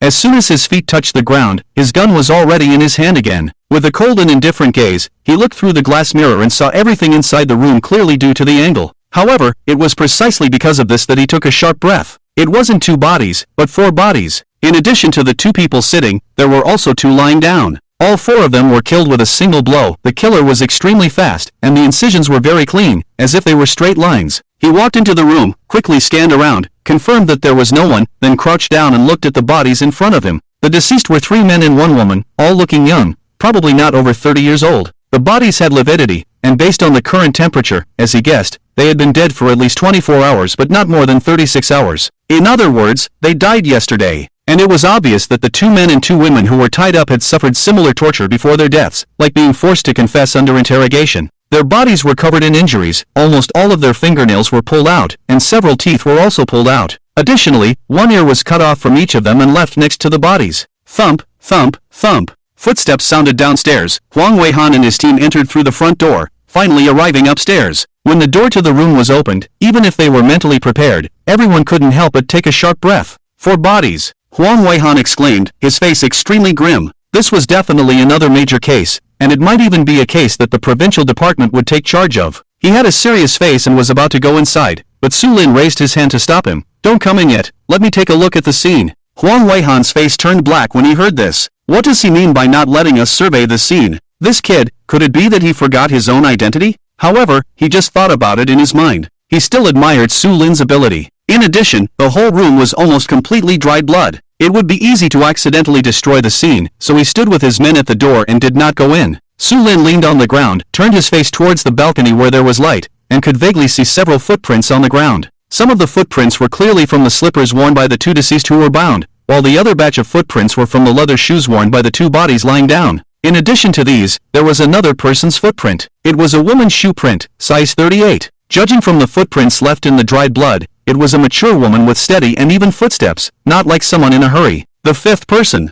he said to himself, sniffing lightly. There were indeed 5 people in the lingering scent in the air. However, because of the smell of corpses and blood, these 5 scents were diluted and almost impossible to distinguish. After confirming the existence of the 5th person, Su Lin nodded to Huang Weihan and the others, and a large number of criminal police officers entered to start surveying the scene. Su Lin stood aside, carefully examining each body. Apart from the knife wound on their necks, there were no other fatal injuries on any of the bodies. 3 men and 1 woman, especially the 2 lying down, were tall and strong, and they were killed with a single blow without being tied up. The killer was definitely a master who didn't hesitate to kill. And according to Su Lin's judgment, the owner of the 5th footprint, the woman wearing size 38 shoes, was the killer, because he saw that footprint in front of the 2 bodies sitting in chairs and behind the 2 bodies lying down. Unlike walking, the footprint was slightly missing a piece and had drag marks, indicating that it was made by exerting force while bending the foot. After killing, the killer didn't bother to conceal the evidence, which proved that the killer was extremely arrogant and even disregarded the Criminal Investigation Detachment of Jianyun City. Su Lin's face darkened. This was getting out of hand.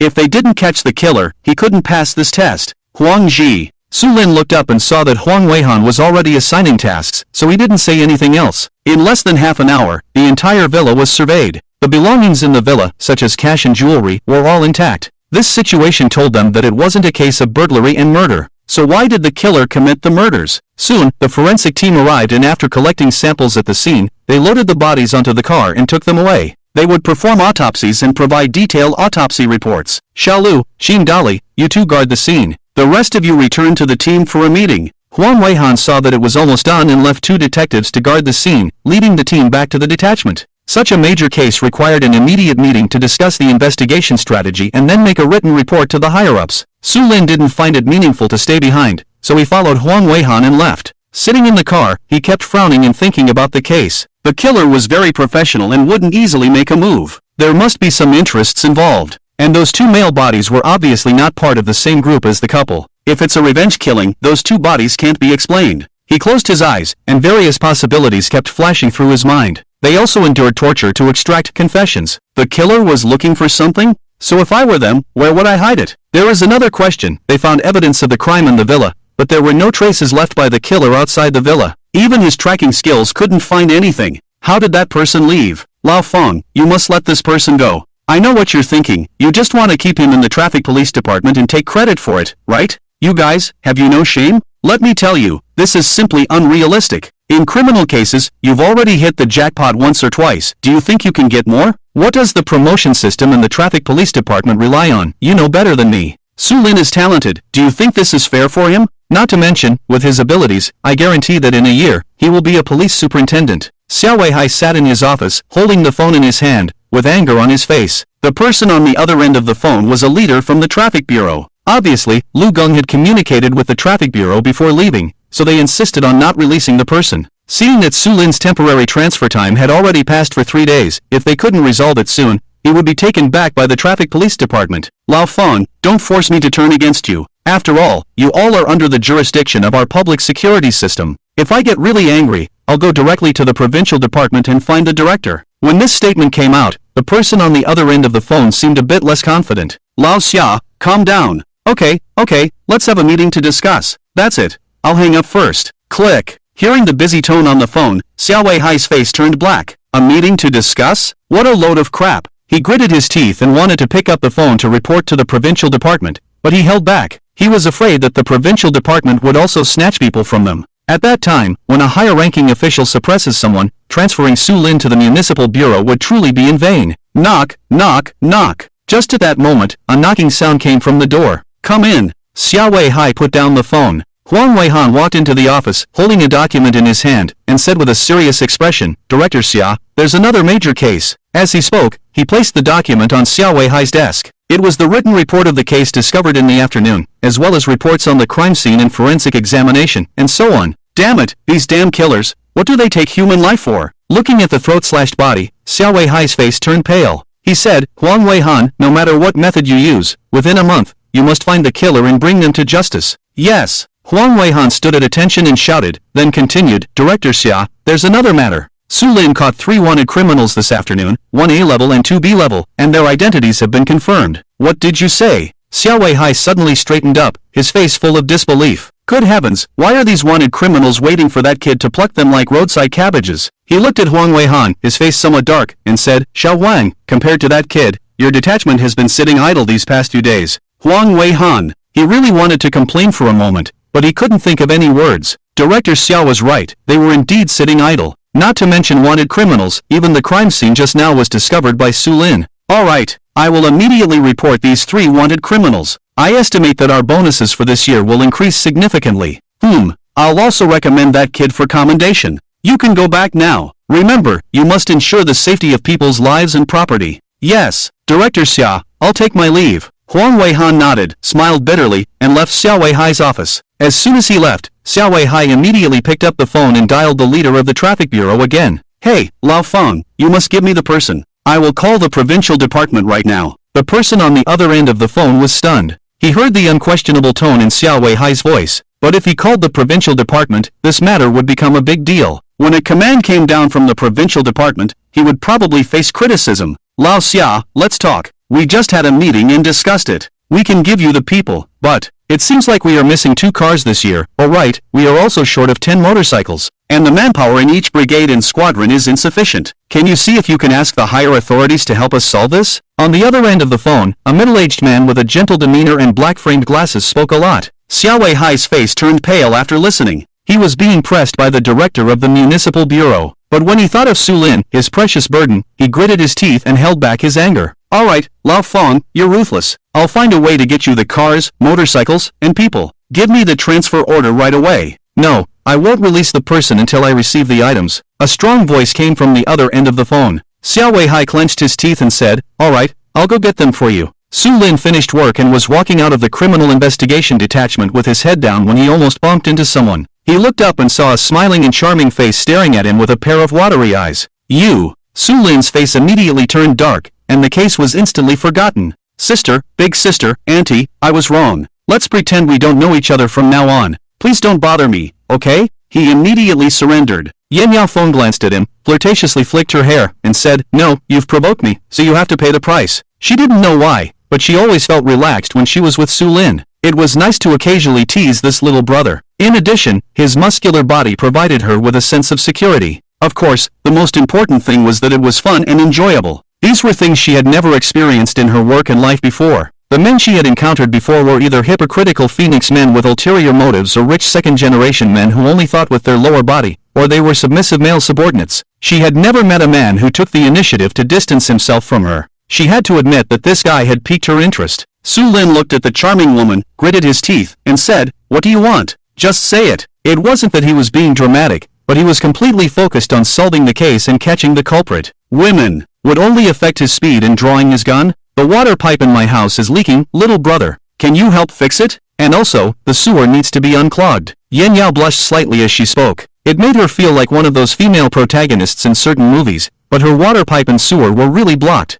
fix the water pipe, unclog the sewer. Su Lin's expression froze, and a look of shock appeared on his face. Water pipe, sewer. He suddenly woke up and finally understood why there were no traces left by the killer except at the crime scene. They had watched the surveillance videos outside the villa, but there was not a single shadow. How could this be explained? Either the killer hadn't left, or they had left from another place. That's it, that's it. He shouted excitedly, having figured out what he had been considering all afternoon. Without saying another word, he rushed up and hugged Yin Yao, who was in a panic. It's unclogged, everything is unclogged. Then this guy turned and ran outside, saying to Yin Yao as he ran, You go back first, I'll help you after I finish the case. You little brat, you. Yin Yao was both embarrassed and angry, but in the blink of an eye, Su Lin had disappeared. She was a little frustrated, but gradually, her expression was replaced by a smile. Getting into the car, she said to the driver, Xingjie, go to Maple Forest Road. Also, call the locksmith from yesterday and ask him to come again. Okay, General Yin. The female driver glanced at the rearview mirror and couldn't help but mutter to herself. It seems that their female CEO has taken a liking to that little traffic police officer. On Su Lin's side, he hurriedly ran out of the police station building and hailed a taxi straight to the crime scene in Nanhua Community. Driver, hurry up, Nanhua Community. He looked at the sky outside and had a trace of anxiety on his face. It was getting dark soon, and he was afraid something might happen. Su Lin was quite anxious. If his guess was correct, the killer probably hadn't left Nanhua Community. It was even possible that they hadn't left that villa. Sometimes, the most dangerous place is the safest place, and there is a reason for that. Due to the rush hour, there was heavy traffic, and the taxi was not moving fast. Moreover, there was a traffic police officer sitting in the back, which made him even more nervous. What was originally a half-hour journey took nearly an hour before the car stopped outside the gate of Nanhua Community. Su Lin paid the fare and hurriedly went to the security booth outside the community. There were 2 security guards on duty outside the booth, and 1 inside. When they saw Su Lin running over, they were slightly stunned, not understanding why this traffic police officer was in such a hurry. Officer, is there something wrong? One security guard asked. Su Lin said, open the gate, I need to go in. The security guard was taken aback and then said, sorry, officer, this is a high-end community. Besides the owners, you can only enter with the presence of the homeowner or their family members. Alternatively, you need to have an official letter of mission. Jokingly, Nanhua Community has had frequent thefts these days, and the owners are already furious. The residents are all wealthy or influential people, and the property management company is almost in tears, having to strengthen their defense. In addition to the 3 security guards at the booth, there are at least 2 teams of 12 security guards patrolling 24 hours a day. When Su Lin heard the security guard's words, his brows furrowed. He thought of the 2 brothers left behind by Huang Ji in the afternoon. One was Xiaolu, and the other was a member of Zhang Gong's team named Xin Dali. He took out his phone and immediately dialed Xiaolu's number. Hello, Xiaolu, Su Lin said, but there was no reply on the other end, and he also heard the sound of a heavy object falling and shattering. Oh no! Su Lin's face changed. He couldn't care about anything else and shouted at the security guard, I'm the officer who found the body in Villa No. 6 this afternoon. Let your manager call Captain Huang Weihan of the Criminal Investigation Brigade and request support, quickly. His sudden shout directly shocked the security guard, and then he rushed into the gate, easily leaping over a gate that was nearly 2 meters high. F***CK. Superman. The security guard widened his eyes and then quickly prepared to sound the alarm. But at this moment, he thought of what Su Lin had just said and hurriedly rushed into the booth. Captain Chen, that traffic police officer just said. The Captain Chen in the booth hadn't reacted yet, but as soon as the security guard finished speaking, he immediately looked at a business card on the table and dialed a number. Hello, is this Captain Huang? At the other end of the phone, Huang Weihan was looking at a case file. When he saw an unfamiliar number, he didn't want to answer it at first, but then he decided to pick it up. As soon as he heard the other party's words, he stood up abruptly. What did you say? Who told you to request support? He asked anxiously. We don't know either. He was wearing a traffic police uniform, Captain Chen replied immediately. Damn! Huang Weihan, upon hearing this, knew exactly who it was. He hung up the phone directly, opened the door, and shouted towards the office outside, everyone, follow me, support Nanhua Community, quickly. Clatter! The entire Criminal Investigation Brigade instantly exploded, each person grabbing their equipment and assembling outside the door, getting into cars one after another. The cars started, sirens blaring, heading straight for Nanhua Community. Su Lin had just entered the community and quickly rushed towards Villa No. 6. After about 10 minutes, he finally arrived in front of the villa. His gaze froze as he locked onto a woman coming out of the villa, covered in dirt, but with sharp eyes like knives. It's you! Su Lin's face instantly turned pale. That woman was none other than Jean Migue, whom he had encountered before. He never expected that after she escaped from the sand mining site, she hadn't left Zhengyun City but continued to commit crimes and murder. Swish! He instantly drew his gun, and Jean Migue was not slow either. Both of them pointed their guns at each other almost simultaneously, and then gunshots rang out instantly. Bang! Bang! Bang! The muffled gunshots echoed throughout the entire community as Su Lin and Jean Megui dodged and shot at each other. In just a few seconds, both of their magazines were emptied. Click! Su Lin quickly changed magazines, hiding behind a patch of greenery, taking a deep breath. Instead of exposing his body, he directly leaped over a meter high. Since the height of the greenery was close to 3 meters, he barely managed to see the scene behind the greenery when he jumped up over a meter. He saw Jean Megui tightly gripping her gun, the muzzle aimed at the edge of the greenery. As soon as Su Lin exposed his body, she could instantly shoot and kill him. However, she never expected that Su Lin would jump directly, with his head popping out from the middle of the greenery. At the same time, a dark muzzle also emerged. Bang! Bang! Staggering continuously, a burst of blood splattered from Jean Megui's abdomen, and she groaned, her body retreating. At that moment, Su Lin gave a command to the system. Special mark! Special mark, Jean Megui, valid for 72 hours. A ray of light entered Jean Megui's body, but she herself felt nothing at all. At this point, Jean Megui was already injured, with a bullet in her right abdomen. She raised her head, a grimace on her face, gritting her teeth as she turned and ran towards the back. Su Lin had already opened the system panel at this time. He was about to chase after Jean Megui but suddenly saw a person lying in front of the villa gate, and it was Xiaolu. His face changed, and he couldn't care less about pursuing her. Regardless, as long as she was still within Daxia's territory, she couldn't escape with the special mark. Xiaolu! Xiaolu! Su Lin picked up Xiaolu and immediately noticed that this kid had knife wounds on his abdomen and shoulder, obviously from a fight with Jean Megui. At this point, he had lost too much blood, and his face turned pale. Su Lin took out his phone and called Huang Weihan directly. Hello? Su Lin, what's going on? Huang, call an ambulance, quickly. Okay. Upon hearing Su Lin's anxious tone, Huang Weihan hung up the phone and dialed 120 for emergency assistance. Su Lin put Xiaolu down and entered the villa. Soon, in the main hall of the villa, he discovered another comrade from the Criminal Investigation Brigade. When he saw the appearance of that comrade, his eyes instantly turned red. Dead! That comrade named Qin Dali. Sacrificed. A dagger had pierced through his neck, blood flowing all over the floor, and a strong smell of blood filled the air. Looking at those lifeless eyes, Su Lin's heart felt like it had been stabbed by a knife. This is the first time he has seen his brother sacrificed beside him, and the raging anger in his heart is about to explode. Catch her! Roared in his heart, Su Lin only had this one thought left.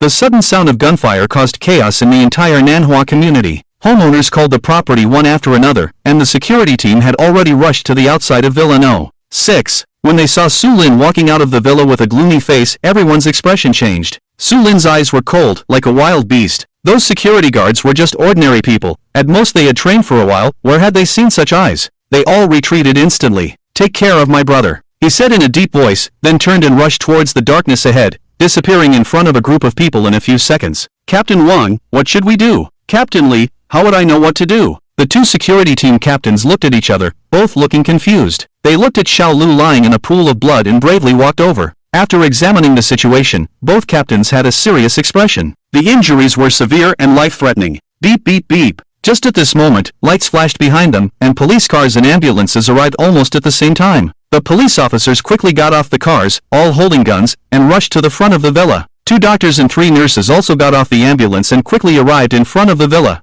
Huang Weihan saw the 2 security teams present and didn't see any trace of Su Lin, so he immediately asked, "Where are our people?" "Huang Ji, are you referring to that traffic police comrade?" one security team captain asked. Yes, where is he?" Huang Weihan was anxious. "He left. He told us to take care of his brother and ran in that direction." The security team captain quickly pointed in a direction, which turned out to be the east gate of the community. "Is this guy crazy?" Huang Weihan's face changed. "Huang Ji, I found shell casings." Just then, Shenhua came to Huang Weihan and opened his palm, revealing 4 shell casings. "There was just a gunshot?" Huang Weihan's face turned serious as he looked at the 2 security team captains. "Yes, Captain Huang, there was a fierce gunfight just now, and your comrade had a gun in his hand." One of them nodded. "Damn it!" Huang Weihan cursed. At this moment, Zhang Gong walked out of the villa, his eyes red and full of killing intent. "Ah, I'm going to kill that bastard, damn it." The sudden outburst made everyone turn their heads. "Dolly! Dolly!" Then a desperate roar came from inside the villa.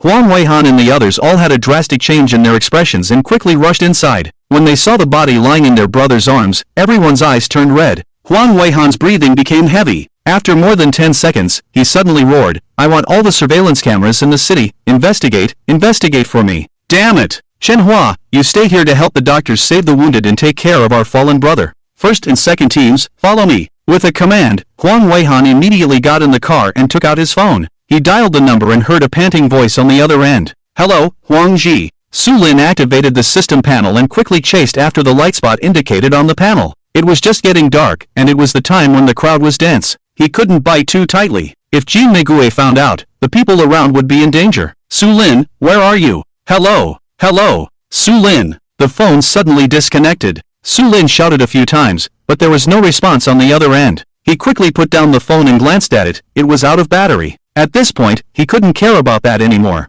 Following the guidance of the special mark, he continued to chase after Jin Meiguei's location. The face of Qin Dali kept appearing in his mind. The blood on the ground seemed to have stained his pupils red. Anger, hatred, and killing intent filled his mind. Su Lin was extremely dangerous now. He was in an extremely irritable state, just needing a spark to ignite and explode instantly. Left the city? After chasing for half an hour, Su Lin's expression suddenly changed. He noticed that Jin Meiguei's speed had suddenly increased a lot, heading straight towards the outskirts. He immediately prepared to stop a car, but when he saw the private car speeding past him, his mind immediately cleared under the illumination of the lights. Screech! A car suddenly stopped in front of him, and a person got out of the car. Surprisingly, it was Zhao Guodong. "Su Lin, what's going on?" Zhao Guodong lowered the car window and asked. But the next moment, he saw the gun in this kid's hand, and his expression instantly froze. Su Lin saw that it was his former leader and didn't waste any words. He directly said, "Captain Zhao, lend me your car." Zhao Guodong didn't say a word. He quickly got out of the car. He opened the back door, and a woman in her 30s and an 8 or 9-year-old child got out.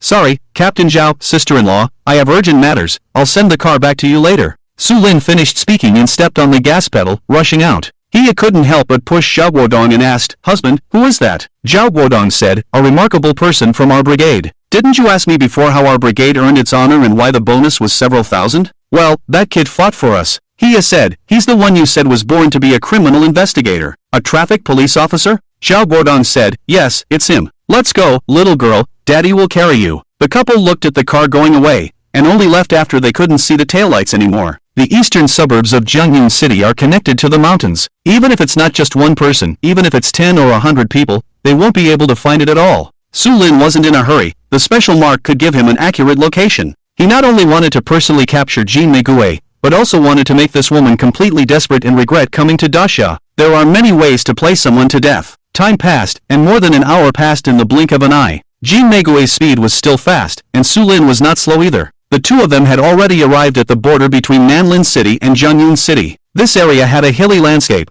with continuous hills stretching for hundreds of kilometers. Even if it was one or two people, let alone a whole army, if they really wanted to hide, it would be very difficult to find them. Moreover, due to the proximity of Nanlin City to the border, the various forces in this area were complex and crime was rampant, especially for drug traffickers and illegal immigrants. There were countless of them. After Su Lin saw Jin Meiguei's destination, his eyebrows slightly raised. He felt that he should contact the criminal investigation brothers in Nanlin City through Huang Ji, not asking them to intercept, just to inform them so that they wouldn't mistake him for a criminal later. He took out his phone and realized that it was out of battery. "Fine, let's do it one-on-one." Shaking his head, besides the light of hatred, there was also a flame of excitement in Su Lin's eyes. Since the system drew so many skills for him, he had never used his full strength. This time, he could try to fully display his strength and see how strong he really was. "Wait, I seem to have 2 more draws. Wait, I seem to have 2 more draws." Su Lin suddenly remembered that he had just caught 2 B-level wanted criminals and 1 A-level wanted criminal, and his points had accumulated to over 2,000, so he could draw 2 more times. As the saying goes, the more skills, the better. In case Jin Meiguei had assistance, he would at least have more means to save his life. System, draw.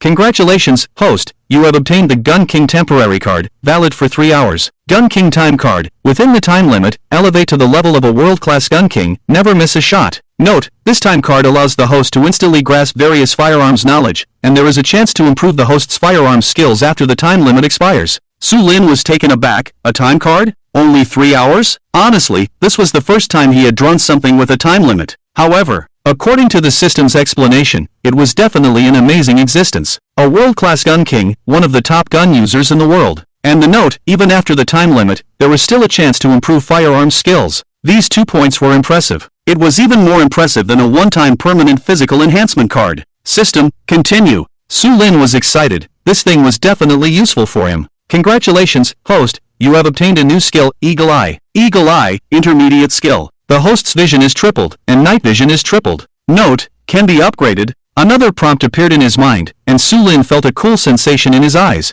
Then the whole world seemed to change color. The previously dark sky was no longer dark in his eyes. It was almost like the sun was setting and dusk was approaching, and he could see clearly without any light. And his line of sight had also increased. Under normal circumstances, an average person could not see the facial contours of an adult at a distance of about 20 meters, and at a distance of 100 meters, it was like looking at ants, unable to distinguish clearly. But now, even at 60 meters away, he could see the contours clearly. The line of sight could be enhanced to over 300 meters. At 300 meters, he could accurately see the contours of the other person, which was insane. Su Lin suddenly felt that the Gun King time card and the Eagle Eye skill were a perfect match. If he had an assault rifle in his hand, he would be a killing god at a range of 2 to 300 meters, capable of taking lives with a single shot. This round, I'm stable. If Su Lin had been worried before whether he could really kill the Golden Rose alone, now he had absolute confidence that he could play with the other party as he pleased. He suppressed his excitement and immediately pulled up the special marking interface. Suddenly, his gaze froze, and he slammed on the brakes.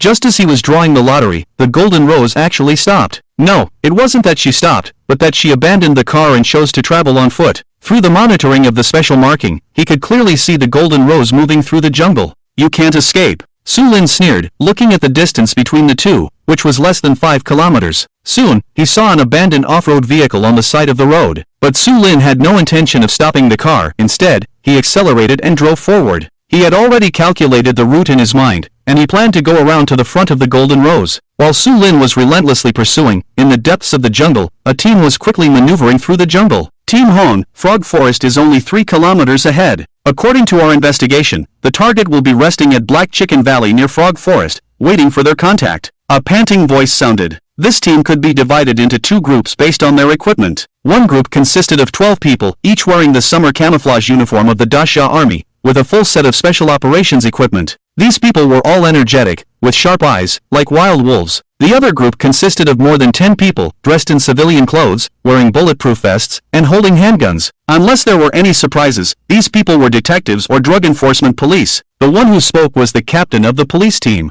Team Xiao, take a rest first. When Team Hong heard the words of the police captain, he spoke. In fact, he was just taking care of the other party. With their special training, running 10 kilometers off-road was basic training for them, and this distance they had covered was nothing at all. But Xiao's team is different. They don't have as much time to train, and they often have very little sleep due to investigating cases. Naturally, their physical fitness cannot compare to Hong's team. Alright, take a break. Xiao Changqing nodded, feeling relieved. He looked at the people under his command, who were all in a similar state as him. Some even had pale lips. They had just run nearly 5 kilometers in the jungle. How could they compare to the special forces? If they were to encounter enemies, they wouldn't even be able to lift their guns. Hong Wenhao saw Xiao Changqing sitting on the ground, panting heavily, and shook his head slightly. He didn't look down on Xiao Changqing, but he disliked situations that delayed their mission. Their specialty in special operations was infiltrating enemy lines in advance, making preparations, and delivering a fatal blow at a critical moment. However, they didn't have as much time as the police force. One was the military, the other was responsible for maintaining local security and upholding the dignity of the law. Although their functions were different, he still admired the police force. After all, they had to deal with countless people and encounter challenging cases at all times.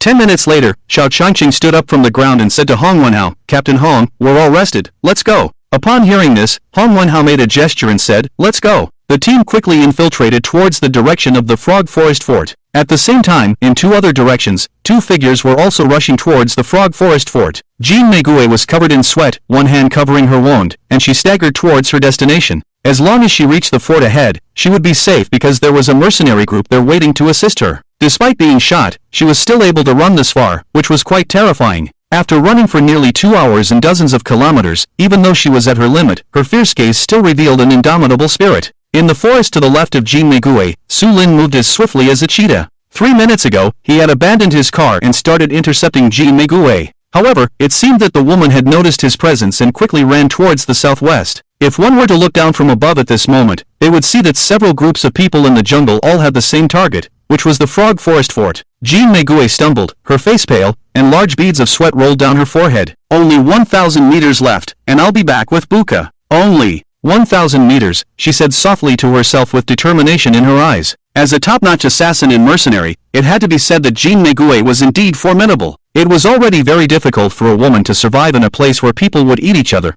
but she surpassed many men. Having received professional training since childhood and constantly facing death, she had truly maximized her potential. As long as she made it back this time, it wouldn't be long before she regained her fearsome reputation as the Golden Rose. Russell. However, this time she encountered a tough opponent. Footsteps suddenly sounded, and an agile figure appeared swiftly from her left front. The reflective stripes on his body were particularly eye-catching. Damn it, it's him again. Jean Megui's face twisted in anger. Without hesitation, she stopped and pulled out her gun. Bang! Bang! Bang! Gunshots instantly echoed through the entire forest, startling countless birds into flight. Su Lin moved like a cheetah, constantly weaving through the woods, using the large trees to hide his tracks. He held a gun in his hand but didn't rush to shoot because he only had 2 bullets left. Unless he had absolute certainty, he wouldn't dare to shoot easily. The Golden Rose emptied a magazine, quickly replaced it with another, and then retreated to the right with light footsteps. Under a big tree, Su Lin looked at the figure moving away from him through the special marking interface on the map. A cold smile appeared on his lips. Running? You're mistaken. He coldly spoke and swiftly chased after the direction of the Golden Rose. The sudden gunshot not only startled the birds in the jungle, but also frightened a 10-person team located behind the Frog Forest Fort. This team of 10 people was equipped with uniform Eagle Sauce gear. Even their tactical vests and bulletproof vests were the best in the world. They had a unified name, the Buka Mercenaries. At the moment they heard the gunshot, a young leader in the team immediately raised his head, revealing a camouflage face. He looked alarmed and said, "Not good, Rose might be in trouble." "Damn it! These Disya police officers are asking for death." Another mercenary cursed, then said, "Captain Zelu, let's go support Rose. If those Disya police officers dare to catch up, we'll slaughter them." "Good. Everyone, prepare to advance and support Rose." The man called Zelu immediately led the team forward. Rose had something very important on her. There couldn't be any mishaps. At the same time, on the other side, Hong Wenhan and Xiao Changqing were also startled by the gunshot. The marching team that was in a hurry instantly stopped under Hong Wenhan's clenched fist command. "Gunshot, it's a Glock." Hong Wenhan's face changed. The standard equipment of foreign troops was obviously not their own. Based on the sound, it should be less than 1,000 meters away. Everyone be careful, Hong Wenhan said, then continued to lead the team and run forward. At this moment, everyone was converging towards the location where the gunshot had just sounded. And at this moment, Su Lin once again blocked the path of the Golden Rose. He was like a ghost, persistently entangling with the Golden Rose. "Ah, die, just die." Rose went crazy. She was feeling a bit desperate, and she madly roared while raising the pistol in her hand, shooting at Su Lin's position. Bang! Bang! Bang! In Rose's heart, she was cursing like crazy. Why did she have to encounter this person? He was just a traffic police officer. How could he appear at the crime scene and even discover her? Thinking back to their first meeting, she was also disrupted by that guy. And then the second time, just as she had obtained what the Buka mercenary group needed, she encountered Su Lin, this jinx, once again. She now wanted to ask, why did this guy become a criminal investigator and even get a gun? If it wasn't for him, she would have already met up with the people from Buka,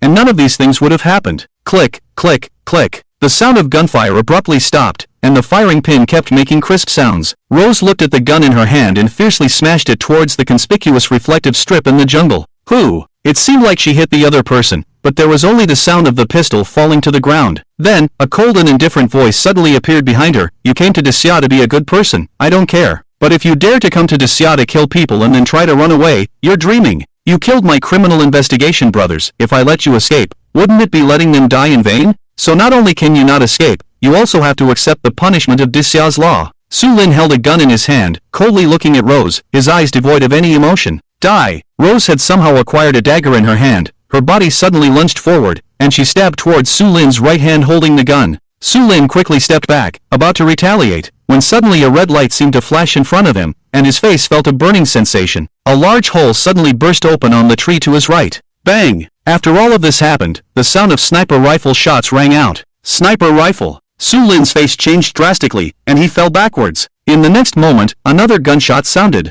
Bang! Just a little in front of where he had been standing, a patch of soil exploded. All of these things happened in an instant. When Jean Megui saw Su Lin being sniped, her face instantly lit up with joy, and she turned and ran forward. However, at that moment, sparks flew from Su Lin's gun. Bang! Bang! 2 shots, one on each side, hit Jean Megui's thigh. Even with help, none of you can escape. Su Lin's eyes turned red as he stared fiercely in the direction the gunshots came from, and he sprinted into the jungle. He was like a cheetah, incredibly fast, and in just a few minutes, he had run hundreds of meters. At that moment, he saw some figures hidden in the darkness, and his expression changed. He quickly rolled into the bushes. "Boss, it seems like we're caught in the middle." At that moment, Su Lin noticed that the group of people he had discovered were relying on cover, coldly watching the direction the sniper rifle shots came from. Hong Wenhan asked, "Lima, have you found that sniper?" "Boss, that guy is out of my range, give me 2 minutes." The Special Forces member with the codename Lima immediately retreated. Xiao Changqing saw the Special Forces starting to move, and he immediately had his men closely watch the direction the pistol shots came from, ready to attack at any moment. In the darkness, the atmosphere became increasingly oppressive, as if a storm was about to come. After the gunshots, the jungle instantly fell silent, and everyone felt the extremely oppressive atmosphere. Hong Wenhan and Xiao Changqing's expressions were tense. One of them was the captain of the Falcon Assault Team of the Red Eagle Special Forces, Southwest Theater, 6th Division. The other was the deputy captain of the Criminal Investigation Support Team in Nanlin City. Their target this time was a group of mercenaries who had infiltrated Xia. The intelligence was obtained by the Criminal Investigation Support Team, and they took the lead, following the clues all the way to this location. Because they feared the identity of the enemy, they requested support from the nearest Red Eagle Special Forces. Their main forces were estimated to take at least 2 hours to arrive. However, no matter what conspiracy those mercenaries had, they would capture all of them. Hong Wenhan took a deep breath and spoke into his personal communication device. "Lima, quickly get into position and find the enemy sniper for me." "Understood," Lima replied. Then Hong Wenhan looked at Xiao Changqing and said, "Xiao, contact headquarters. We may have been exposed early. I suspect there is another team in action." As the commander of the Special Forces, he knew very well the significance of those gunshots just now. Another team? Xiao Changqing's expression became serious. He had also had some suspicions just now, and hearing Hong Wenhan's words immediately confirmed them. Hong Wenhan said, "The initial gunshots came from our southeast direction, which is the area where we just climbed up the mountain. There should be 2 groups, but the exact number is unknown. Because they used 2 different weapons, the first gunshot was from a Glock pistol. After the sniper rifle shot, they used a police issue Type 92, which should be from your police force." As a top Special Forces member, Hong Wenhan could tell what type of firearms they were just by listening. "I agree," Xiao Changqing nodded. Then he picked up his phone and dialed a number. "Hello, Director Zhang, we have arrived at the location of the Frog Forest Fort, and we have already made contact with the enemy. We may have been exposed early. Yes, we have our own people. Can you find out who it is on your end?" "Yes, understood, we will ensure the safety of our own people." After Xiao Changqing finished speaking, he hung up the phone. He nodded to Hong Wenhan and said, "Director Zhang said they will investigate immediately. We should have results in about 3 minutes. Okay, let's wait 3 minutes. After 3 minutes, take immediate action." The latter had a strong determination on his face. In Nanlin City, in the conference room of the City Bureau, this place has already been used as a temporary command center. Zhang Tao, the head of the Nanlin City Bureau, has gathered relevant units and various operational departments. They are sitting in the command center with a large screen in front of them, displaying images captured by drones. Among those present are the captain of the Special Police Brigade, the commander of the Special Forces, leaders from the city, the captain of the Criminal Investigation Support Team, and the head of the Technical Department, and so on.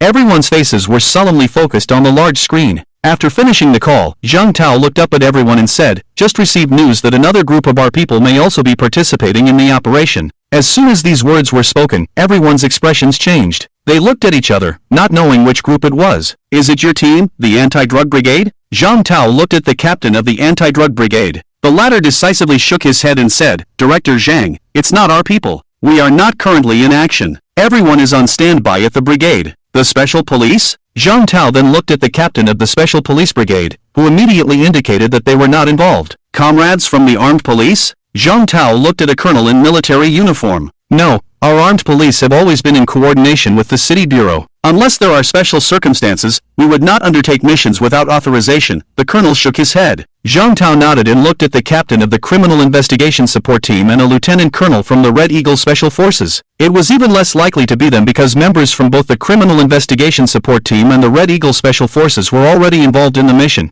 and they would not send a second group. Zhang Tao immediately shouted to the technical team, "Immediately retrieve surveillance footage from nearby areas and search for clues." Since it was nighttime, the jungle was pitch black, and even with the best drone technology, they couldn't see what was inside. Zhang Tao immediately thought of starting with the surrounding mountain roads. Perhaps they could find some clues. Sure enough, in less than a minute, they discovered 2 cars parked on the side of the mountain road. "Immediately check the license plates for me." With his command, people immediately started working. "Report, both cars have license plates from Jiangyun City. One of them was reported stolen 3 hours ago. The other one belongs to Zhao Guodong, the captain of the Jiangyun City Traffic Police 1st Brigade. Contact Jiangyun City." "Forget it. I'll do it myself." After hearing the report, Zhang Tao immediately picked up the phone in front of him and dialed a number. "Hello, Lao Xia, it's Zhang Tao." The call was made to Xiao Weihai, who was preparing to leave work and go home. Upon receiving Zhang Tao's call, Xiao Weihai was first stunned, then smiled and said, "Lao Shang, what's up? You rarely call me. Is there a mission that requires our cooperation?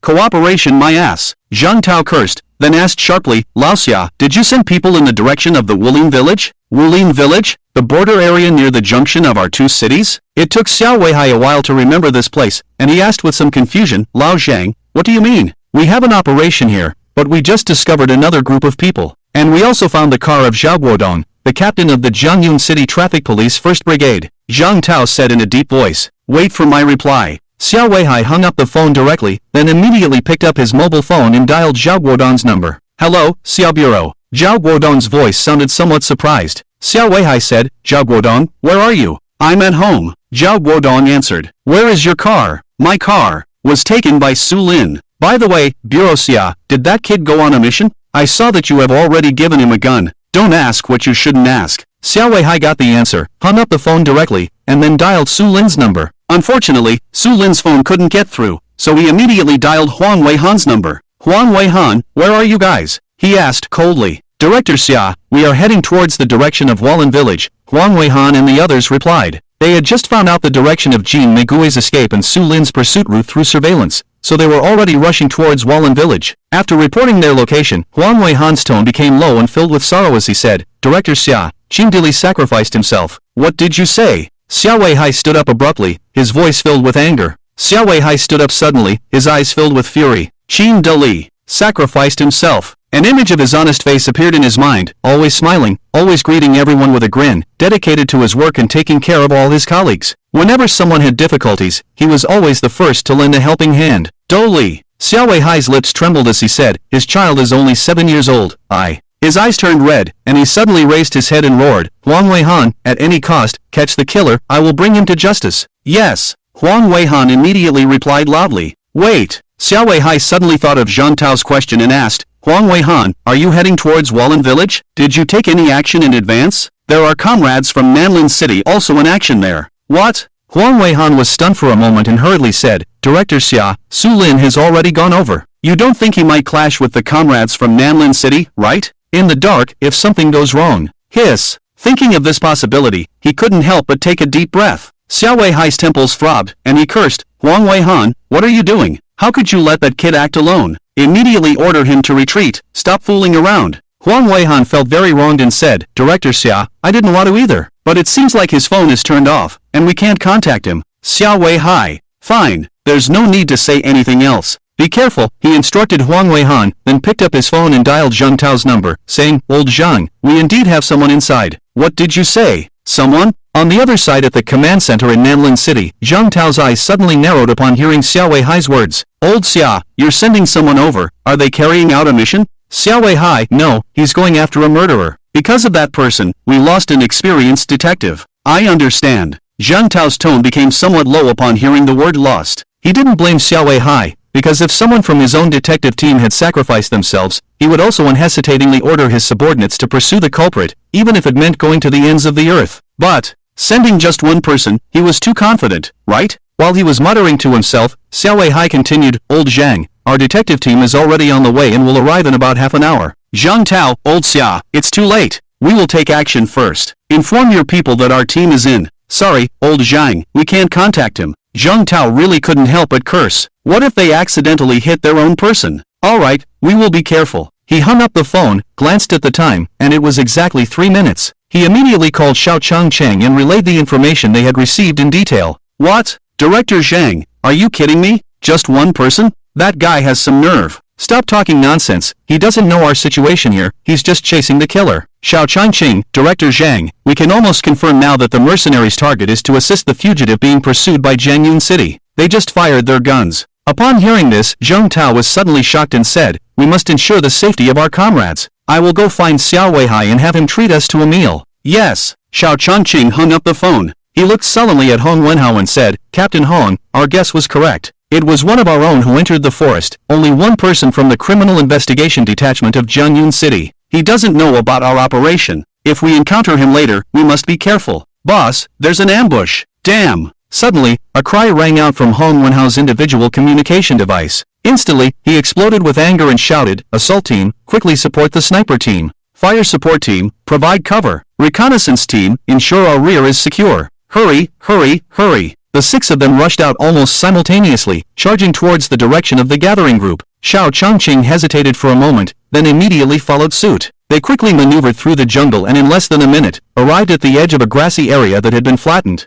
In the middle of the grass, 2 people were lying on the ground in various positions, wearing individual combat suits, unmistakably members of the Falcon team. Hong Wenhao's face darkened as he walked forward and reached out to touch the neck of his subordinate. The pulse was still there, the person had just passed out. "What's going on?" Xiao Changqing asked in a deep voice. In the next moment, a figure appeared behind Hong Wenhao like lightning, and a terrifying gust of wind instantly sounded by his ear. As the captain of the assault team, Hong Wenhao's combat skills were undeniably strong. He lightly tilted his head, avoiding the attack from the shadow, and in the next moment, drew his military knife and stabbed towards the shadow's armpit. But he only felt a blur before his eyes, and a sharp pain in his hand. He didn't know when his knife had been snatched away, and it was now pressed against his neck. "Don't move! Who are you?" "We are the Dasha Criminal Police. Put down your knife." "We are the Dasha Special Forces. Drop your weapons. Drop your weapons and surrender, or you'll be shot." One reprimand after another, everyone was extremely tense. Especially the members of the Falcon assault team, each of them looked dumbfounded. What kind of godlike combat power was this? This was Hong Wenhao, the captain of their assault team, a top-notch martial artist. But in just an instant, someone had their knife pressed against his neck, and it was even his own knife.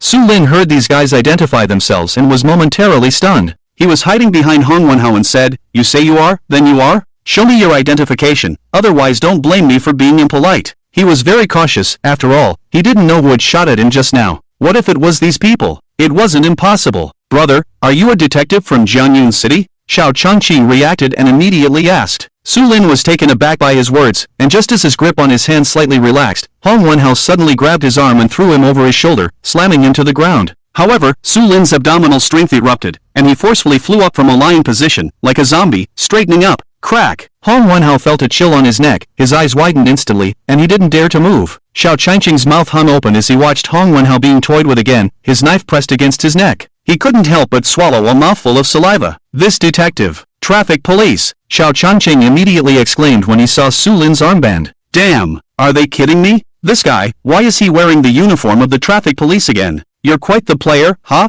Su Lin once again pressed the military knife against Hong Wenhao's neck, saying somewhat teasingly, "If it hadn't been for his strong abdominal strength just now, he might have really been countered by this guy." Hong Wenhan. He felt a bit uneasy. This kid was a bit abnormal. After being thrown over the shoulder, he could instantly react and jump up like a zombie. What kind of explosive power and core strength was this? Traffic police! At this moment, Xiao Changqing exclaimed, and Hong Wenhan's jaw almost dropped to the ground. "Brother, calm down." A Special Forces member stepped forward, extending his hand in a pressing gesture. Then he told Xiao Changqing, "Xiao team, quickly, take out your identification." Upon hearing this, Xiao Changqing immediately reacted and took out a document, throwing it towards Su Lin's direction. In the dark night, the visibility was not very clear, and the identification was black, with only the police emblem shining a bit. In fact, it couldn't be seen at all. When Xiao Changqing threw it, he regretted it a bit. But in the next moment, a hand, like a ghost, grabbed his identification. What kind of gaze was this? The group of Special Forces members wearing individual night vision goggles were all stunned.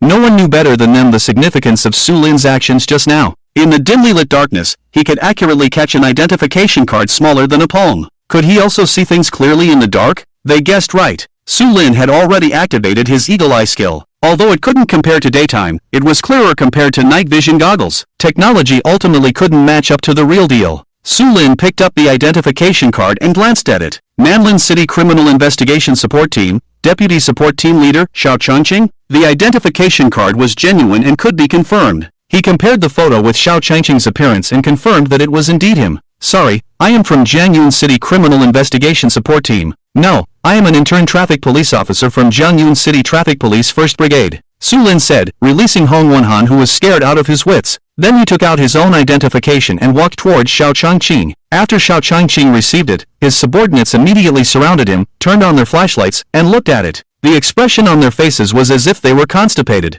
He handed the identification to Hong Wenhan, and at the moment the Special Forces captain saw Su Lin's identification, he couldn't help but curse. Is everyone in Jianyun City so amazing? Such a person, being an intern police officer in the traffic police department? Is it my brain that's not working, or is this world crazy? Just as everyone was looking at Su Lin, his face suddenly changed, and his gaze was fixed on a bush hundreds of meters away. He said in a deep voice, "Be careful, they're coming." It was only at this moment that Hong Wenhan and Xiao Changqing realized that the mercenaries were still there, and they almost overlooked it. Su Lin flashed and instantly appeared behind a large tree. Then he saw him pick up a sniper rifle, which turned out to be the Lynx's sniper rifle. At this moment, the Lynx and another Special Forces member were still unconscious. Seeing the Lynx's sniper rifle, Hong Wonhan remembered the unconscious Lynx and immediately sent someone to wake him up. It was clearly their team member's weapon, so what was a traffic police officer doing with it? Lynx, wake up! Lynx! Slap, slap, slap. Several consecutive slaps, and the Lynx lying on the ground slowly woke up. His gaze regained some focus, and then his pupils suddenly contracted, and he jumped up from the ground. Enemy attack. The next moment, he saw Hong Wonhan crouching beside him, as well as several other team members. Boss, we encountered. He had just started reporting when he suddenly saw the figure standing under the tree dozens of meters away, and immediately exclaimed, Boss, it's him, he attacked us. The Lynx's scream broke the silence of the night sky. Su Lin's expression immediately changed, and he stared fixedly at the 10 o'clock direction. As soon as the other side's people heard the movement, they immediately went into hiding. Judging by the distance, it was at least 300 meters or more. He frowned and glanced at the Lynx, then looked at the sniper rifle in his hand. His heart moved slightly, and he called the system. System, activate Gun King time card. Ding! Gun King time card activated, duration, 3 hours. The prompt appeared in his mind, and in the next moment, countless knowledge about firearms appeared in his memory. This included various types of handguns, rifles, sniper rifles, machine guns, and more. In the blink of an eye, he transformed from a novice who only knew about handguns and rifles into a true master of firearms, a gun king. The muscle memory in his hands instantly integrated into his nerves, forming a terrifying reflex, making shooting almost an instinct in his subconscious. Give me back the gun! Suddenly, the Lynx erupted again. As a sniper, the sniper rifle was equivalent to his second life. As long as he had the gun, he could take lives. So when he saw Su Lin holding his sniper rifle, the Lynx instinctively rushed out, his face filled with ferocity. Lynx! Hong Wonhan saw this scene and his face changed drastically. It was too late to stop him. He couldn't help but get angry and shouted at Su Lin, give him the gun. Su Lin completely ignored the two of them.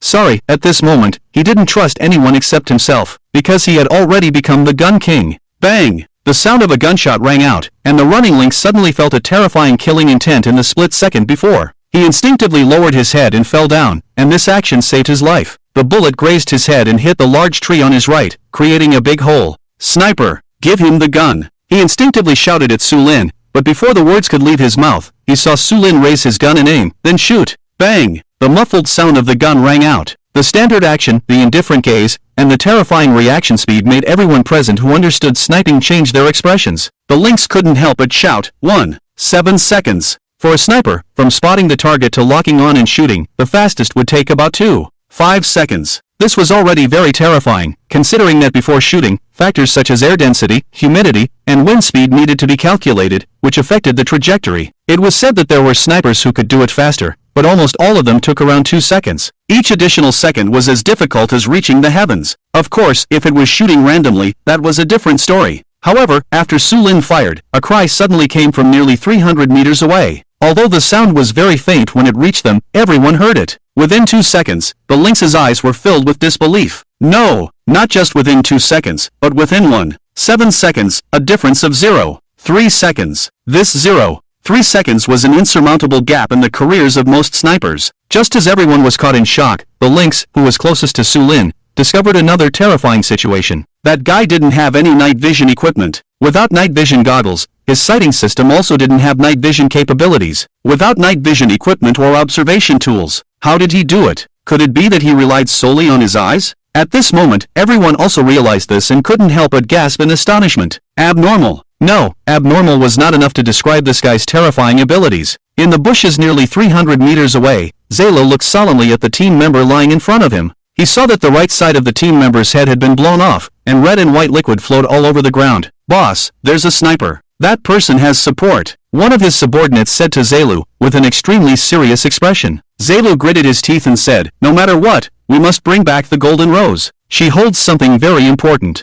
Even if we can't take her with us, we must bring back what she has. Don't worry, our support is right on the border. Once we're caught by the Dasha police, they will immediately come to our aid. Yes. The remaining 8 people followed Zalo slowly moving forward, while Zalo himself picked up the sniper rifle and began observing the environment ahead. These mercenaries' equipment is no less inferior to the Dasha Special Forces. Their combat power is extremely elite, even on an international level. But they should never have come into Dasha's territory. Su Lin had already spotted the enemy when they started moving. A cold smile appeared on his lips as he disappeared behind a big tree, his gaze coldly scanning the front. He quickly moved while holding the sniper rifle. Running about 20 meters, he suddenly raised the barrel and aimed to shoot. Bang! The gunshot rang out, and a mercenary who was advancing fell, a large hole torn open in his chest, blood gushing out. Walk! When he saw another one of his subordinates fall, the captain of the mercenaries exclaimed in shock. A look of astonishment appeared on his face as he realized the sniper on the other side was much stronger than he had imagined. Stop! Everyone stop! Damn it! The enemy sniper is strong, and his observation skills must be exceptional.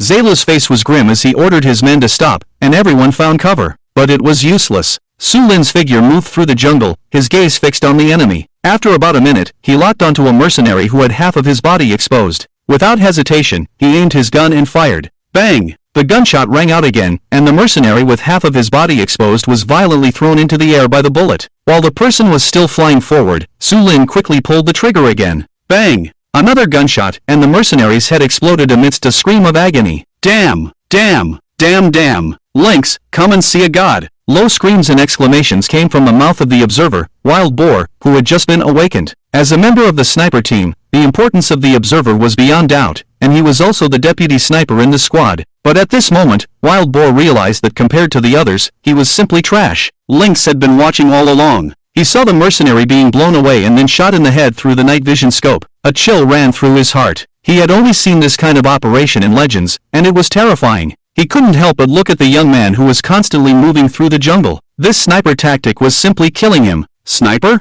No, he was just a little brother in front of him. While the people on Dasha's side were shocked, Zalu, the mercenary leader, was in despair. It was too terrifying. With this kind of marksmanship, they had no chance of infiltrating. Run! His first thought was to escape, but could they? Unless they killed the sniper or the other side gave up sniping, none of them could escape. Damn it! How can there be such a strong sniper? Zalu's heart sank to the bottom as he cursed, then said to his men, no one should show their heads, don't make any noise. They were scared. Even though they were rampant and ruthless in Mianbon, facing such a master, their fear was magnified infinitely. The sniper's marksmanship had already brought them psychological trauma. They could only wait for support in place. You think you'll be safe by hiding like a turtle? Su Lin's lips curled into a cold smile as he put away his gun and looked to his right front. A figure was crawling forward, and it was none other than Jean Megue. Even after being hit in both legs by Su Lin, this woman didn't give up and gritted her teeth as she crawled forward. It must be said that her tenacity was truly terrifying. Su Lin walked over quickly, ready to capture the woman. But at that moment, a beam of light lit up the sky, and the dazzling fireworks instantly changed everyone's expression. Signal flare? Su Lin's expression froze. Then, he noticed that the mercenaries on the opposite side had also fired a signal flare. Immediately after, gunshots rang out. Rustling.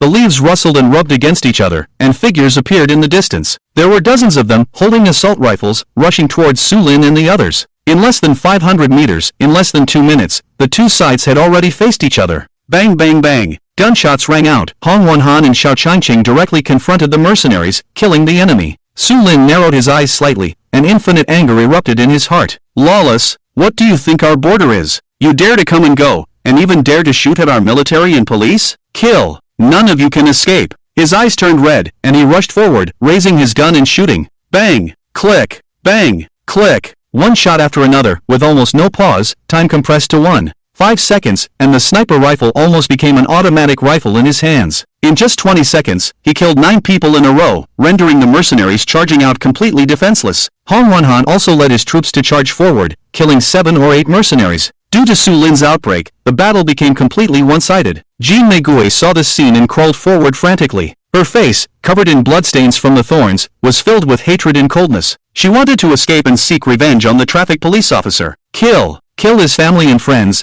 let him know the consequences of opposing her. In the midst of the fierce battle, Su Lin didn't have time to deal with Jean Megue. However, when Jean Megue was about to crawl to the border, a voice that made her tremble suddenly sounded behind her. You escaped, but what about my brother's revenge? Su Lin coldly approached, grabbing one of Jean Megue's feet and dragging her forward roughly. Ah! Jean Megue screamed in madness, but no matter how she struggled and screamed, Su Lin's hand was like a pair of iron pliers, dragging her along. However, she soon realized that Su Lin was heading towards the border. What was he planning? Letting her go? Jean Megue looked at the border, which was getting closer and closer. Her eyes widened, and a glimmer of hope burned in her eyes. Closer. Very close. 150 meters, 100 meters, 50 meters. Only 50 meters left. Once I pass this 50 meters, I'll escape. The military and police of Dachau would never dare to shoot outside the border. They don't have the guts. As Jean Megue's hope grew, another voice echoed in her mind. Why? Why is he letting me go? Could it be that Zelu captured their people? Yes. It must be like that. It must be like that.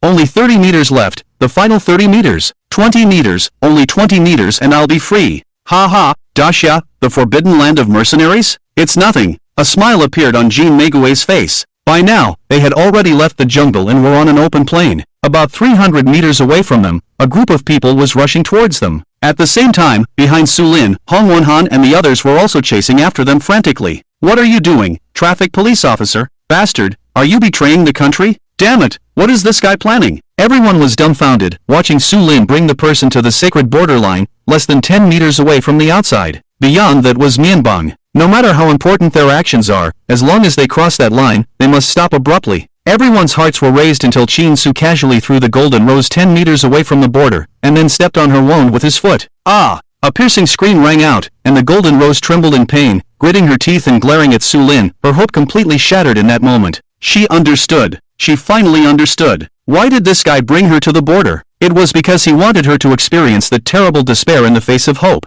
Hope was within reach, but no matter how she struggled, she couldn't touch it. The most terrifying thing in this world is hope. A cold smile appeared on Su Lin's lips as he stepped on the golden rose and raised the sniper rifle in his hand. Bang! The gunshot pierced the air, directly taking down two of the approaching group. Two birds with one stone. The level of the Gun King was absolutely extraordinary. Damn it, stop. Over 20 people rushing over immediately crouched down. But it was useless. Su Lin's eagle-eye skill enhanced his night combat abilities several times, and in his eyes, the pitch-black night was nothing more than dusk. He pulled the bolt, aimed the gun again. Bang! A spray of blood flew up, and a mercenary hiding in the bushes fell down. Keep going. Pull the bolt, raise the gun, shoot. Bang! Bang! Bang! Every gunshot took down an enemy. A group of mercenaries hiding in the bushes, fear evident on each of their faces. Die! A roar. Zelu suddenly stood up, holding his sniper rifle in his hand as well. Lock the target, aim. However, as soon as his finger touched the trigger, he saw a flash of fire in the sniper scope, and in the next moment, his head exploded. Blood and brain matter splattered on the ground, and all the mercenaries looked at the crimson liquid in extreme horror. It was too terrifying. This kind of sniper ability was almost invincible in this small-scale battlefield. On Su Lin's left, Hong Wenhan and Xiao Changqing and the others widened their eyes, each person's gaze filled with shock and horror. They swore that they would never forget this scene in their lifetime. One person, one gun, stepping on the enemy, shooting down the incoming strong enemies. It fulfilled the ancient saying, one man can hold the pass against 10,000. Go! Everyone, retreat! Finally, facing Su Lin's terrifying precision and rapid fire, those mercenaries nearly 300 meters away could no longer remain calm. Their sniper had been taken out, and even though the sniper rifle was still there, they didn't dare to raise their heads. Zelu's counterattack was still fresh in their minds, and looking up meant death. Everyone run together, quickly! A leading mercenary shouted and got up to run. At this moment, Hong Wenhan and the others finally snapped out of it and immediately rushed forward without saying a word. Su Lin was far away from those mercenaries, but they were close, less than 200 meters away. When they saw the enemy trying to escape, Hong Wenhan immediately organized an attack. Rat-a-tat-tat. Gunshots rang out continuously, and the Falcon assault team resembled a group of fierce wolves, each person exuding a powerful and fierce aura. Even Xiao Changqing and the other police officers were charging forward like madmen. They held pistols in their hands, even though the enemy was already beyond their range. They kept firing to disrupt the enemy's hearts and create opportunities for their special forces brothers. Bang! Bang! Su Lin continued to shoot, but he was firing blanks. His eyes were somewhat bloodshot, almost unable to stay open. His body also felt weak, and he felt some pain in his lower left back, as if fresh blood was surging out. He couldn't worry about that now. Killing one was one. In less than 10 minutes, the battle was over. Hong Wenhan and others chased to the border, watching as only 3 mercenaries jumped into the river in a sorry state and escaped. They sighed helplessly. The line beneath their feet was the red line they couldn't cross. Everyone, clean up the battlefield, see if anyone is still alive? Be careful, Hong Wenhan said. Yes. His subordinates immediately started to act. Xiao Changqing looked at his brothers behind him and said, you guys go help, be careful. Understood. The group of detectives nodded. Then the two captains glanced at each other and ran towards Su Lin almost simultaneously. In no time, they arrived at Su Lin's location. They saw that the person at his feet had already passed out, while Su Lin stood straight, his eyes bloodshot and terrifying. There was a large bloodstain on his chest and abdomen, but he didn't move, still holding his gun. Brother, the battle is over, put down your gun, Xiao Changqing said, but Su Lin seemed not to have heard, still motionless. It wasn't until Hong Wenhan approached and lightly touched him that his body stumbled and sat on the ground, then fell backwards. Brother! The expressions of the two men changed drastically, and they quickly went forward to check. Hong Won-han examined him, took out a bandage to dress Su Lin's wounds, and said, "Rib abrasion, a bit serious, but not life-threatening. This guy is too fierce, probably exhausted, plus some excessive blood loss." For Su Lin, Hong Won-han and Xiao Changqing only had one word in their hearts: admiration. Even though the former was the captain of a special assault team, having participated in numerous actual combat missions and carried out dozens of dangerous tasks, he had to admit that the kid in front of him was the strongest person he had ever seen. "We have to get him to the Special Forces team, no need for any assessment, just recruit him directly." He had already made up his mind and would tell his superiors when he returned. The chief would definitely approve of such talent. Even if he was made a sniper instructor, he would definitely be able to train a group of powerful snipers for the Red Eagle. Traffic police? Maybe even better to recruit him. They were the Special Forces team, the pinnacle of the disciplinary forces. Xiao Changqing also had his own thoughts. At the same time, he cursed the Jiangyun City Bureau. "Such talent, you're burying them in the traffic police department? Since you don't need them, give them to us. When I go back, I'll report and make sure Director Zhang brings him over to us. This kind of fierce person can bring unimaginable combat capabilities to our criminal investigation team." What special police, what special assault team, step aside. Both of them had their own thoughts, but they didn't show it, just murmuring in their hearts. At this moment, Xiao Changqing noticed Su Lin's eyes. His eyes. Unable to help himself, he exclaimed, because he found that Su Lin's bloodshot eyes, almost bloodshot pupils, were still wide open, as if staring at the sky. Hong Won-han also noticed this and his expression slightly changed. Shoo. Suddenly, there were a lot of footsteps behind them. Both of them turned their heads almost simultaneously and saw two teams rushing out from the jungle, one on the left and one on the right. One of them was their own special police brigade from Nanlin City, with dozens of fully armed personnel, each with a loaded gun. They were fully armed, and the flashlights on their helmets illuminated the surroundings. The other group of people were dressed in plain clothes or police uniforms, holding police pistols and flashlights. Su Lin, are you still there, kid? Su Lin. Huang Weihan searched while shouting, his voice filled with extreme anxiety and panic. He had heard from Director Xiao that mercenaries had entered the Frog Forest and their numbers had reached dozens, engaging in a fierce battle with the military and police of Daxia. Su Lin's safety was his top concern now. Lao Su, Su Gu. A group of police officers came over shouting, causing the special police officers who came with them and others to frown. When Xiao Changqing heard the voice, he shouted with some doubt through the night, "Huang Weihan? Old Huang. Who is it? This voice. Xiao Changqing?"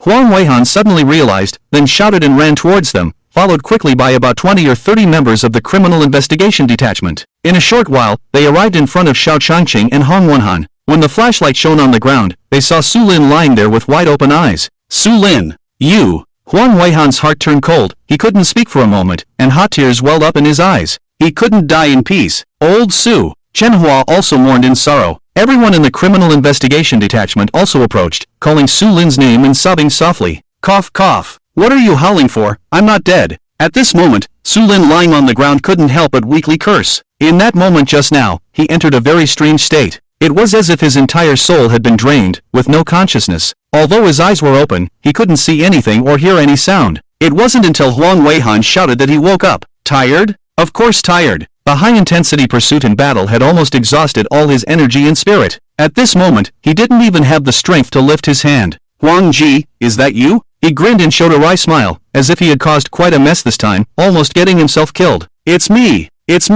Huang Weihan quickly knelt in front of Su Lin, grabbed his hand, and said with a choked voice, You didn't die. Su Lin. Huang Ji, couldn't you hope for me a little? Don't worry, the king of hell won't come to collect me in the next 100 years. Ha! Hiss! Su Lin gritted his teeth, and when he laughed, it pulled at his wound, causing him to involuntarily take a few breaths of cold air. You brat! It's good that you didn't die. I knew you wouldn't be so easily glorious. Huang Weihan breathed a sigh of relief. If he could joke, it meant he was fine. Chen Hua, Zhang Gong, Wu Gang, and the other 3 team leaders also came forward and greeted Su Lin. Huang Weihan noticed his eyes and asked, Su Lin, what happened to your eyes? It seemed that there was something wrong with his eyes. If Su Lin had survived but lost his sight, it would be an unacceptable blow to him. So Huang Weihan was very worried now, this kid might not be able to accept it. Su Lin, it's nothing, I just used my eyes too much, it'll be fine in a couple of days. No one knew better than him that this was actually a side effect of the Hawkeye skill. If it was during the day, this side effect might be less, but after all, it was at night. Long-distance observation and search for a long time severely damaged his visual nerves. Even if Hawkeye was strong, it had its limits. The limit was 2 hours, and he had just used it for nearly 2 hours. If he exceeded that, his eyes would probably suffer permanent damage. Now, rest for a while, and it should heal. Huang Weihan didn't say anything more after hearing this. He looked at Xiao Changqing and asked, Old Xiao, what exactly happened? Such a big operation, didn't you report it to the higher-ups? With this kind of battle, you only have a few people? Xiao Changqing, Old Huang, don't talk nonsense. We didn't expect to encounter so many enemies. Huang Weihan nodded and asked again, how many casualties did you have? Xiao Changqing, casualties? None, not even one. What? None of your people were injured, so it means only Su Lin was injured, right? You guys are really something. Huang Weihan was somewhat indignant, his tone was not friendly, and then he said, what about the ambulance, did it come? Ambulance. Yes, I'll call an ambulance right away. Just as Huang Wenhan heard that there was no life-threatening danger, he had already forgotten to call an ambulance. It was only when Huang Weihan reminded him that he remembered. Damn it! What's the point of calling now? Huang Weihan was really angry. What are these people from Nanlin City doing? He took out his phone directly and contacted Xiao Weihai. When the call connected, he immediately said, Hello, Chief Xia, Su Lin is injured. The situation is unclear at the moment. We need to send him to the hospital immediately. I suggest sending a helicopter. Wait. Xiao Weihai on the other end of the phone didn't waste any words and hung up directly to contact the helicopter. At this moment, Xiao Changqing's face became somewhat shocked. As far as he knew, there were only 3 police helicopters in the entire Jiangyun city, and they were not easily deployed. Who would have thought that with just one phone call from Huang Weihan, the big shots on the other end would agree directly? He suddenly felt that there might be no hope of poaching people. Wallen village had a population of only 200 to 300 people. The vast majority were elderly people left behind. The young people had basically gone to work and live in the city, only returning to visit their elders during holidays. If there were no elders, they wouldn't come back. As the elderly passed away one by one, Wallen village became increasingly lonely. But today, Wallen village was already bustling in the early morning.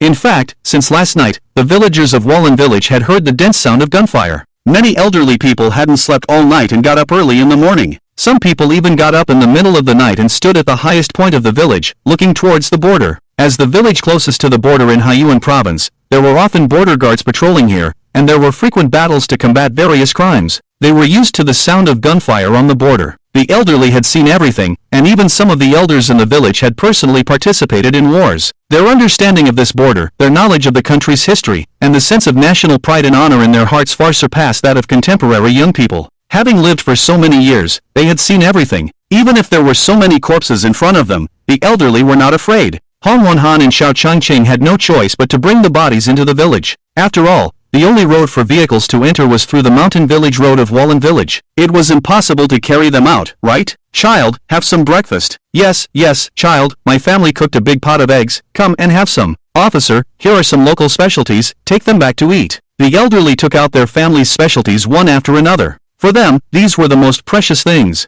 Hong Wenhan and Xiao Changqing definitely couldn't accept them, so they politely refused one by one. Fellow villagers, thank you, we don't need it. Thank you, we're not hungry. Sir, we have discipline, we can't eat. In the end, unable to withstand the enthusiasm of the people, they simply brought their brothers to a wasteland outside the village. Boom, boom, boom. After about half an hour, the sound of helicopter rotors resounded in the sky. A blue and white police helicopter appeared in the sight of the crowd. Xiao Changqing looked at Huang Weihan with a shocked expression. Even though he knew that this guy had called for a helicopter, he couldn't help but be moved. However, as the helicopter slowly descended and one big shot after another jumped down from it, Xiao Changqing's eyes widened and he couldn't speak for a while. The first to come down was Guo Liang, the director of the East City branch of Jiangyun City, wearing a white shirt with the rank of third-level police supervisor. Then another person jumped down, and the corner of Xiao Changqing's mouth twitched. Deng Zhigua, the director of the West City branch of Jiangyun City. He was also wearing a white shirt with the rank of third-level police supervisor. But the person who came down next was truly intimidating. Xiao Weihai, the director of Jiangyun City Public Security Bureau, the top big shot in Jiangyun City, wearing a white shirt with the rank of second-level police supervisor on his shoulder.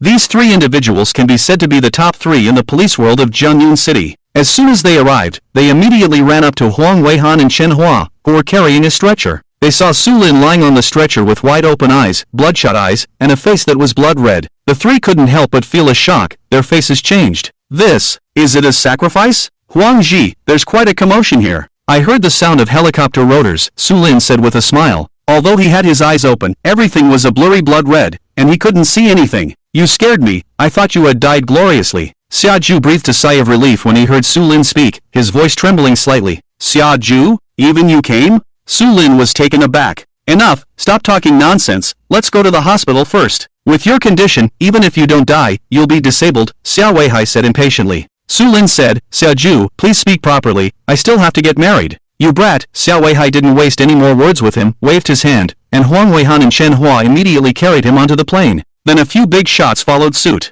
Xiao Changqing saw this scene and felt a bit bitter. 3 big shots personally came and cared so much about him. With the police reaching this level, did he still need to worry about his future? Wait, why is this guy wearing a traffic police uniform? Is the Jiangyun City Public Security Bureau so overbearing? With someone so brave, you put him in the traffic police team, have your talents already been exhausted like this? Su Lin fell into a deep sleep. His eyes finally closed slowly. In a daze, it seemed like someone was stitching up the wound on his waist. It was unknown how long had passed. When he opened his eyes, he suddenly found himself in complete darkness. Just as he was about to get up, a hand suddenly pressed against his chest. Don't move, the doctor said your corneas are severely damaged. You need to rest for a few days, preferably without exposure to light. When this voice came out, Su Lin's scalp tingled. Why is it you? A faint and elegant fragrance entered his nostrils, very pleasant. Only to hear a slightly tired voice in front of him. Why can't it be me? You have no relatives or friends in the city. If I didn't take care of you, you would probably be dead by now. Sitting in front of the hospital bed was none other than the charming Yen Yao. Su Lin said, speak properly.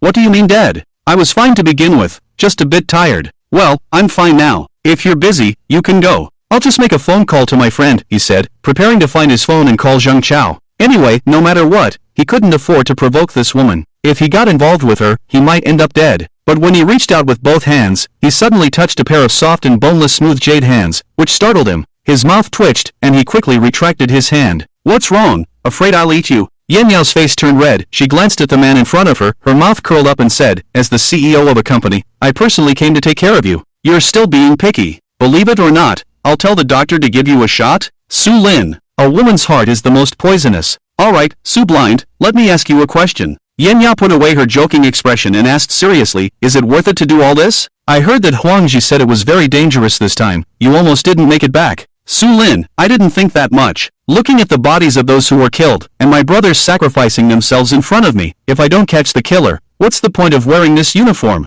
Aren't you afraid of death? Yen Yao's voice trembled slightly. Afraid? Who isn't afraid of death? Su Lin immediately replied, but as a police officer, there are always things we must persist in. Yen Yao, then if I'm in danger, will you come to save me? Su Lin, sister, I'm good at saying nice things. I will definitely save you, even if it means sacrificing my own life for your safety. I am willing to do so. Yen Yao's eyes were slightly red, but she smiled in an instant. Alright, I really believed it. Su Lin, do you have any misunderstandings? It would be the same with anyone else. We are police officers. You bastard, I'll bite you to death. Suddenly, a scream of despair came from the hospital room. At this moment, a group of people appeared in the corridor, their synchronized footsteps drawing everyone's attention. The group walked towards Su Lin's hospital room. At the forefront was Xiao Weihai. At this moment, Xiao Weihai appeared somewhat humble, constantly smiling and saying something to the people behind him, while leading them towards the hospital room. Huang Weihan walked at the back, like a transparent person. In fact, he wished he was really transparent.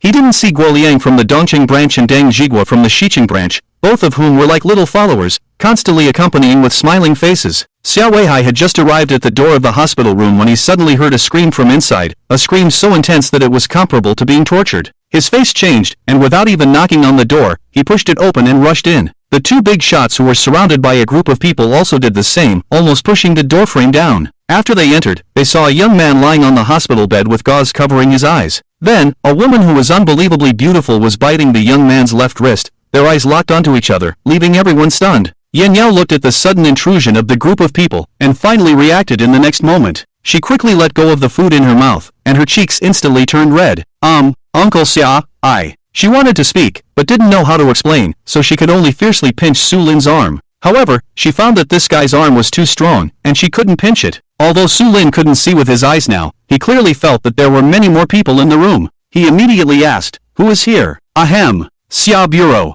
Xia Weihai coughed lightly. Xia Bureau. Su Lin recognized the voice and called out. Xia Weihai smiled and said, you kid, it seems like you're recovering quickly. The way you shouted just now was full of energy, which reassures me. Without waiting for Su Lin to speak, he turned and looked at a man with thick eyebrows, a square face, and a dignified expression, and said, Director Chen, this is Comrade Su Lin that I told you about. Comrade Su Lin, hello. The dignified man immediately stepped forward, shook Su Lin's hand, and said, Comrade Su Lin, you have done a great service for us. A great service? Su Lin was puzzled. He only wanted to avenge Dili, but he didn't expect to have done a great service. Yes, you have done a great service. Chen Yinghu smiled and patted Su Lin's shoulder, saying, "You don't know, the woman you caught is very important to us. Especially the thing she had in her hand, it has brought great gains to our anti-drug police officers. With that sales network, we can dismantle almost half of the drug trafficking and sales gangs in Haiyuan province." Upon hearing this, Su Lin couldn't help but be moved. He could be sure that the woman known as Golden Rose was very powerful and important to some people, otherwise they wouldn't have sent so many mercenaries to rescue her. But he didn't expect that she actually held a huge crystal meth sales network in her hands. If nothing unexpected happened, the several people killed in Villa No.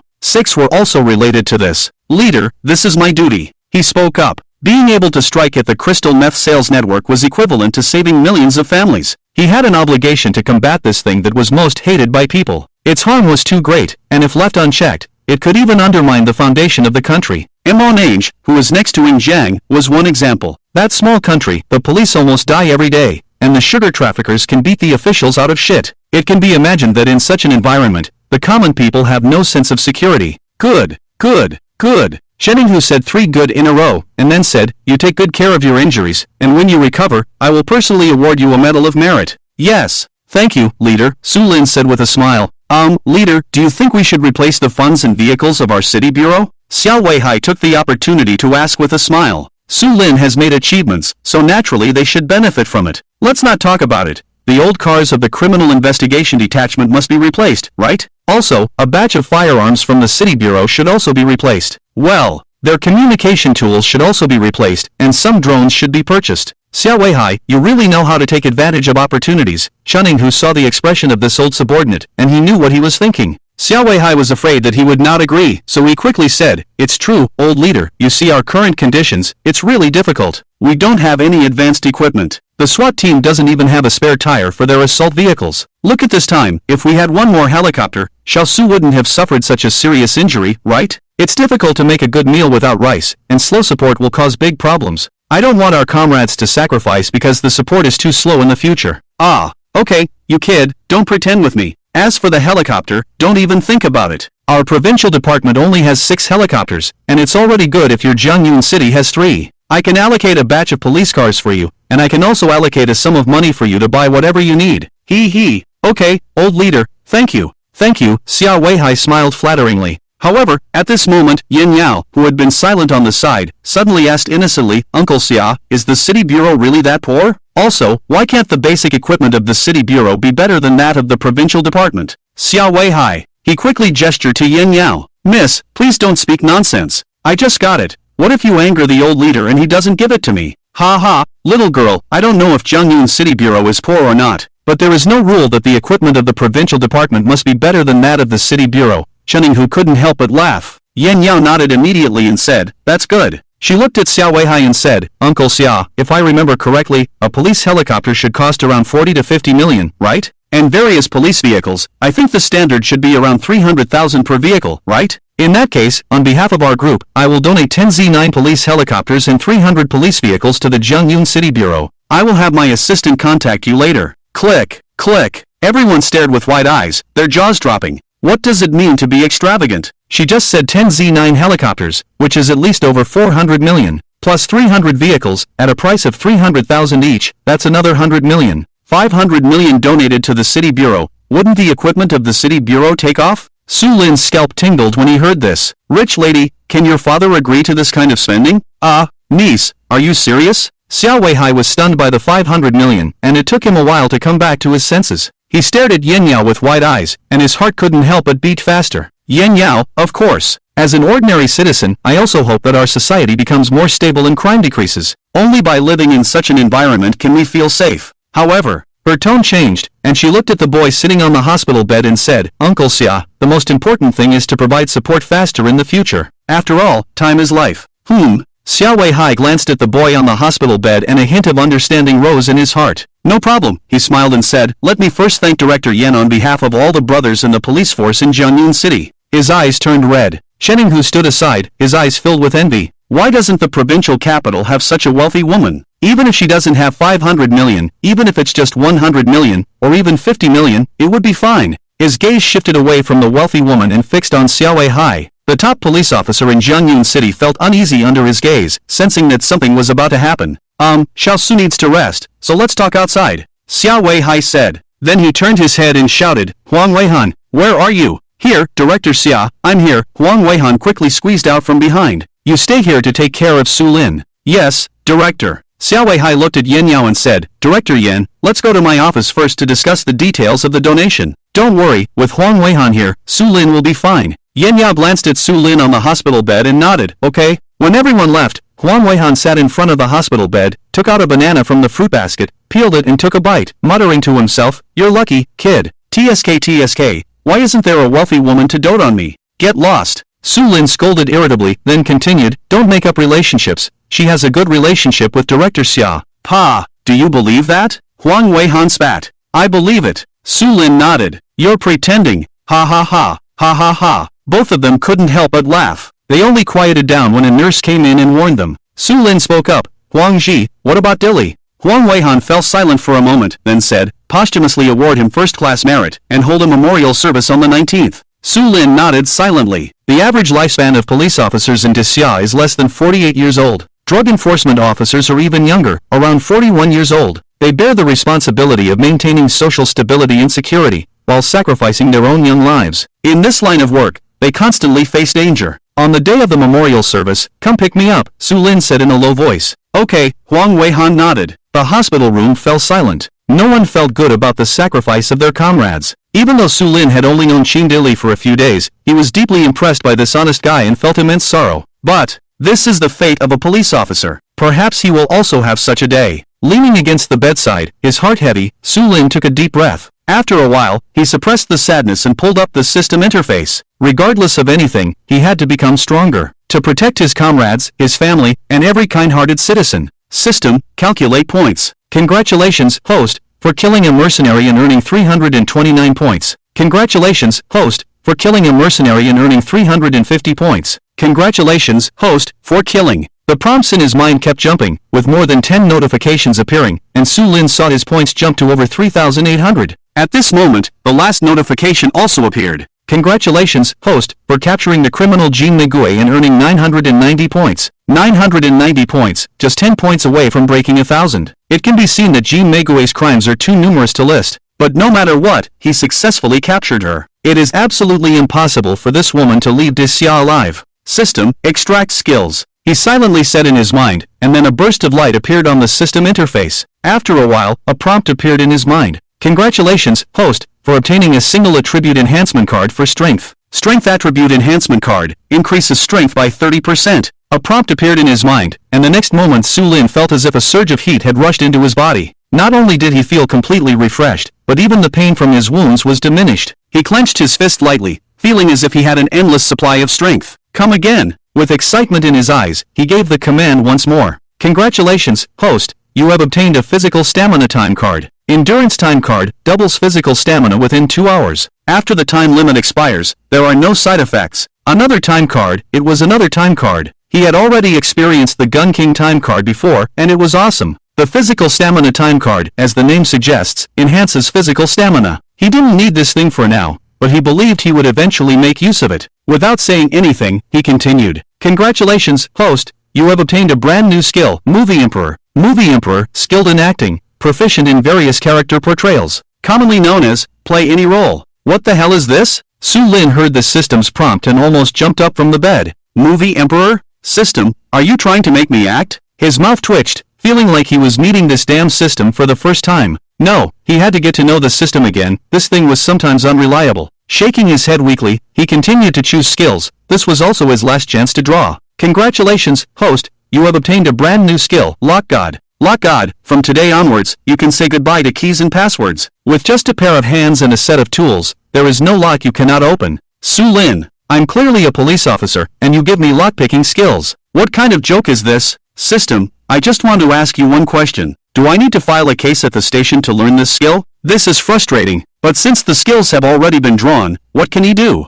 Looking at the countless lock-related knowledge in his mind, Su Lin wanted to curse, but ultimately held back. He had a feeling in his heart that the system was leading him down a point of no return. After resting in the hospital for 3 days, Su Lin finally removed the gauze. When he opened his eyes and saw the colorful world again, a satisfied smile appeared on his face. He then attended Qin Dali's memorial service and donated all his savings from these years to Qin Dali's wife. The child was still young, and no matter what, the child of a hero should not suffer. Regardless of what others thought, he was a bachelor who could feed his whole family. Moreover, he didn't really care about money. After resting for another 2 days, Su Lin ended his sick leave and went to the Criminal Investigation Detachment. His organizational relationship was officially transferred to the Criminal Investigation Detachment, and his position was Deputy Chief of the Criminal Investigation Detachment. At 22 years old, he held the rank of Deputy Division Chief. At least in Jiangyun City, if not the entire Daxia, he was the first person to achieve this. Su Lin went to the Logistics Department of the Municipal Bureau and received his uniforms under the guidance of Huang Weihan.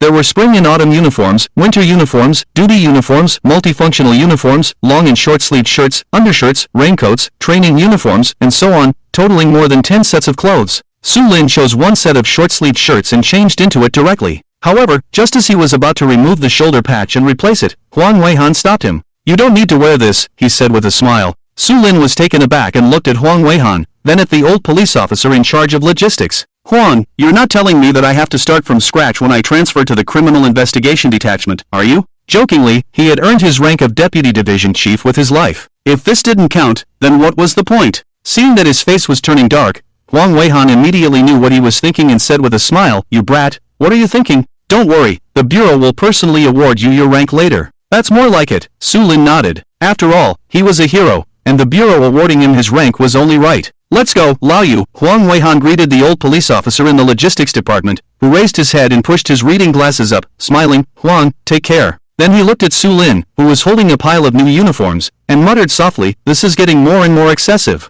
So young, a deputy police commissioner, must have gotten in through the back door, right? Ah, the world is getting worse. Where is the dedication we had back then, when we would sacrifice our lives for our beliefs?" The two of them didn't hear what Lao Yu said, otherwise they would have argued with him. After leaving the logistics department and arriving on the first floor, Su Lin looked at the police badge standing in the middle of the hall, his expression solemn. This wasn't his first time entering the municipal bureau, but it was his first time coming in as a criminal investigator. With a different identity, the significance was naturally different. "Let's go. If you want, you can go to the third floor conference room first. I'll go to the detachment and arrange some work," Huang Weihan said, about to leave, but suddenly turned around and took the pile of clothes from Su Lin's arms. "I'll put them in the office for you first." "Okay." Su Lin nodded. When Huang Weihan left, he went to the large conference room on the third floor. As soon as he entered, he saw two police officers making tea and tidying up. One of them was sitting on the side, young and with a single star on his shoulder, indicating the rank of third police commissioner. "Are you new here?" The third police commissioner saw Su Lin and first glanced at his shoulder, realizing that he didn't have any rank insignia, which made him puzzled for a moment. Then he assumed that this young man must be a new intern, because only newcomers would have nothing on their shoulders. But even if he was just an intern, shouldn't he have at least a single bar? He didn't think much about it and raised his hand, saying, "Don't just stand there, hurry up and help, the leaders will be here soon. Let me tell you, this time there are big shots from the ministry directly coming down, so be careful." Su Lin was stunned for a moment. Was he being asked to do work? Fine. He didn't feel like saying anything, so he would just do some work. Anyway, since we're all idle. "But everyone is working. What's the matter with you commanding over there? Don't you have work to do?" He looked at the third-level police inspector and furrowed his brows slightly. That commanding attitude really made people uncomfortable. "Are you questioning me? Don't you see what level I am and what level you are?" The third-level police inspector stood up directly, pointing at Su Lin and scolded him. Then, in a somewhat sarcastic tone, he said, "This is the city bureau, not a local police station. I advise you to open your eyes wide and learn how to behave." Su Lin's face instantly darkened. "Thank you for your kindness, but I don't need you to teach me how to behave. It's you who should learn how to be a police officer," he said coldly. "The world is big, and all kinds of birds are found. Most likely, this person didn't enter through proper channels, but relied on connections. Otherwise, how could their quality be so poor? You. All right. Very well, daring to speak to me like this, I see you." The third-level police inspector was about to lose his temper, but the office door was pushed open again. Huang Weihan walked in first, then glanced at the almost ready conference room, and stood straight on the side. Clatter clatter. Footsteps sounded, and figures walked into the conference room one after another, instantly bringing a sense of dignity. Leading the way was a middle-aged man with an olive branch on his shoulder and a shining silver national emblem in the middle. Su Lin's pupils contracted. The olive branch didn't completely surround the national emblem. This is the Deputy Chief Police Supervisor, a high-ranking official at the deputy ministerial level. Following closely behind was the top guy from the Haiyuan Province Public Security Department, Chen Yinghu. Then there were Xiao Weihai, Guo Liang, and a group of high-ranking officers in white shirts. After seeing so many high-ranking officials enter, the third-level police inspector hurriedly gestured for the two police officers to leave,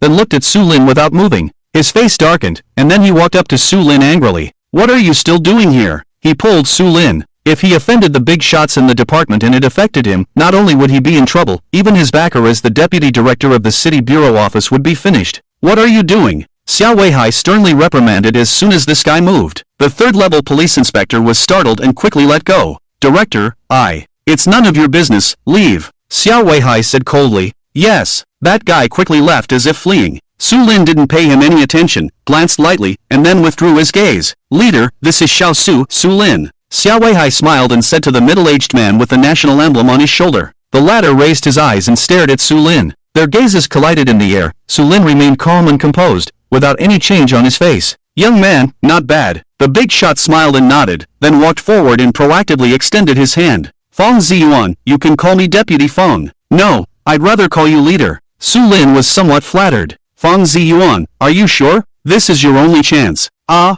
Deputy Feng is fine." Su Lin immediately understood. How could he refuse the goodwill of the big shot? With just these two words, their relationship instantly became closer. From now on, when he goes out, he can consider himself having connections in the department. Who would dare to bully him? Ha ha ha. "Young man, I've read your file and also looked at the case files you've solved. You're very smart and capable." Feng Ziyuan laughed heartily and highly praised Su Lin. However, after a 2-second pause, a gleam of light appeared in his eyes as he said, "But my favorite is still your battle on the border. In that battle, you showcased the prestige of our great Xia public security, and the glory of our police." "Alright, enough with the nonsense, I don't have much time, let's get started." Feng Ziyuan beckoned to Xiao Weihai, who immediately walked over and took out a document and a red box from his pocket, handing them over solemnly. "Su Lin, here." Su Lin immediately straightened his body, his expression solemn. Feng Ziyuan opened the document, cleared his throat, and then read it out loudly. "Police Department, Document No. 102. Comrade Su Lin has shown bravery and outstanding performance in a series of actions, including the major theft case on September 26th,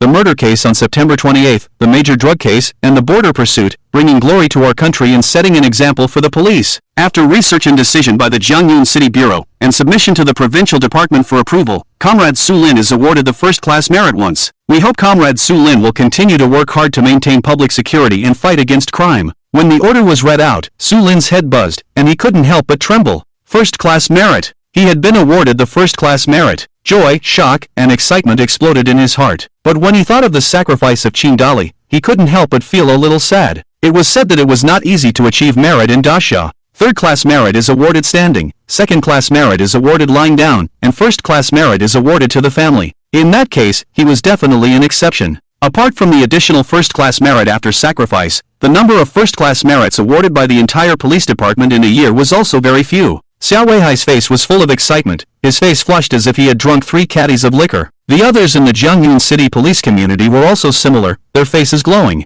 With such a young man, their Jiangyun City police community was definitely going to rise. They could have whatever they wanted in the future. When Feng Ziyuan hung the medal on his chest, Su Lin finally reacted and immediately stood at attention and saluted. He was still as excited and surging as a wave. It all made sense now. Why Deputy Director Feng came personally. It turned out to be to award him the first-class merit. At the city bureau level, only third-class merit could be awarded. For second-class merit, it had to be reported to the provincial department and approved before it could be issued. As for first-class merit, only the department had the authority to issue it. What else? Feng Ziyuan smiled and pressed down Su Lin's hand, then read out the next order. Comrade Su Lin, during your service in the Criminal Investigation Brigade of the Jiangyun City Bureau, you have shown outstanding performance, solving multiple major homicide cases and capturing multiple fugitives. You have been awarded the rank of third-level police supervisor, with the rank of deputy division chief. When the order was finished, except for a few who knew the inside story, everyone present gasped. Third-level police supervisor, deputy division chief. This rank and promotion were truly abnormal. Su Lin had been in the police force for less than a month,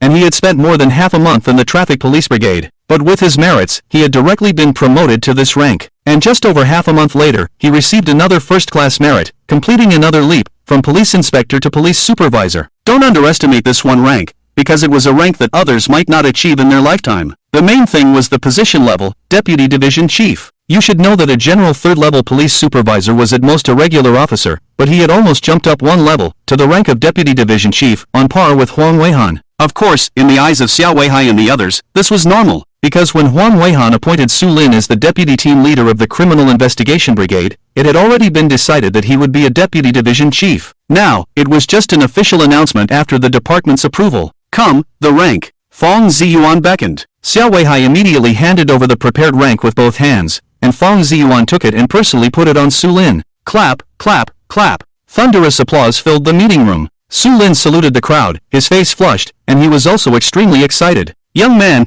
keep up the good work. I look forward to you catching more criminals, maintaining public order, and giving us citizens a peaceful and harmonious living environment. Yes, I promise to complete the mission. Su Lin shouted in a deep voice. Ha! Let's go. Feng Ziyuan obviously had something to do. After patting Su Lin's shoulder, he left the police station under the escort of Xiao Weihai and others, heading straight to the airport. The crowd dispersed, leaving only Huang Weihan and Su Lin in the meeting room. Su Lin touched the military medal on his chest, then looked at his shoulder insignia and grinned. Huang Weihan looked at this guy and couldn't help but smile bitterly and shake his head. Comparing oneself to others can really be infuriating. He had the rank of second lieutenant on his shoulder, while the guy in front of him was already a first lieutenant. The problem was that he was 35 years old this year, a whole round older than Su Lin. A promising future, he silently said to himself. This was a kind of affirmation for Su Lin. Let's go, Huang Ji, back to the branch. Su Lin carefully took off the medal and put it in a box. Right, back to the branch. There happens to be a case I want to discuss with you. This case is simply unbelievable. Huang Weihan nodded. Su Lin immediately became interested upon hearing that it was an unbelievable case. He loved this kind of case. The two of them walked out of the meeting room and saw three figures coming towards them. Coincidentally, those three people also looked over. Among the three, the one in front was surprisingly a third-level police inspector, followed by two first-level police officers. When the gaze of that inspector fell on Su Lin, he trembled all over, his face instantly turned pale, and large beads of sweat continuously poured from his forehead. A third-level police inspector? How is that possible? He's so young, how could he be a third-level police inspector? But when he saw Huang Weihan next to him, he was absolutely certain in his heart that he had just kicked an iron plate, and he might be in big trouble this time. Sure enough, Su Lin glanced at him lightly and said, Huang Ji, investigate this person thoroughly. I think he's suspicious. Huang Weihan's eyes instantly lit up upon hearing this. Su Lin had already gained a reputation in their criminal investigation branch, known as Eagle Eyes. If he determined someone was guilty, there was not a single innocent person among them. Since this guy said there was a problem, then there definitely was a problem. Don't worry, I guarantee a thorough investigation. The two of them said as they left, leaving behind the guy with a pale face trembling in fear. Back at the branch, as soon as they entered, they saw a group of familiar faces. Applaud, welcome the deputy branch leader. Chen Hua shouted loudly. Clap, clap, clap. Applause resounded. Su Lin's face was a bit cold, and he said in a deep voice, cut it out, get to work quickly. At first, it seemed intimidating, but the next second he burst into laughter. Everyone burst into laughter, enjoying themselves. After chatting for a while, he went to Huang Weihan's office, accompanied by Chen Hua and three team leaders. Take a look. Just submitted from the East City Brigade. Huang Weihan's expression was solemn as he handed a file to Su Lin. In the past 7 years, we have had a total of 12 similar cases in Jianyun City. 7 years? 12 similar cases? Upon hearing Huang Weihan's words, Su Lin knew that this case was definitely not simple. He quickly opened the file bag and took out a document that was about 2 centimeters thick. On the first page of the document was a young man in his 20s, who seemed to have just graduated from university, with a youthful and vibrant look on his face. Su Lin looked at this young man, who was about the same age as himself, and his gaze moved down to see information about him. Lin Yun, recent graduate of Haiyuan University, from Jianyun City. He went home to apply for a job at a company and went missing 4 days ago. As he looked through the pages of information, Su Lin gradually furrowed his brows. This Lin Yun could be considered an outstanding student, even applying for graduate school at Haiyuan University, and according to his teachers, it was almost a sure thing. Such an outstanding academic achiever, a well-behaved and obedient child in the eyes of parents, is considered to be in a different league by many. The sudden disappearance of such a person with full criminal responsibility is indeed somewhat suspicious, but it's just suspicious. After all, it's normal for an adult to go missing for 2 or 3 days. In modern society, this situation is very common. Not to mention young people in their 20s, even middle-aged people in their 40s or 50s may choose to leave home because they can't bear too much work and life pressure.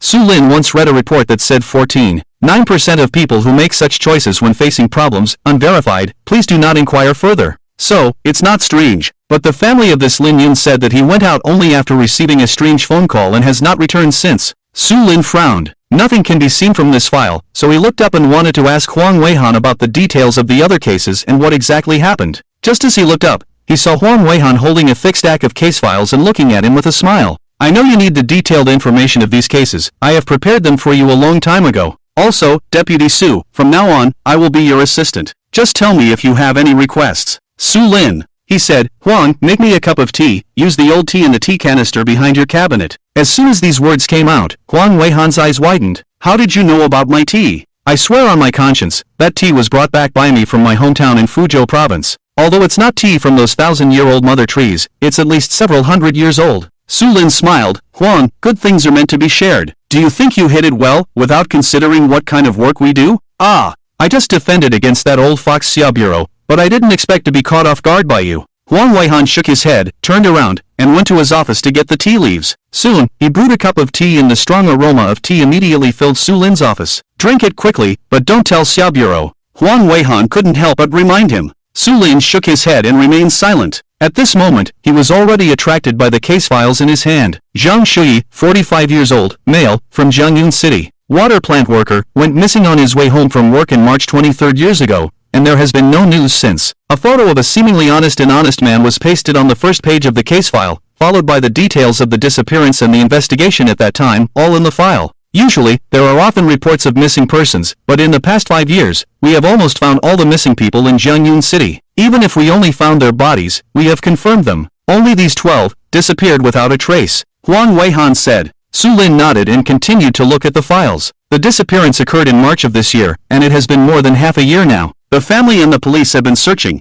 but there has been no news, as if they have evaporated from the earth. Nowadays, technology is very advanced, and surveillance cameras are everywhere. But just like Zhang Shuyi and the recently missing Lin Yun, there is no surveillance footage of the two, and no one has seen them. Is there something supernatural? Su Lin's brows furrowed, and he ignored Huang Weihan, continuing to open the third file. He Hong, female, 38 years old, full-time mother. A woman, 38 years old, a full-time mother, also suddenly disappeared without any signs. From a social perspective, these three people have no connection at all. Su Lin even felt that these three people had no possibility of knowing each other. A college student, a water plant worker, and a full-time mother, their social classes hardly provided them with an opportunity to meet. There really are ghosts. Su Lin's eyes sparkled, and he immediately opened the fourth file. Wang Bin, male, from Jiangyun City, 41 years old, delivery driver. The fourth one. There still wasn't any common point between them. Su Lin carefully looked at every word on the file, but there was hardly any direct connection. Then came the fifth, sixth, seventh. After finishing all 12 files, Su Lin rubbed his temples and remembered the cup of tea next to him. The tea had already gone cold, and Huang Weihan had left without him noticing. He picked up the cup and took a sip, then took out all the photos and pinned them on the whiteboard in the office. 12 people, the oldest being 53 years old, and the youngest only 14.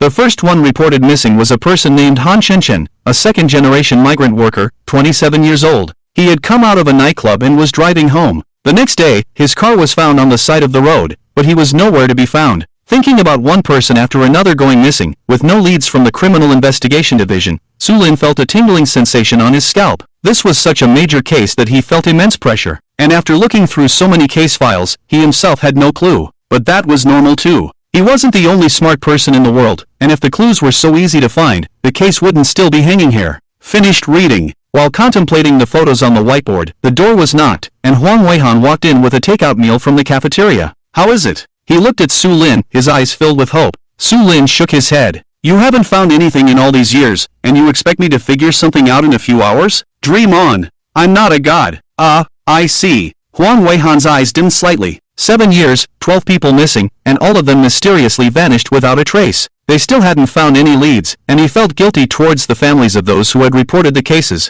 Su Lin took the food box from him and looked at the whiteboard, recalling the information he had read. The families of Lin Yun and 6 others said they received phone calls before the disappearances. The other 6 people were not with their families when they went missing, and by the time the cases were reported, the longest disappearance had been close to a month. The times of disappearance are uncertain, but mostly in the early morning, afternoon, evening, or late at night. The approximate locations of the disappearances cover almost the entire Jiangyun City area. Jiangyun City area. Su Lin suddenly looked up, swallowed the food in his mouth, and rushed to the whiteboard. He closed his eyes and thought for a moment, then based on the locations of each person's disappearance, drew a rough map. Any discoveries? Huang Weihan instantly became restless. He had been pondering as well, but Su Lin's sudden action startled him. He didn't say anything, just watched as Su Lin finished drawing a rough shape. 12 people, 3 disappeared in the jurisdiction of the East City Sub-Bureau, 4 in the jurisdiction of the South City, 1 in the North City, and 4 in the West City. He drew street maps around each location and marked a red dot at the last known whereabouts of the missing individuals. Su Lin connected all the red dots into a line, and a complete red line map appeared. The entire red line looked twisted and had no discernible pattern. Huang Weihan was confused, while Su Lin took 2 steps back and looked at the red line map without saying a word. Finally, the former couldn't help but ask, Xiao Su, is there a problem with this? Su Lin shook his head and said, hard to say, but I always feel there is some connection. I'm not sure what the connection is though. Seeing him shake his head and say he didn't know, Huang Weihan's hope that had just risen instantly disappeared. He said, I'll have Hu Gang and Chen Hua come over to take a look. Maybe they'll have a different perspective. Okay. Su Lin didn't refuse. Huang Weihan walked out and shouted towards the hall, all 3 captains, come over here. Soon, the 3 of them walked into Su Lin's office. After listening to Huang Weihan's account, they looked at the patterns. After looking for a while, scratching their heads, they couldn't figure out anything. Huang Weihan asked, Xiao Su, is there any connection between them? Su Lin replied, there is no special connection. Huang Weihan wondered, but I'm curious, why are all these people registered in the city? As soon as he said this, everyone frowned slightly. They had analyzed this case more than 50 times and knew this fact. However, no one could prove any inherent connection. Su Lin looked at them and said, what I want to say is, if they were kidnapped, then the criminals must have their own motives. No matter what their motives are, I think the risk of taking action in the city must be much higher than in the suburbs and countryside, right?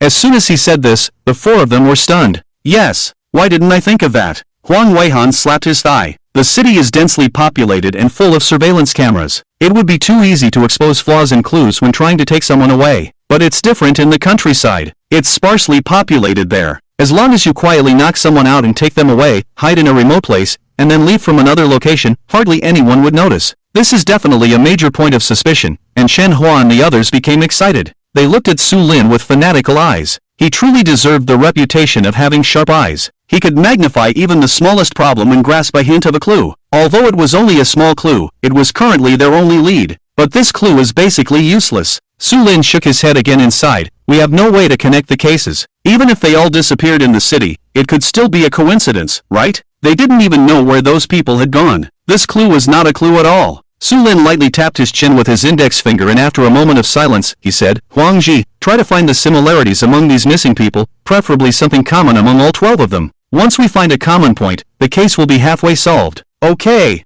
Huang Weihan nodded, realizing the truth in Su Lin's words. He immediately said, I will send people out to investigate their social backgrounds and trace their family histories. I don't believe we won't find a common point. Soon, Huang Weihan went out with the 3 captains to search for clues. Su Lin looked at the whiteboard and continued to eat his lunch. Currently, the only common point couldn't provide any leads, but it still achieved a breakthrough from 0. He pondered rapidly in his mind, what else could connect them together? As time passed, it was evening when a group of brothers who had gone out for interviews returned. Including Huang Weihan, everyone had their heads down, showing some helplessness and weariness on their faces. Some were even chased away by the families of the missing persons. Others didn't obtain any clues and felt disappointed. After all, except for Lin Yun, the others had been missing for at least 6 months. It was understandable that their families were anxious. Looking at Su Lin's gaze, Huang Weihan shook his head and smiled bitterly. There are basically no leads. Even if we ask, it's similar to what we knew before. In fact, this result was expected. After all, they had conducted interviews at least 20 or 30 times before and gained nothing. Then investigate on your own, Su Lin said. Everyone nodded. Since there were more missing people, they had to investigate thoroughly. Su Lin looked at the exhausted appearance of everyone and didn't mention working overtime. He sat down alone and slowly organized the case files. In the blink of an eye, 2 days have passed. Everyone has been busy investigating the missing persons case, trying various methods to investigate the social relationships of the missing individuals, but there has been no significant progress. Su Lin also personally went to investigate, but after visiting several places, he did not obtain any useful clues. It must be said that this is the most difficult case he has ever handled, much more challenging than Jiang Jinbin's case. In the office of the Criminal Investigation Division, everyone looked dejected. Huang Weihan shook his head with a bitter smile. It's the same every time. Investigating this missing persons case is always like this. How similar the scene is. Bang! Suddenly, Su Lin slammed the table. Since we can't find anything from their social connections, let's start from their birth, education, work. According to their life trajectories, I don't believe we won't find anything. As soon as these words were spoken, everyone's expressions couldn't help but change. How much work would that be? Although there are only 12 people, from birth, that's at least more than 10 years, and the oldest one is over 50. I'm afraid even the doctors who delivered them are no longer around, right? But since Su Lin has given the order, we must investigate even if it's difficult. The next morning, after everyone had rested, they regained their spirits and started working again. The first thing they did was to investigate their birthplaces, hospitals, and so on. Then they checked the schools they attended. Another 3 days passed, and the entire Criminal Investigation Division turned their lives upside down, but still, there were no discoveries. In the afternoon of that day, Huang Weihan came to Su Lin's office and said, "Xiao Su, why don't we put this case on hold for now? We can't waste all our time on just one case. The criminal investigation teams below need support. Some of them can't handle it anymore." Su Lin frowned upon hearing this. He felt frustrated and unwilling to give up like this. Bang! Just at that moment, the office door was forcefully pushed open. "Deputy Chief Su, why aren't you answering your phone?" It was a detective, one of Hu Gang's subordinates. Su Lin picked up his phone and saw that it was on silent mode. There were 7 or 8 missed calls, all from Hu Gang. "What's going on?" he asked. We found their common point. They all had medical examinations at the same health center. The earliest one was 8 years ago, and the most recent one was Lin Yun, less than a month ago." Bang! After that detective finished speaking, Su Lin put the blanket he had just picked up back on the table heavily. Huang Weihan stood up abruptly and slammed the table. The two of them exchanged glances, both seeing the excitement in each other's eyes. After nearly a week of hard work, their efforts paid off. They finally found a real clue. Compared to the previous discoveries, this was the real deal. "Xiaolu, which health center is it?" Su Lin asked in a deep voice. "Sishan Health and Wellness Center," Xiaolu immediately replied. "Sishan? Sishan?" Su Lin and Huang Weihan both spoke one after another, but the latter's tone was filled with astonishment. "What's going on? What's different about Sishan?" Su Lin looked puzzled, looking at the startled team leader and asked. Huang Weihan composed himself and said, "Health centers in society are generally privately owned profit-making institutions. But this Sishan Health and Wellness Center combines medical examinations and recuperation,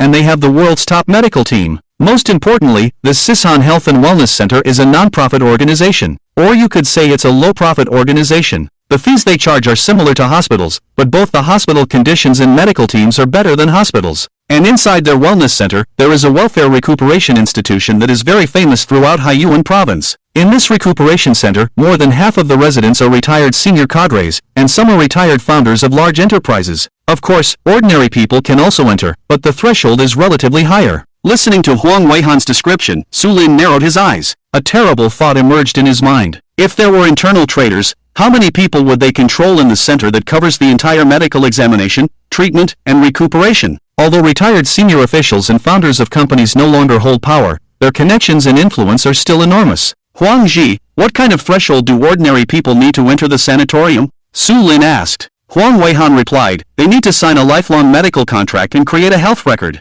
In other words, from that moment on, you will need to receive medical treatment and consume at their recuperation center for the rest of your life, and the price will exceed about 10%. Su Lin frowned slightly, as this condition didn't seem too excessive. However, he always felt that it was a trap. What lifelong medical contract and health record? There is no such necessity. Even official insurance doesn't have such mandatory regulations, so why do they? After pondering for a moment, he raised his head and asked, "The last question, who is the creator of this recuperation center?" Huang Weihan clapped his hands and said, "You hit the nail on the head. The founder of Sishan Sanatorium is Wang Lida." As soon as the 3 words Wang Lida came out, Su Lin's expression changed slightly. If he remembered correctly, this Wang Lida should be the richest person in Jiangyun City, a super tycoon with nearly 80 billion in assets, and a top-notch wealthy businessman in Daxia. "What do you think? Should we investigate or not?" "I'll follow your lead," Huang Weihan asked, looking very serious. Wang Lida is not easy to deal with. He is not only a businessman but also a representative with many honors and the kind of person who can move the whole body with just a slight movement. Ordinary people may be in awe when they see them, but people like them may not take criminal investigations seriously at all. "Investigate. Why wouldn't we investigate?" Su Lin answered without hesitation, then continued, "If we don't investigate, wouldn't all our work be in vain? How can we give an explanation to the families of the missing persons?" "Good. Then let's investigate." Huang Weihan gritted his teeth. He definitely supported Su Lin. Although this kid was his subordinate, he had to admit that he was one of the people he admired the most. Although he was older and had experienced numerous big and small cases, he had to admit one thing. When it came to solving cases, he was no match for this kid. "I'll call Zhang Hua and send a team over first," Huang Weihan decided and immediately prepared to take action. Su Lin said, "Wait, no need for that. None of you should move. You've all been serving in the detachment for so long, I guess your names and photos have been seen enough by people." Then he looked at Xiaolu and said, "Xiaolu, you've only been in the detachment for less than 2 months, so it's you. Let's go together and see the situation first." "You want to investigate secretly?" Huang Weihan understood. It's not exactly investigating secretly, just going to take a look first. Don't worry, I know what I'm doing, Su Lin said, smiling at Huang Weihan's worried expression. Bring a gun, Huang Weihan said, feeling somewhat uneasy. Got it, Su Lin nodded, then took a pistol and magazine from the safe in his office. Soon, he and Xiao Lu arrived outside and got into a black Volkswagen surveillance vehicle, heading towards Sisan. Deputy Captain Su, where should we park later? There's only one road to Sisan, no matter where we park. It seems like we'll be discovered, Lu Jin asked. Su Lin looked at Lu Jin, looking puzzled. Why not go inside? Huh? Go inside? Lu Jin was stunned. How could they investigate if they went inside? Su Lin said, Lu Jin, we're here for a scheduled medical examination, not to investigate a case. Do you understand? Oh, I understand. Lu Jin nodded hurriedly, his face showing excitement. He said, it has to be Deputy Su's team, they have more experience than us. Su Lin replied impatiently, don't flatter, be smart later and don't speak recklessly. The main thing is not to sell your own identity. Got it. Lu Jin nodded vigorously. The people in the team said that following Deputy Su's team to investigate the case didn't require using your brain, just be a tool. He planned to do just that. As they entered Sisan, the traffic gradually decreased and the air became clearer. Hills, green shades, murmuring springs, and the sounds of birds and fragrance of flowers. Looking at the surrounding scenery, even Su Lin couldn't help but admire it. It was like a paradise. But the premise was that there were really no problems here. If there were problems, then it would be a hellish place. The car slowly entered the gate of the health center, and the security guards at the entrance immediately came forward to inspect. After stopping the car, they asked Su Lin and the others to get out. Sorry, no entry for foreign vehicles. What are you here for? The security guard in uniform, holding a baton, looked at Su Lin sharply and asked. Su Lin got out of the car and squinted slightly as he looked at the security guard. Niu Weihao, evil value 450. Charges, suspected intentional injury, intentional murder, currently a B-level fugitive. This person is extremely dangerous and cruel. Special note, danger level 4 stars. When Su Lin's good and evil eye saw this prompt, his back started to feel cold. It seemed that his guess had come true. Even a security guard at the gate was a B-level fugitive. Was this a coincidence? Su Lin didn't think so. He looked deeply at Niu Weihao and smiled. Hello, sir. We saw your promotional advertisement and came here to sign up for a physical examination. Promotional advertisement? Sign up for a physical examination? Niu Weihao's face darkened. He coldly said, even if you want to sign up, our vehicles are supposed to pick you up. Why did you come on your own? Su Lin felt a pang of anxiety and thought he had been too hasty. He hadn't done enough research before coming here, which was a lack of experience. He glanced at Lu Jin beside him, who had a bewildered look on his face and didn't say anything, just staring at him. Great! Another person who doesn't want to use their brain. Su Lin thought to himself and said, Sir, we really didn't know. We thought we could come directly for the physical examination. Don't worry, we brought money. Can we make an appointment here? After he finished speaking, Niu Weihao furrowed his brow. This excuse left him with nothing to say. A cold and fierce light flashed in his narrow triangular eyes. He said, fine, park the car outside, but you can go in. Okay, thank you, sir. Su Lin nodded with a smile, then asked Lu Jin to park the car properly. The two of them walked into the vast sanatorium. At first glance, it was full of greenery and fresh air, truly a place that made people feel relaxed and happy. It must be said that recuperating in this place could really give people a very positive mindset and contribute to their physical and mental health. As Su Lin and Lu Jin entered the health center, Niu Weihao, at the entrance, had the other two guards watch the gate while he went into the office alone. He quickly pulled up the surveillance footage and took screenshots of Su Lin and Lu Jin. However, when he tried to take a screenshot, he realized that Su Lin's face had never been exposed. At most it was only half of his profile. He didn't pay much attention to it, picked up an internal phone in the office, and dialed a number by pressing 7 zeros in a row. Hello, boss, 2 suspicious people have entered. I've taken screenshots of the surveillance footage and sent them over. Good. Keep an eye on their movements. A deep voice came from the other end of the phone. Yes. Niu Weihao hung up the phone and immediately opened a hidden software on his computer to send the pictures of the 2 individuals. In less than a minute, the phone on the desk rang. Hey, boss. One of those 2 people is a criminal investigator from the Criminal Investigation Division, and the other one's face is unclear, but I guess they're also police officers. I will immediately have them stop all work and move to a safe place. You find a way to distract them and buy some time. All right, sir. Niu Weihao's face darkened. Indeed, there was a problem. Then the person on the other end of the phone's tone became somewhat cold and laughed. The newly built building to the west is nice, take them there for a stroll, but don't make a big fuss. Understood. A sinister smile appeared on Niu Weihao's lips. Su Lin and Lu Jin were unaware that they had been discovered. They arrived at the reception building of the health center, and someone immediately received them and took them to the appointment counter for medical examinations. After completing these procedures, Sulin and Lucian exchanged glances and said to the receptionist, "Your health center is so big, can we take a look around?" "Of course, sir, but please follow our staff for the tour. After all, our health center also has its privacy," the staff member said with a smile. Sulin nodded and said, "Thank you, don't worry, we will definitely follow closely." He had already observed the entire reception center, and everyone, including the waiters, had a guilt value of less than 10, meaning they had no criminal records. Not only that, but there were also several doctors who hurriedly passed by, and they were also white names in the eyes of good and evil, not red names. This was the case for dozens of people. He couldn't help but doubt, could it be that he was mistaken? Was the beton he met at the entrance just a coincidence? Thinking in his heart, it was too early to draw conclusions, so he decided to observe further. "Hello, sir, let me show you around our health center." Just at that moment, a male staff member walked in from outside with a smile on his face. Sulin narrowed his eyes, and sure enough, he saw another red name in the eyes of good and evil. Sun Xiaozhong, guilt value 89. Charges, suspected intentional injury, fighting, provocation, etc. Currently a fugitive in multiple cases. He was only a fugitive, not a wanted criminal, but he couldn't underestimate him. Sulin remained calm, nodded, and said, "Thank you." Then he and Lucian followed the guy named Sun Xiaozhong and began their tour of the health center. "Over there is our recuperation area. As long as you sign a lifelong contract with our health center, you can enter the recuperation area when you get old. The entire recuperation area is well equipped, with dedicated medical staff accompanying you. That building over there is our medical examination building, also where you made your appointment. Our equipment is top-notch in the world, and that area is our newly opened surgical area. Our health center has hired many outstanding domestic and foreign experts in various fields such as neurosurgery and oncology. They are definitely the top medical team in Haiyuan province, or even the entire Daxia." As they walked along, Sulin's gaze narrowed slightly. This Sun Xiaozhong seemed to be casually guiding them, but in reality, he was deliberately leading them to the newly opened surgical area. If it wasn't for his suspicion, then there must be something wrong with this surgical area. Why did he bring them here? Pondering in his heart, he didn't hesitate and followed Sun Xiaozhong into that area. Along the way, he saw many surveillance cameras, but they were deliberately avoiding the lenses, at least not letting their faces be captured. Soon, they arrived in that area. Wang Xiaozhong said, "Sir, would you like to go in and take a look? Our equipment will definitely impress you." At this point, not to mention Sulin, even Lucian became somewhat alert and asked, "What's so interesting about the equipment? We're not doctors, we don't understand those things. Old Su, let's not look, okay?" He signaled Sulin with his eyes. However, Sulin smiled and said, "Look, why not take a look? We can broaden our horizons." "Ha ha, Mr. Su is right. Shall we go in together and take a look? Let's go, and take a look." Sulin raised his hand to signal the other person to lead the way.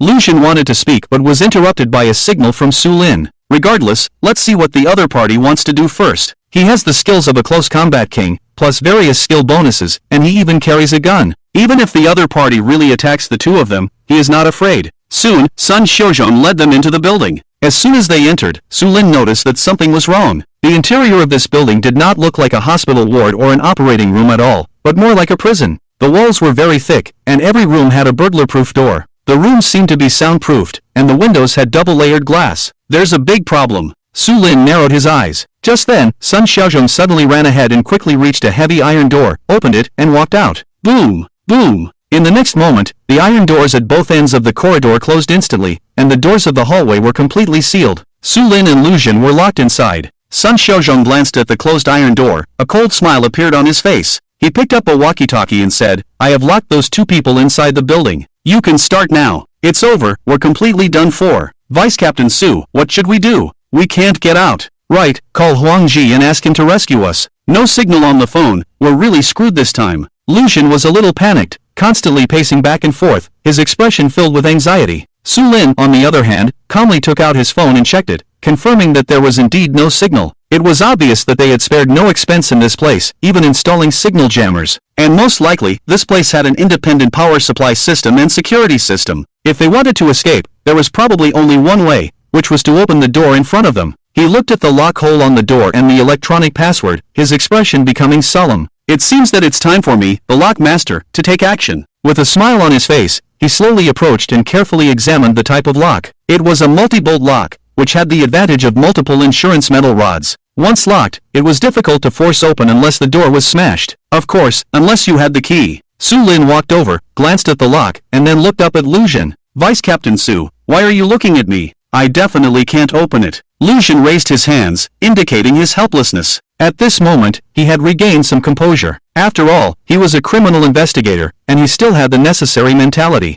Su Lin looked at the smaller pieces of metal, such as pins or harder plastics. Lu Xun hesitated for a moment, then shook his head somewhat awkwardly and said, Vice Captain Su, what do you think of this? He took out a dental floss from his pocket and said, the only thing that's relatively hard is this thing. Su Lin saw the dental floss and a smile appeared on his face. Perfect. Dental floss, sharp on one end, and thick enough, just a little short. But with Su Lin's lock master skill, it should be enough. He immediately took the dental floss and inserted it into the lock hole, gently manipulating it, while using his left hand to take out a promotional brochure from Sison Health and Wellness Center and stuff the cover into the gap of the door, gently pushing. Click. 3 seconds later, with Lu Xun's face full of astonishment, the door lock made a crisp sound. However, Su Lin didn't stop. This thing had several insurance mechanisms, and if they weren't all opened, it couldn't be unlocked. He continued to manipulate the lock core, pressing his ear against the door. After about 10 seconds, there was another click sound, and the second lock opened. 3 minutes later, as all 5 locks were pushed open, the gate slowly opened outward.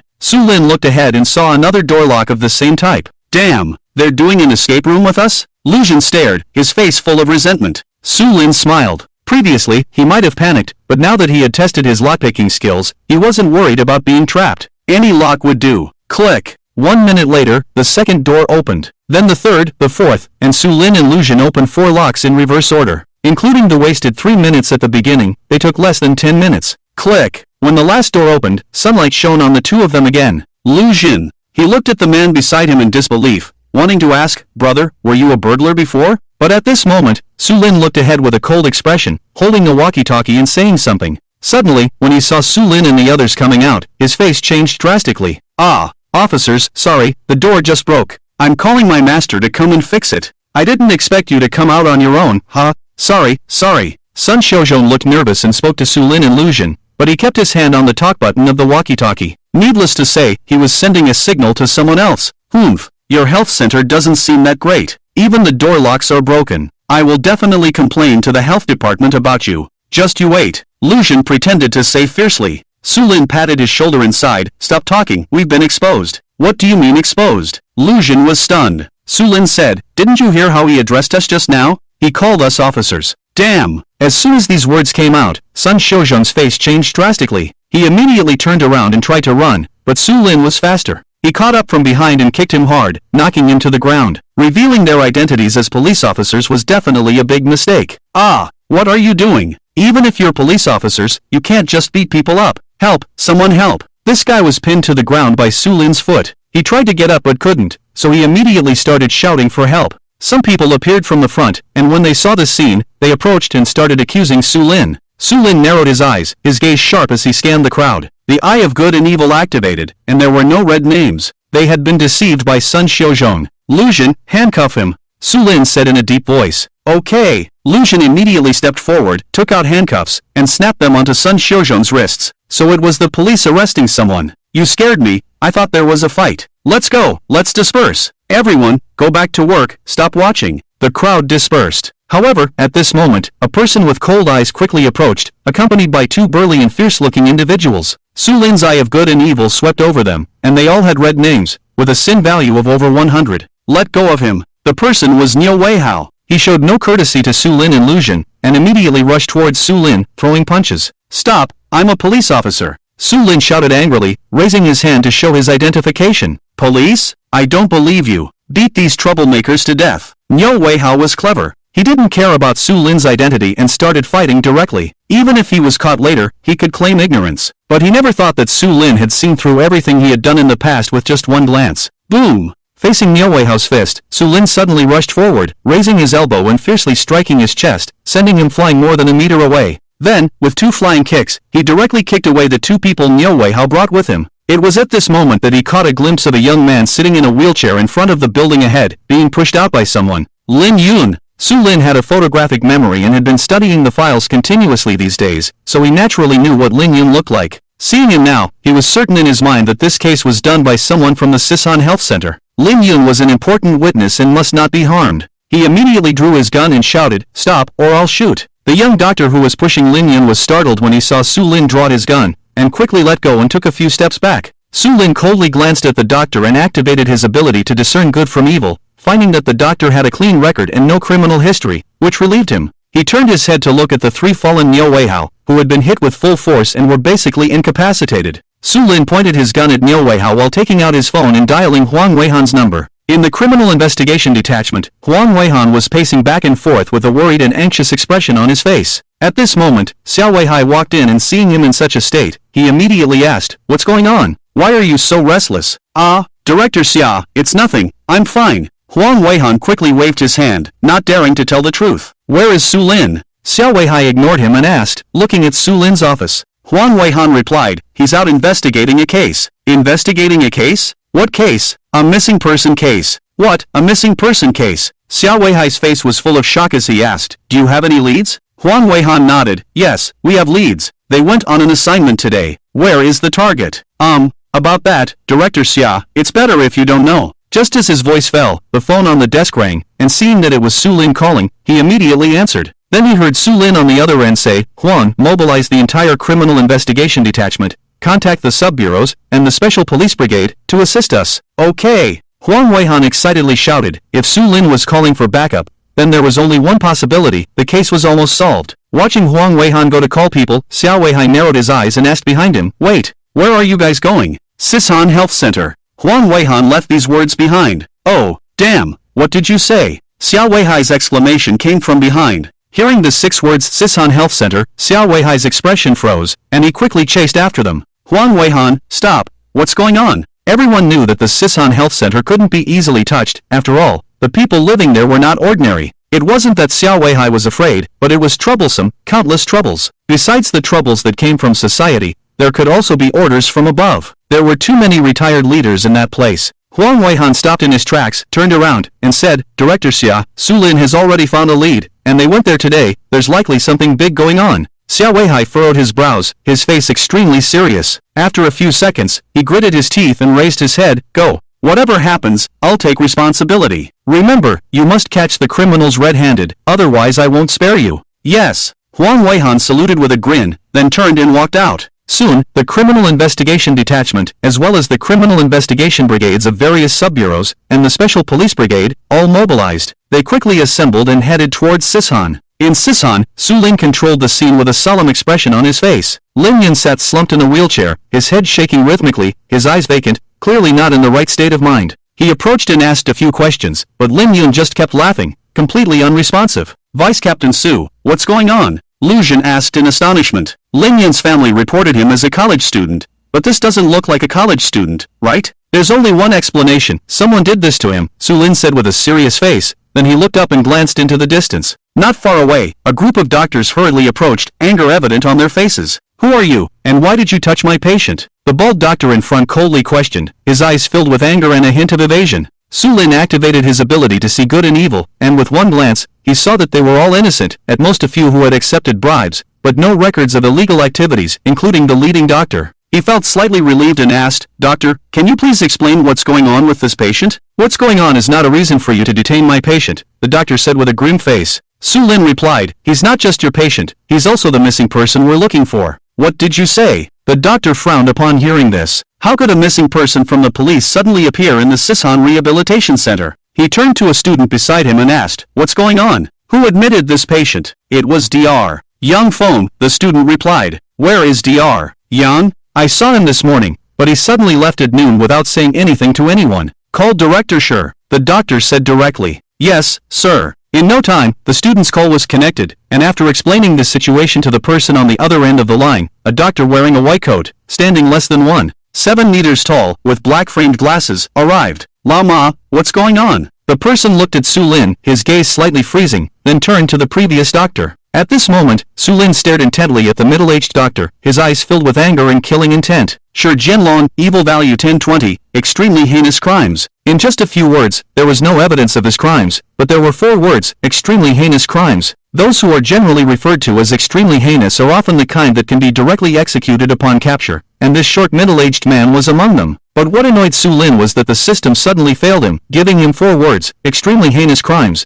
without providing anything useful. Wasn't it just playing with him? Did it want him to directly tell the man, "You have committed extremely heinous crimes, I will execute you"? Nonsense! Without authentication or evidence, it was simply impossible to convict someone. So he didn't rush to express his attitude, but instead threw a special mark at Shi Jianlong. Director Shi, you've come at the right time. This police officer says that my patient here is the missing person they're looking for. What should we do now? Yang Feng admitted him, but I heard he took a leave of absence? Shi Jianlong replied, yes, Dr. Yang Feng did take a leave of absence. Don't worry, I'll handle it. He then walked towards Su Lin, politely saying, this police officer, we really didn't know he was a missing person. I suspect Dr. Yang Feng saw him wandering the streets in a confused state and brought him here for treatment. You should also understand that we are a non-profit organization, and charity is our original intention. If Su Lin didn't know this guy's identity, he might have believed him, but at this moment, he wanted to slap this bastard twice. We need to take the person with us, Su Lin said in a low voice. No problem, Shi Jianlong nodded, then pointed to the 4 thugs lying on the ground and said, but these 4, we don't need to take them back, right? They are suspected of assaulting the police. Do you want to take them back?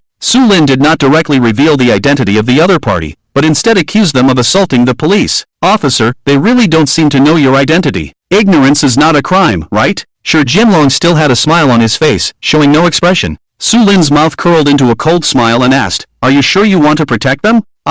Seeing his smile, Shi Jianlong felt a sense of danger and immediately stopped speaking. He just glanced lightly at the 4 people on the ground with a calm expression. Niu Weihao and the others gritted their teeth and remained silent. These guys knew very well that if they didn't speak, they might still survive, but if they did, it would be certain death. The boss's power was definitely beyond their imagination. Take them away, Su Lin reprimanded. Wait, an indifferent voice sounded, and 2 more people walked towards them. One was wearing expensive suit, about 1.8 meters tall, with a dignified demeanor and an air of superiority. Behind the middle-aged man was a young woman, like a secretary. Su Lin squinted at the 2 of them. The secretary was not a problem, but the middle-aged man had a problem. Wang Qi, criminal score 522, suspected of multiple kidnappings, forced labor, murder and corpse disposal. A criminal score exceeding 500 was definitely a serious criminal, even a death row inmate. It's getting more interesting. Su Lin's mouth slightly curled up. All sorts of people were coming out, and he was completely certain in his heart that there were major problems with this health center. Those missing persons were definitely related to this place. But this Wang Qi was definitely not the mastermind either. With a thought in his mind, he threw out another special mark. Wang Qi was obviously much tougher than the previous Shi Jianlong.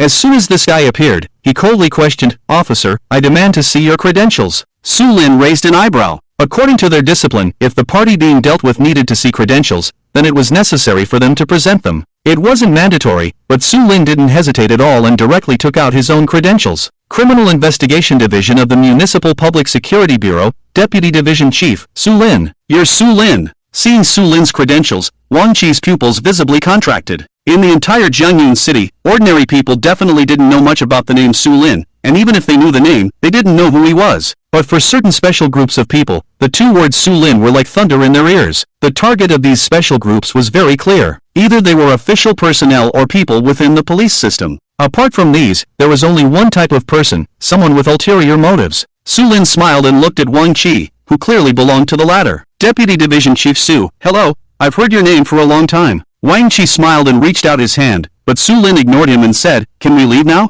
Yes, please go ahead. Wang Qi immediately changed his previous aggressive posture and made way for Su Lin and the others, indicating that they could leave. If it were any other criminal investigator, even the 3 captains directly under the division, they would have directly detained the person first before deciding. But after seeing Su Lin's identity, he changed his mind. This guy was capable enough to take down Zheng Jinsheng and Li Mingyu, and that was enough to prove his abilities. Coupled with a series of arrests of wanted criminals in major cases, especially hearing that he had solved and captured a mercenary assassin together with Nanlin City, the higher-ups specifically requested to meet him. Such a person should not be easily offended, otherwise there would be endless trouble. Su Lin smiled and then pushed Ling Yun's wheelchair, leading Lu Jin and walked outside. Lu Jin pulled Niu Weihao and the others up and pushed them forward, and no one dared to stop them. Rustle. Just at this moment, the sound of chaotic footsteps appeared from the corner of the building in front, followed by a large group of people rushing over. These people are fully armed, wearing helmets and masks, and holding various firearms such as assault rifles. They are clearly members of the Special Police Force.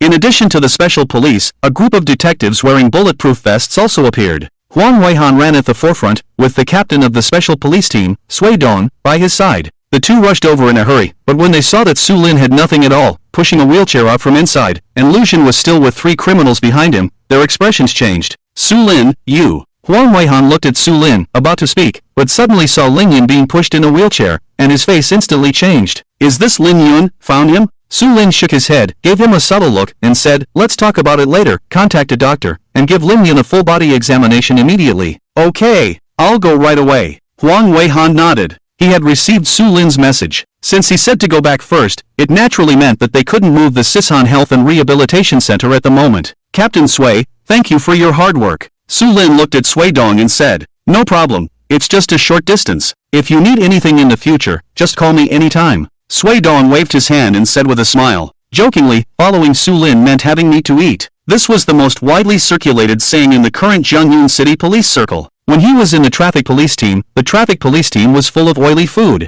After joining the criminal investigation team in less than a week, the criminal investigation team also became full of oily food. He wanted to follow Su Lin all day long. It wouldn't be long before he could move up a bit and report to the Provincial Public Security Bureau. Over 100 people withdrew outside. Su Lin stood in front of the car, turned his head and looked at the 8-story building in the middle of the Sisan Health and Rehabilitation Center. He always felt like there were a pair of eyes staring at him. A faint smile appeared at the corner of his mouth. He immediately got into the car and the car quickly left. After Su Lin and the others left, Wang Qizai took out his phone with a gloomy face and dialed a number. Dad, they're gone.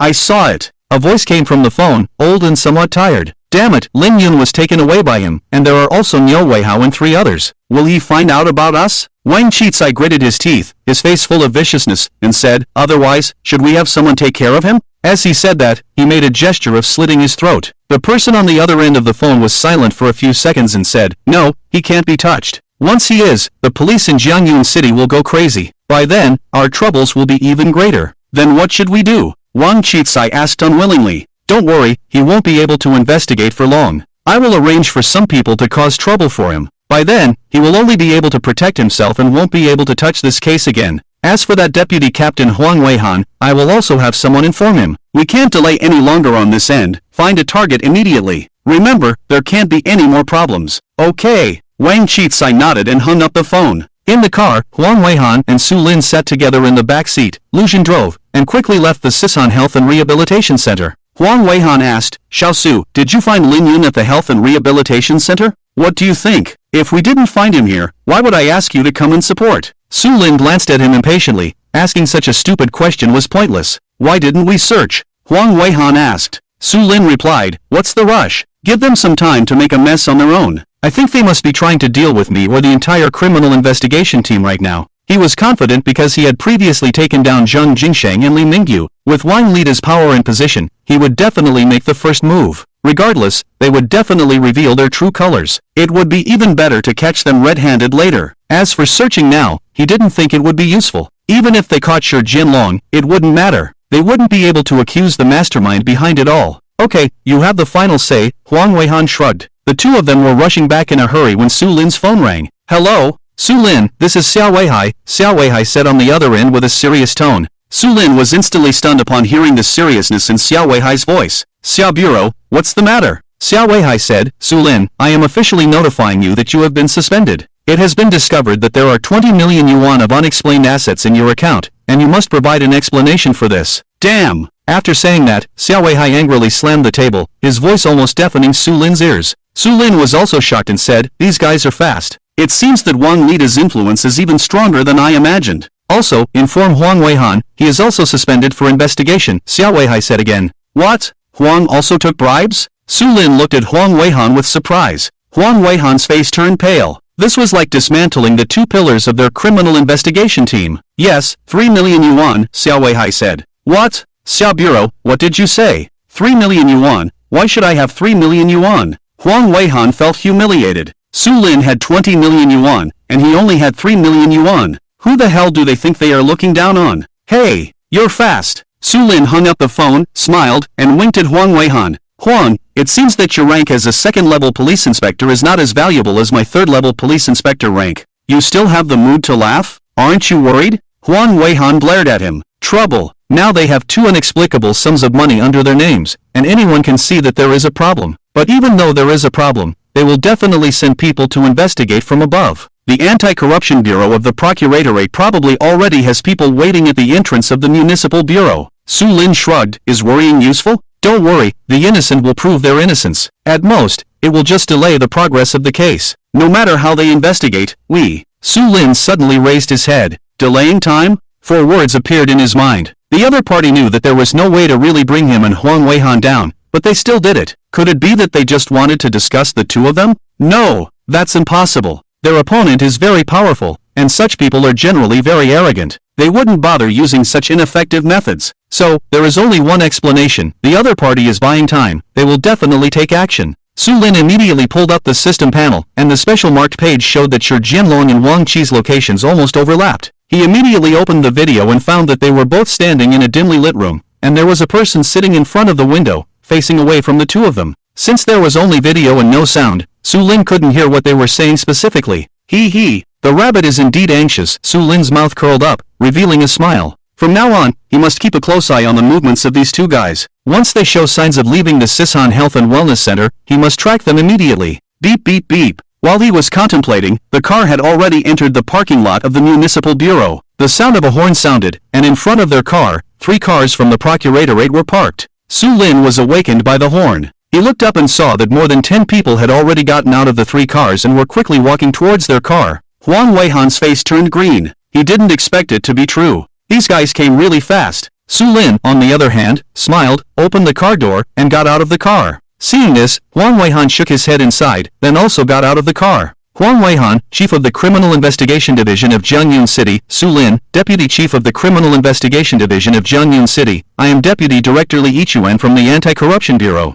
Now I officially inform both of you that someone has reported you two by name for accepting bribes, and the amount is huge. Now please cooperate with our investigation. A middle-aged man with a bald head wearing an anti-corruption uniform walked up. This guy showed a mouthful of yellow teeth, 2 triangular eyes, and a smile that seemed to be there and not there on his face. Su Lin was a little confused, and he suddenly remembered someone, Dean Chen, who studied foreign languages. This is really like him. Both of you, come with us, Li Yichuan said to Su Lin and Huang Weihan. 2 police officers immediately stepped forward behind him, ready to handcuff the two. Wait, what do you want to do? A roar sounded, and Xiao Weihai quickly ran down the steps from the gate, pointing directly at Li Yichuan's nose and cursing, Li Baldi, let me tell you, if you dare to handcuff today, I dare to investigate you thoroughly. I don't believe that you have no problems at all. Hearing this, Li Yichuan's face immediately darkened. Su Lin and Huang Weihan, upon hearing this, directly gave a thumbs up to Xiao Ju. Get lost. Xiao Weihai glared and said, I said, it's best to catch them red-handed, but now, their counterattack is beyond your imagination. Fast and ruthless, you can't handle it. Su Lin said, Xiao Ju, sorry, we really didn't expect this. Oh well, let's just investigate. It's fine, we are innocent. As he said that, he gave a signal to Xiao Weihai. When Xiao Weihai saw Su Lin's expression, he suddenly had some thoughts. Just as he was about to step forward, he suddenly heard a roar in the sky. Thump thump thump. The roar of helicopter rotors made everyone present unable to help but look up. They watched as 2 helicopters in the distance approached continuously and then landed on the rooftop helipad of the municipal bureau. What's going on? These aren't our helicopters. Xiao Weihai was stunned. And right after this, a luxury car slowly drove in from outside the gate, and 2 women got out of the car. Leading the way was a charming and wealthy woman, her high heels tapping on the ground, her swaying figure captivating. Behind the wealthy woman was her bodyguard, Qin Jie. Oh, Yao Yao is here. Xiao Weihai saw Yan Yao get out of the car and immediately smiled and greeted her. He finally understood where the helicopters came from. Yan Yao glanced at Su Lin, her eyes flickering with a bright light, and smiled charmingly. Then she looked at Xiao Weihai and said, Uncle Xia, I brought the helicopters for you. The first batch of 2 helicopters, please accept them. Okay. Xiao Weihai nodded repeatedly, delighted to the point of losing his bearings. He completely forgot about Su Lin and Huang Weihan's situation. Yan Yao smiled and turned to face Su Lin, playfully blinking at him and said, you don't have to worry about rescue being late anymore. Su Lin, in return for my concern for you, can you treat me to a meal? The wealthy woman smoothed her long hair hanging in front of her chest. She was wearing a tight pink shirt today, paired with a black stockings pencil skirt on the lower half, showcasing her enchanting figure. Su Lin was about to speak, but unexpectedly, Li Yichuan next to him directly said, I'm sorry, he is currently under investigation by us. Ha! The wealthy woman's face darkened, and she coldly looked at the bald man in front of her, asking Su Lin, what's going on? Su Lin didn't speak, but Huang Weihan stepped forward and explained the whole process, mentioning the 20 million, the 3 million, and also expressing his frustration. 20 million? Are you that cheap? The wealthy woman laughed, then disdainfully glanced at Li Yichuan. She picked up her phone and dialed the number of the financial director, saying, Hello, Director He, check how much funds are left in our group's account. Yes, it's urgent. After speaking, she reached out and started touching Su Lin's body. What are you doing? Su Lin quickly stepped back. Don't move. Yan Yao glared at him. Then he found his wallet in the pocket of his coat, and in Su Lin's puzzled gaze, he took out a bank card. 21,450,000,000, right? Okay, transfer 21 billion to the bank card with the number, yes, now, immediately, right away. After speaking, Yin Yao hung up the phone. Everyone present widened their eyes, looking at the wealthy woman in disbelief. She once again refreshed her own arrogance. Huang Weihan glanced at Xiao Weihai, and the two unconsciously pouted, feeling a sense of frustration. Su Lin. Pressure point. Madam, if you keep doing this, I really can't handle it. Li Yichuan and a group of people also looked at Yin Yao in astonishment. They had a question in their hearts. Who is this woman? Ding dong. At the next moment, Su Lin's phone rang. He took it out and looked at it, his eyelids twitching. Yin Yao took his phone and opened the message interface, the bank's transfer reminder and balance directly in front of Li Yichuan and the others. Come, take a look. 20 million, what's that? Now, do you have to say he took a bribe of 21 billion? The wealthy woman said aggressively.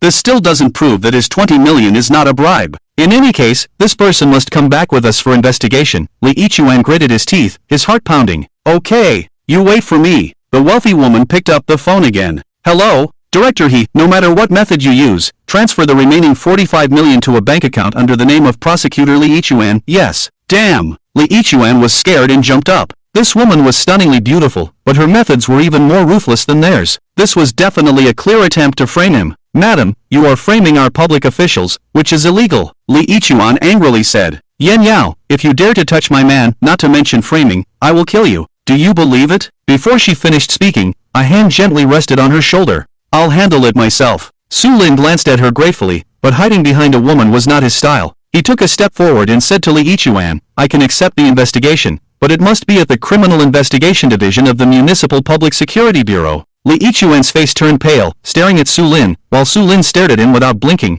a hint of mockery in his eyes. After a while, Li Yichuan said with a grim face, Fine, you can go to the Criminal Investigation Division, but you must be under our surveillance. Okay. Su Lin nodded. He couldn't help but feel a little emotional. The people he dealt with were getting more and more ruthless. He had just been investigated not long ago, and now he was being framed again. However, the more formidable the opponent, the more excited he became, because it meant that he had seriously threatened them and that they were about to reveal their true colors. Give me a few minutes. Su Lin came to the wealthy woman and said, You go back first, I can handle this matter myself. Really? The wealthy woman hesitated. Really? Su Lin nodded. The wealthy woman said, Okay, then I'll wait for you at your house. What? Su Lin was stunned. He hadn't been home for several days. What did she mean by this? The wealthy woman smiled, took out a bunch of keys, and handed them to Su Lin, saying, I changed the lock for your house. The old lock was of poor quality and not safe. After she finished speaking, she opened her palm, revealing a silver white key in her tender and white hand. You. Su Lin stared at her.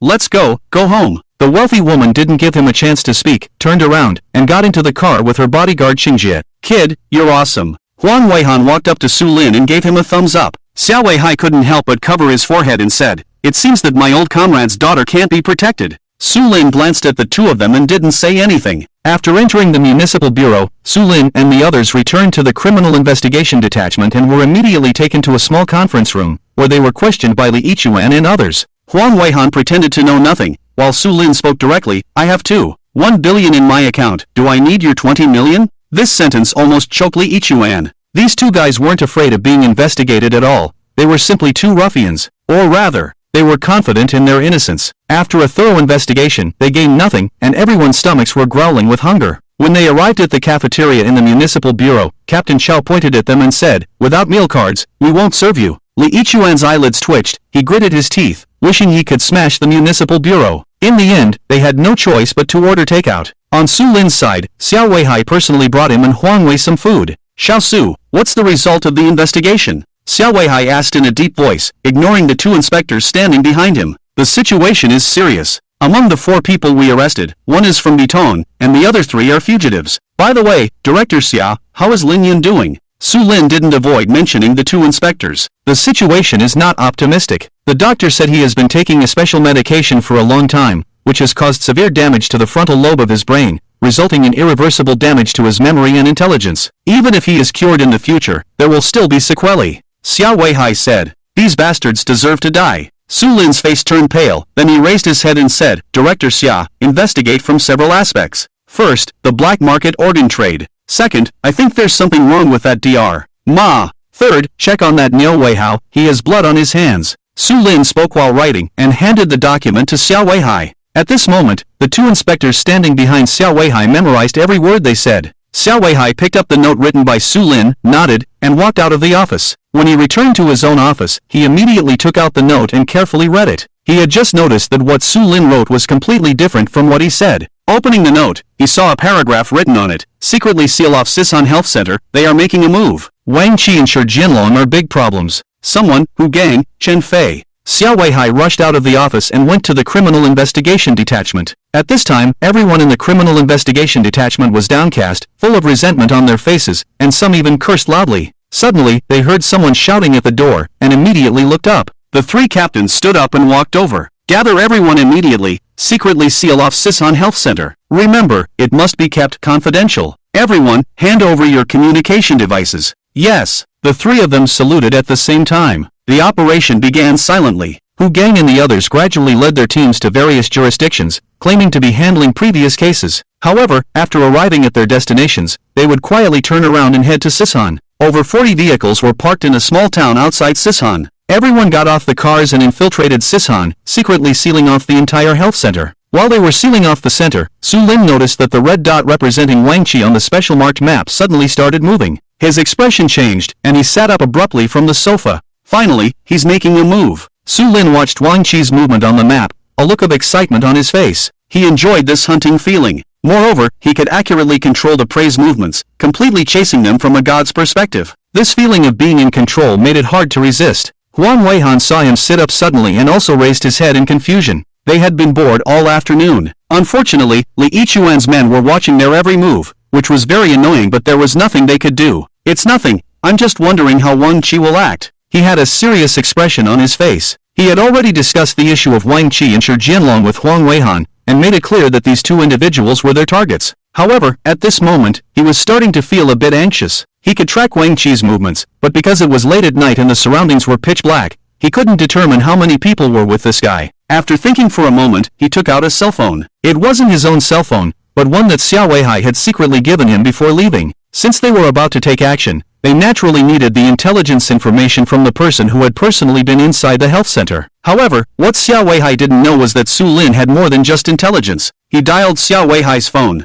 Hello, Xiao Bureau, how's it going? Su Lin asked. Xiao Weihai replied, Xiao Su, we've already started the operation. There are about 200 people, and we've surrounded the entire Sisan. So far, we haven't found any suspicious individuals. Good. Su Lin nodded, glanced at the special marked map, and said, pay attention to the southwest direction. I feel something is off over there. During the day, I discovered a dense forest, and my intuition tells me that something is not right there. Okay, I understand. Upon hearing this, Xiao Weihai immediately hung up the phone and picked up the walkie-talkie to start commanding the operation. After Su Lin finished the call, he sat still in his seat. Huang Weihan thought he was contemplating and didn't disturb him. This case was discovered by Su Lin himself, so his investigative thinking was very important. However, as time passed, Su Lin's expression became increasingly grim. In the system interface, the special markings were moving rapidly, but according to his observations during the day, it was a jumble, and even driving wouldn't be that fast. Something's not right. He furrowed his brows. He slowly raised his head,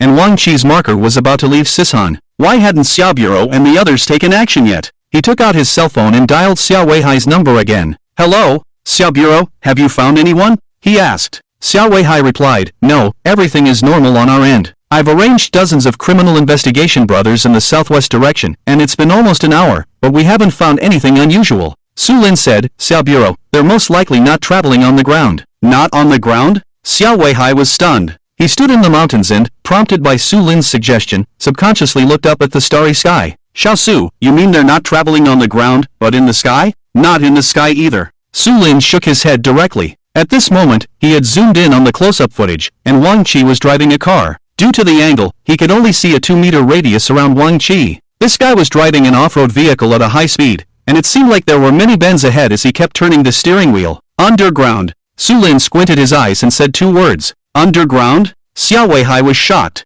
Su Lin asked, Xiao Bureau, when the Sisan Health Center was being built, was there any tunneling? Or, does this underground passage already exist? I'm not sure about that. Wait a moment, I'll check. Xiao Weihai immediately hung up the phone and started investigating. After making several calls, he couldn't find any information about a tunnel. When he called Su Lin to inform him, Su Lin straightforwardly said, Xiao Bureau, if they've really taken action, I estimate that they've probably already left our Jiangyun city. Come back first. Contact the cities around us and share their photos. Forget it, so as not to alert the enemy. Su Lin stopped halfway through his sentence. He had just exposed his identity in front of Wang Qi and was tricked by that guy. If the other party knew that the police were already onto him, he might completely disappear. Xiao Bureau, I need to go out. Su Lin gritted his teeth. The situation was a bit tricky, and he needed to take action. He had originally thought that with the ability of the special markings, he could easily track and pursue remotely, but now it seemed that he had to go out. I'll figure something out, Xiao Weihai said, then hung up the phone directly. He leaned against a big tree, touched his chin, and waved to Chen Hua. Xiao Chun, you immediately return to the branch and cause trouble for Li Tuzi. Remember, you must bring Su Lin out for me. Understand? Yes, Chief Xia. Chen Hua immediately saluted and excitedly left with his dozen or so brothers. The rest of you, return to the town and wait for further orders. Xiao Weihai waved his hand at the others.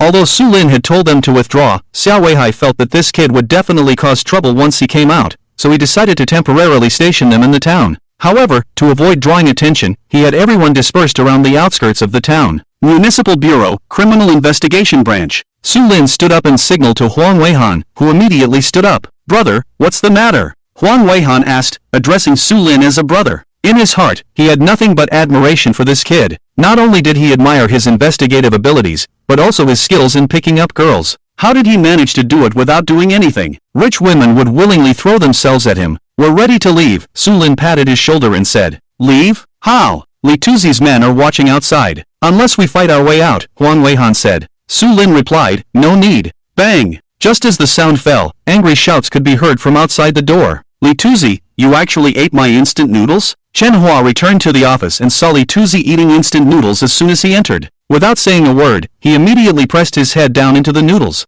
Bang! Li Tuzi's head was pressed into the noodles, splashing soup everywhere and causing the instant noodle cup to shatter. Ah! Li Tuzi struggled to stand up, howling in pain, frantically wiping the soup and noodles off his face. Kid, what are you doing? Li Tuzi angrily cursed. What am I doing? That was the instant noodles my girlfriend gave me. I didn't eat them for 2 years, and you dare to eat this bowl of instant noodles? I'll beat you to death. Chen Hua tried hard to hold back his laughter, and immediately rushed forward, his eyes red as if he wanted to devour someone. Li Tuzi was dumbfounded. Wasn't it just a bowl of instant noodles? Was it worth beating someone up over it? Li Tuzi was dumbfounded. Wasn't it just a bowl of instant noodles? Even if it was given by his girlfriend, it was still just instant noodles. He could have given it back to him. But when Chen Hua rushed over and threw a punch at him, he finally realized that things weren't that simple. Bang! Li Yichuan's left eye socket was heavily punched, and he felt his vision darken, almost being knocked out completely by this punch. Chen Hua had been holding in his anger. These guys were full and had nothing to do. Investigating anyone would have been fine, but they chose to investigate Su Lin?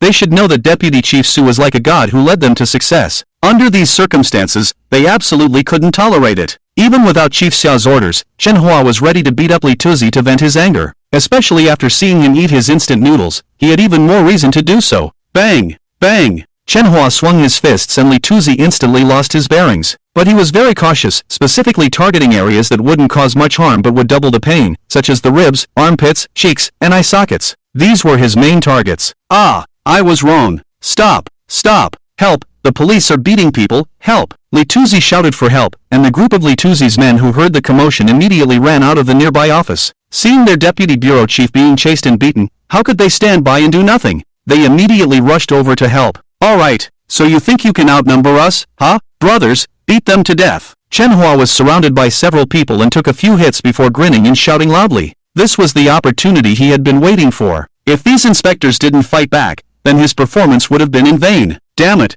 how dare you hit our captain? Brothers from the Criminal Investigation Team 3, attack. Fuck, beat them to death for me. Charge. Bang bang, crash, clang, ah, ow, stop, please stop, we surrender, no need to fight anymore, we admit defeat, ow. The screams echoed throughout the entire office area. Compared to their combat power, those pampered guys couldn't possibly be a match for the detectives. In no time, one by one, they were all knocked down, wailing in agony. The entire hall was filled with scattered files and other items, a pitiful sight to behold. Even more pitiful were Li Tuzi and his subordinates, 10 people in total, including Li Tuzi himself, all with swollen faces and bruised noses. Especially Li Tuzi, even his own mother wouldn't recognize him. His eyes were swollen and pitch black, his nose swollen, and his cheeks puffed up like balloons. There were even 3 or 4 bumps on his head, oozing blood. Woo woo! Li Tuzi opened his mouth, and 2 front teeth fell out. My teeth, you bastards! Who the hell did it? Show yourselves, I'll. Li Tuzi's speech was slurred, but he tried to open his eyes and curse at Chen Hua and the others. Suddenly, everyone took a step forward, and Li Tuzi instinctively shrunk his neck, quickly retreating a few steps backward. My midnight snack, my girlfriend gave me instant noodles.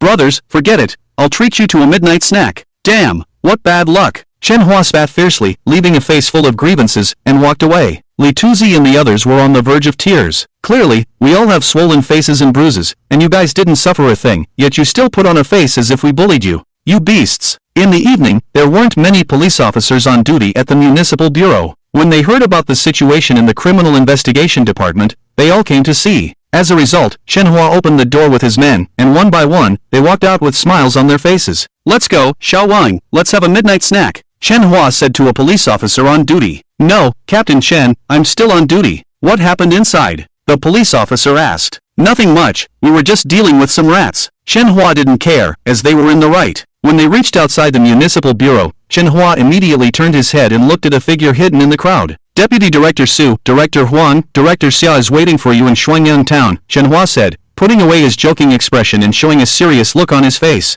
Let's go. Su Lin didn't waste any words and headed straight for a car. He opened a specially marked map, and Wang Qi had already left Jiangyun City and entered the territory of Donghua City. Donghua City was also one of the major cities in Haiyuan Province. Su Lin had no intention of asking Director Xia to contact their brothers in Donghua City for assistance. Instead, he chose to wait quietly. As long as that guy didn't show any signs of leaving the country, they would let him do as he pleased. The most important target was Shi Jianlong at the Sisan Health Center. About half an hour later, Su Lin met Xiao Weihai in Shuangyang Town. At this time, he was dressed in casual clothes, with a bulletproof vest on the outside. Director Xia, Su Lin saluted and reported. You're here just in time, now you take command. Xiao Weihai immediately handed over the command to Su Lin without hesitation. Su Lin shook his head. Director Xia, I'll go and check the southwest direction first. It's better if you take command. All right. Xiao Weihai didn't refuse. Su Lin glanced at Huang Weihan and said, Old Huang, let's go. Chen Hua, you bring your team with me. After saying that, they rushed towards the route that Su Lin had determined based on the special markings of Wang Qi's movements. In just over 10 minutes, Su Lin looked at the surroundings and could almost confirm that there were no traces of vehicles or people passing through here. This is getting interesting.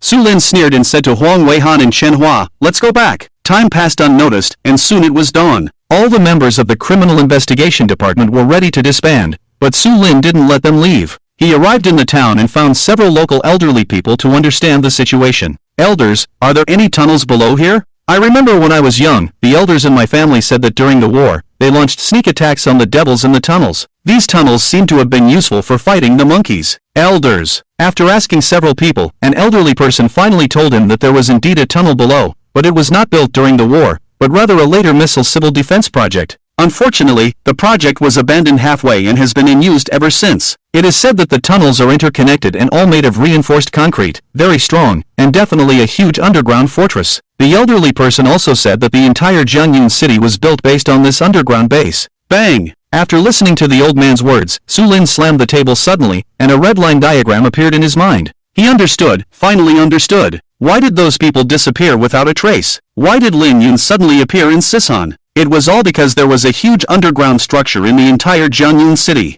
Su Lin pulled out the system. On the special marking interface, a red dot was quickly moving towards Jiangyun city. Wang Qi, he's back. If Wang Qi moved, it meant that their operation had already begun. Although Su Lin was not sure what these guys were doing, it definitely wasn't anything good, with a probability of almost 90% of being harmful and unreasonable. He immediately opened another interface of special markings and quickly found another target. Shi Jianlong was also on the move. This guy's trajectory was not large, but when Su Lin zoomed in on the image, he found that he was pushing a man with gray hair into an operating room. The entire operating room was filled with some body samples. Limbs, hearts, brains, kidneys, and so on. Almost all organs of the human body were there, immersed in a liquid, still in a fresh state. Su Lin's face was even colder than these organs. Even through the special marking image, he could clearly distinguish that there were at least 3 people's worth of organs here. In addition, he also found 3 human heads, immersed in the liquid, lifelike. His eyes narrowed slightly, revealing a fierce look. The 3 heads belonged to 2 of the 12 missing people, and 1 was a child under 10 years old whom he didn't recognize. These bastards were simply despicable to the extreme. Soon, a group of foreigners and several Asians appeared in the image.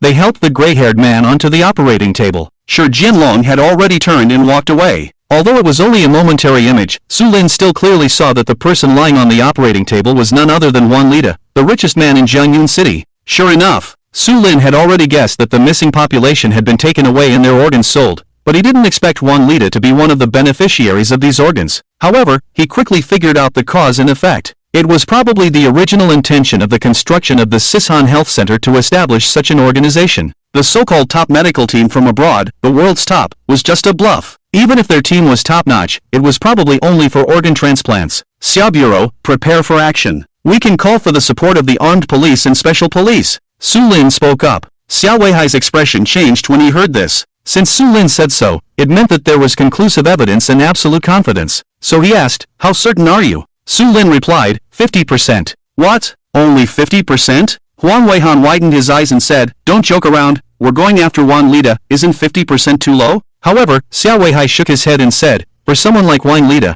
50% is already very impressive. He looked at Su Lin and asked, the missing half, is it the evidence? Upon hearing this, Su Lin thought to himself that it's no wonder he's an old fox. He guessed right away that he didn't have any evidence. And it was true, someone like Wang Lida, how could they easily leave behind any evidence? Not to mention just a few days, even if it was a few years, it might not yield any results. But he felt that even without evidence, Wang Lida would still tell him the situation, because he wanted to cut off any hope this guy had of staying alive. What's the use of catching someone without evidence? Huang Weihan asked. Su Lin smiled and remembered a line from a famous spy TV series he had watched in his previous life, spoken by a cannon fodder villain that he liked. Do we need evidence to catch people? Even if there's no evidence, isn't there still interrogation? These 2 sentences not only made Huang Weihan's face turn black, but even Xiao Weihai's as well. Was he a bandit or a police officer? What he said, wasn't he ashamed? I'll contact the armed police and the special police. Xiao Weihai also knew that time waits for no one, so he immediately went to contact the armed police and the special police. Just as he started to take action, the armed police and the special police quickly assembled and rushed towards Sishan. An invisible pressure appeared once again. First, the members of the armed police were directly ordered by the provincial headquarters to return. Then the captain of the special police detachment of the provincial public security department personally gave the order for all the special police in Jiangyun City to go to the provincial headquarters for a practical assessment and depart overnight. The 2 most important forces of the criminal investigation detachment were directly removed. When Xiao Weihai received the news, his face became extremely ugly. However, before he could complain, a call from the second-in-command of the provincial government came to his phone. The caller was the second-in-command of the provincial government, and he said just one sentence, what are you messing around for? Withdraw immediately. Wang Lida in Sishan is nominated by the province as the representative of private entrepreneurs to Kyoto this year. He is a representative of the people and absolutely cannot have any accidents. Otherwise, just take him out. Su Lin was sitting in a commuter bus, holding a piece of bread in his hand and taking a few bites casually. His gaze looked towards a hill in front of him, and he pulled out a special marked map from the system and glanced at it. Almost there. In less than 10 minutes, Wang Qi should pass by that place. Their operation could officially begin. Old Huang, hurry up, get ready to go. Su Lin patted Huang Weihan beside him. Upon hearing this, Huang Weihan immediately got off the bus excitedly and checked his weapons and equipment. Su Lin also checked his own police pistol. The magazine was full, and he had 2 spare magazines. Bulletproof vest, high-intensity flashlight, expandable baton, and so on, everything was fully equipped. Then the 2 of them arrived in front of a wall on the hillside and touched the freshly cleared cement wall, exerting all their strength to slowly push it aside. This place was told to Su Lin by an old man, and this wave of visits was definitely fruitful. Inside the tunnel was originally pitch black, but after the sunlight shone in, it immediately became bright. Su Lin took a look. It was about 3 meters wide and nearly 5 meters high. This place was the best hiding tool for Wang Lida. Coming in and out of the tunnel, no matter what he was transporting, ordinary people wouldn't notice. If it weren't for his special marking skills, it would probably be impossible to dig out something that had existed for decades even if they dug 3 feet into the ground. Buzz. A faint buzzing sound suddenly came to mind. Su Lin pressed his ear against the wall and listened quietly for 2 seconds.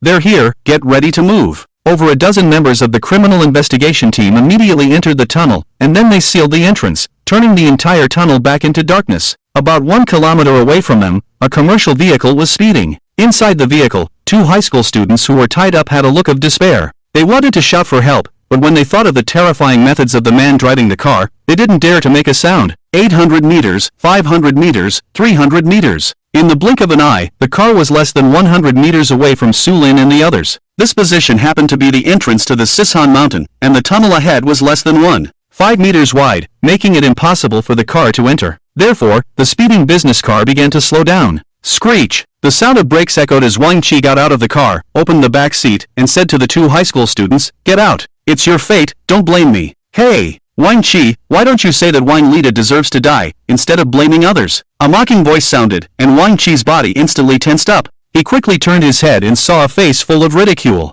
"Hey! Surprised? Unexpected?" Outside Sishan, Xiao Weihai held the phone and quickly dialed Su Lin's number. No answer. He tried calling Huang Weihan, but still no answer. Then he laughed. "I heard the order from the province, and I tried my best, but they have already taken action, and I can't do anything about it." "Old Xia, are you really okay?" A middle-aged police officer approached, with a worried expression on his face. He was the deputy director of the city bureau, named Zheng Guoxin. He had just returned from studying in the province, and as soon as he returned to the office, he rushed to Sishan in a hurry. When he heard that Xiao Weihai was going to harm Wang Lida, he almost went crazy. But when he heard that Wang Lida was related to the missing people and saw the rescued Lin Yun, he gritted his teeth and followed along without saying a word. When Xiao Weihai heard Zheng Guoxin's words, he grinned and said, "What's the matter? It's normal for the phone not to get through during a mission. By then, I can also show them the call records." "Okay, you have the final say." Zheng Guoxin nodded and said somewhat regretfully, "Really couldn't get through? What a pity. I wanted to join them in the operation." "Enough, old Zheng, don't overestimate yourself. We're both 50 years old. Can't we stop competing with young people for credit? Even if you have the intention, you don't have the ability, right? So, just give it a rest." Xiao Weihai said jokingly, then made a call to the second-in-command of the province. "What? They've already started? Xiao Weihai, what have you been eating? Just wait, the leader wants to talk to you personally." When Xiao Weihai heard the furious words from the other end, a cold smile appeared on the corner of his mouth. Then the person on the other end of the phone changed, and a low, hoarse voice sounded. "Xiao Weihai, no matter what method you use, stop the operation immediately. Otherwise, I'll remove you from your position." Xiao Weihai, "Yes, leader, I'll go right away." He immediately shouted loudly, then hung up the phone and casually handed out cigarettes to Zheng Guoxin, both of them wearing sly smiles as they smoked next to the car. In the tunnel, Wang Qi looked at Su Lin with a pale face. He had wanted to resist, but Su Lin kicked his leg and broke it. Then he saw the beams of flashlights appearing from the darkness, as well as the dark muzzles, and he immediately became frightened. "Su Lin, Wang Qi, I'll give you a chance. Tell me, what is Wang Lida waiting for?" Wang Qi gritted his teeth, stared at Su Lin, and shouted, "You'll never get a word out of me.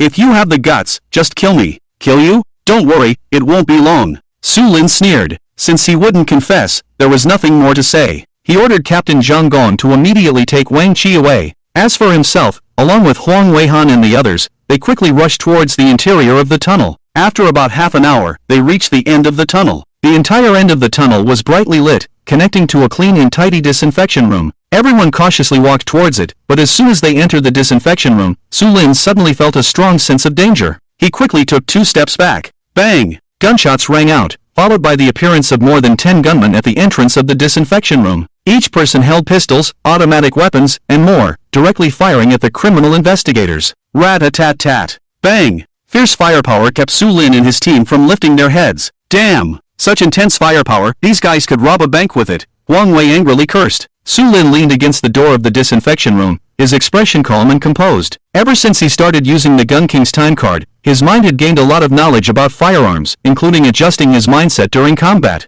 It could be said that at this moment, he was calmer and more composed than anyone else. He listened to the gunshots coming from the disinfection room and silently counted to 3 in his mind. In the next moment, he jumped up and leaped from the left side of the disinfection room to the right, firing 3 shots in mid-air. Bang! Bang! Bang! 3 gunmen fell to the ground. Congratulations, host, for killing a desperado and earning 360 points. Congratulations, host, for killing a desperado and earning 330 points. 3 shots, directly earning 1,000 points. At the same time, the system also informed Su Lin of the identity of the other party, a desperado. There was no need to warn or negotiate with such people. They could be directly eliminated on the spot. Su Lin went into a rage, and Huang Weihan and the other criminal investigators were not to be outdone. They took the opportunity to shoot at the opposite side. Even if they couldn't hit, it would still create chaos. Coupled with Su Lin and Huang Weihan, who were both skilled marksmen, they quickly took out 7 of the desperados in a short period of time. Even desperados would feel fear and terror. When they realized they were at a disadvantage, the remaining 5 desperados quickly retreated.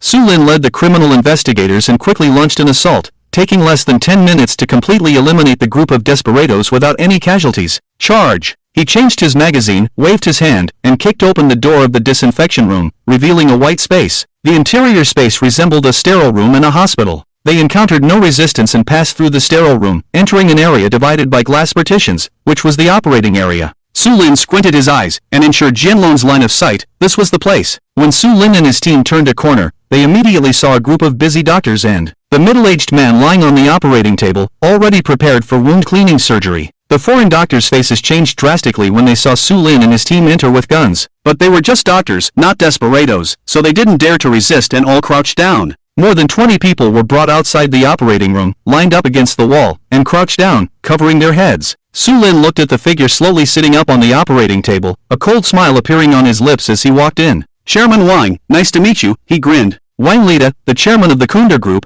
controlled an empire worth nearly 100 billion, with assets spread across various industries such as food, clothing, housing, transportation, and the internet. He was a true business tycoon. But at this moment, he was a patient struggling on the brink of death. He no longer had the power to dictate the world, nor the calm and composed demeanor. All that remained were the resentful and vengeful eyes. "Deputy Chief Su, you've won," Wang Lida said weakly, leaning against the operating table. "Yes, I've won." Su Lin looked at Wang Lida, activating his eye of good and evil, and then a chilling red light appeared above his head. Wang Lida, Sin value 2504. The system's reading, the highest in history. There was no need to look at the others. Just seeing this Sin value was enough to know that this person deserved to die 1,000 deaths. Su Lin's eyes were sharp as a knife as he coldly looked at Wang Lida and said, "Wang Lida, 28 lives. A person like you is not worth pitying in death." Unlike the Golden Rose, many of the people she killed were evil, so they didn't count towards the Sin value. In terms of the number of murders, Wang Lida is not even worth mentioning in front of Jean Meiguet. However, Jean Meiguet's guilt value is only 990 points, while Wang Lida has more than 2,500 points because all the people he killed were innocent civilians. It is because of this that Su Lin became furious and couldn't help but want to twist this guy's head off. And when the accurate number was spoken from his mouth, Wang Lida's face immediately changed. "It seems that Wang Qi has confessed." Wang Lida looked deeply at Su Lin and shook his head with a sigh. "Well, if it were me, in the face of irrefutable evidence, I would also choose to save my own life. Even if it means betraying my own father, what does it matter?" His expression was very calm as he spoke, as if he were talking about something unrelated.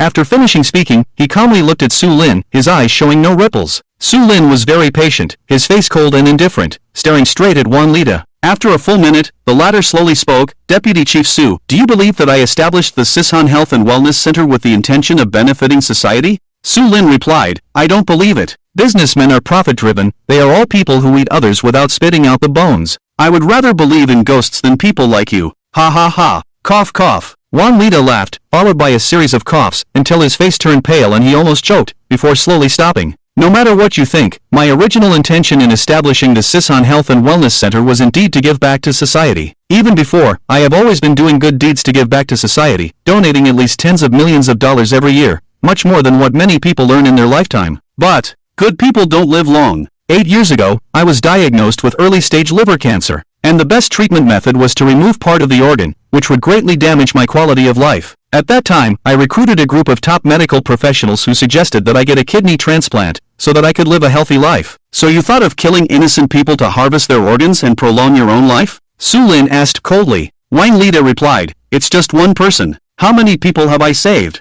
How much contribution have I made to society? Why can't you come and save me? Just an ordinary worker. If he dies, he dies. As long as I'm alive, I can create greater wealth for society and save more people. Isn't that right?" Su Lin said, "Nonsense. Your life is a life. Isn't an ordinary person's life also a life? Who said that because you have made a great contribution to society, you must exchange other people's lives for your own? Did they agree to it? If making contributions to society means that society must repay you, perhaps those who have benefited from your kindness would rather have never received anything, because people like you are not worthy of their respect." Wang Lida said, "You can't represent everyone." Su Lin replied, "You're right, I can't represent everyone. But I can represent myself. I can represent our police force in Jiangyin City. We are committed to eradicating evil. People like you who claim to be saints are actually no different from scum, pretending to be righteous and noble, but in reality, you are full of evil deeds. Only by getting rid of people like you can society be peaceful and the people be safe." Wang Lida looked at the woman's roar, still very calm, and said, "No,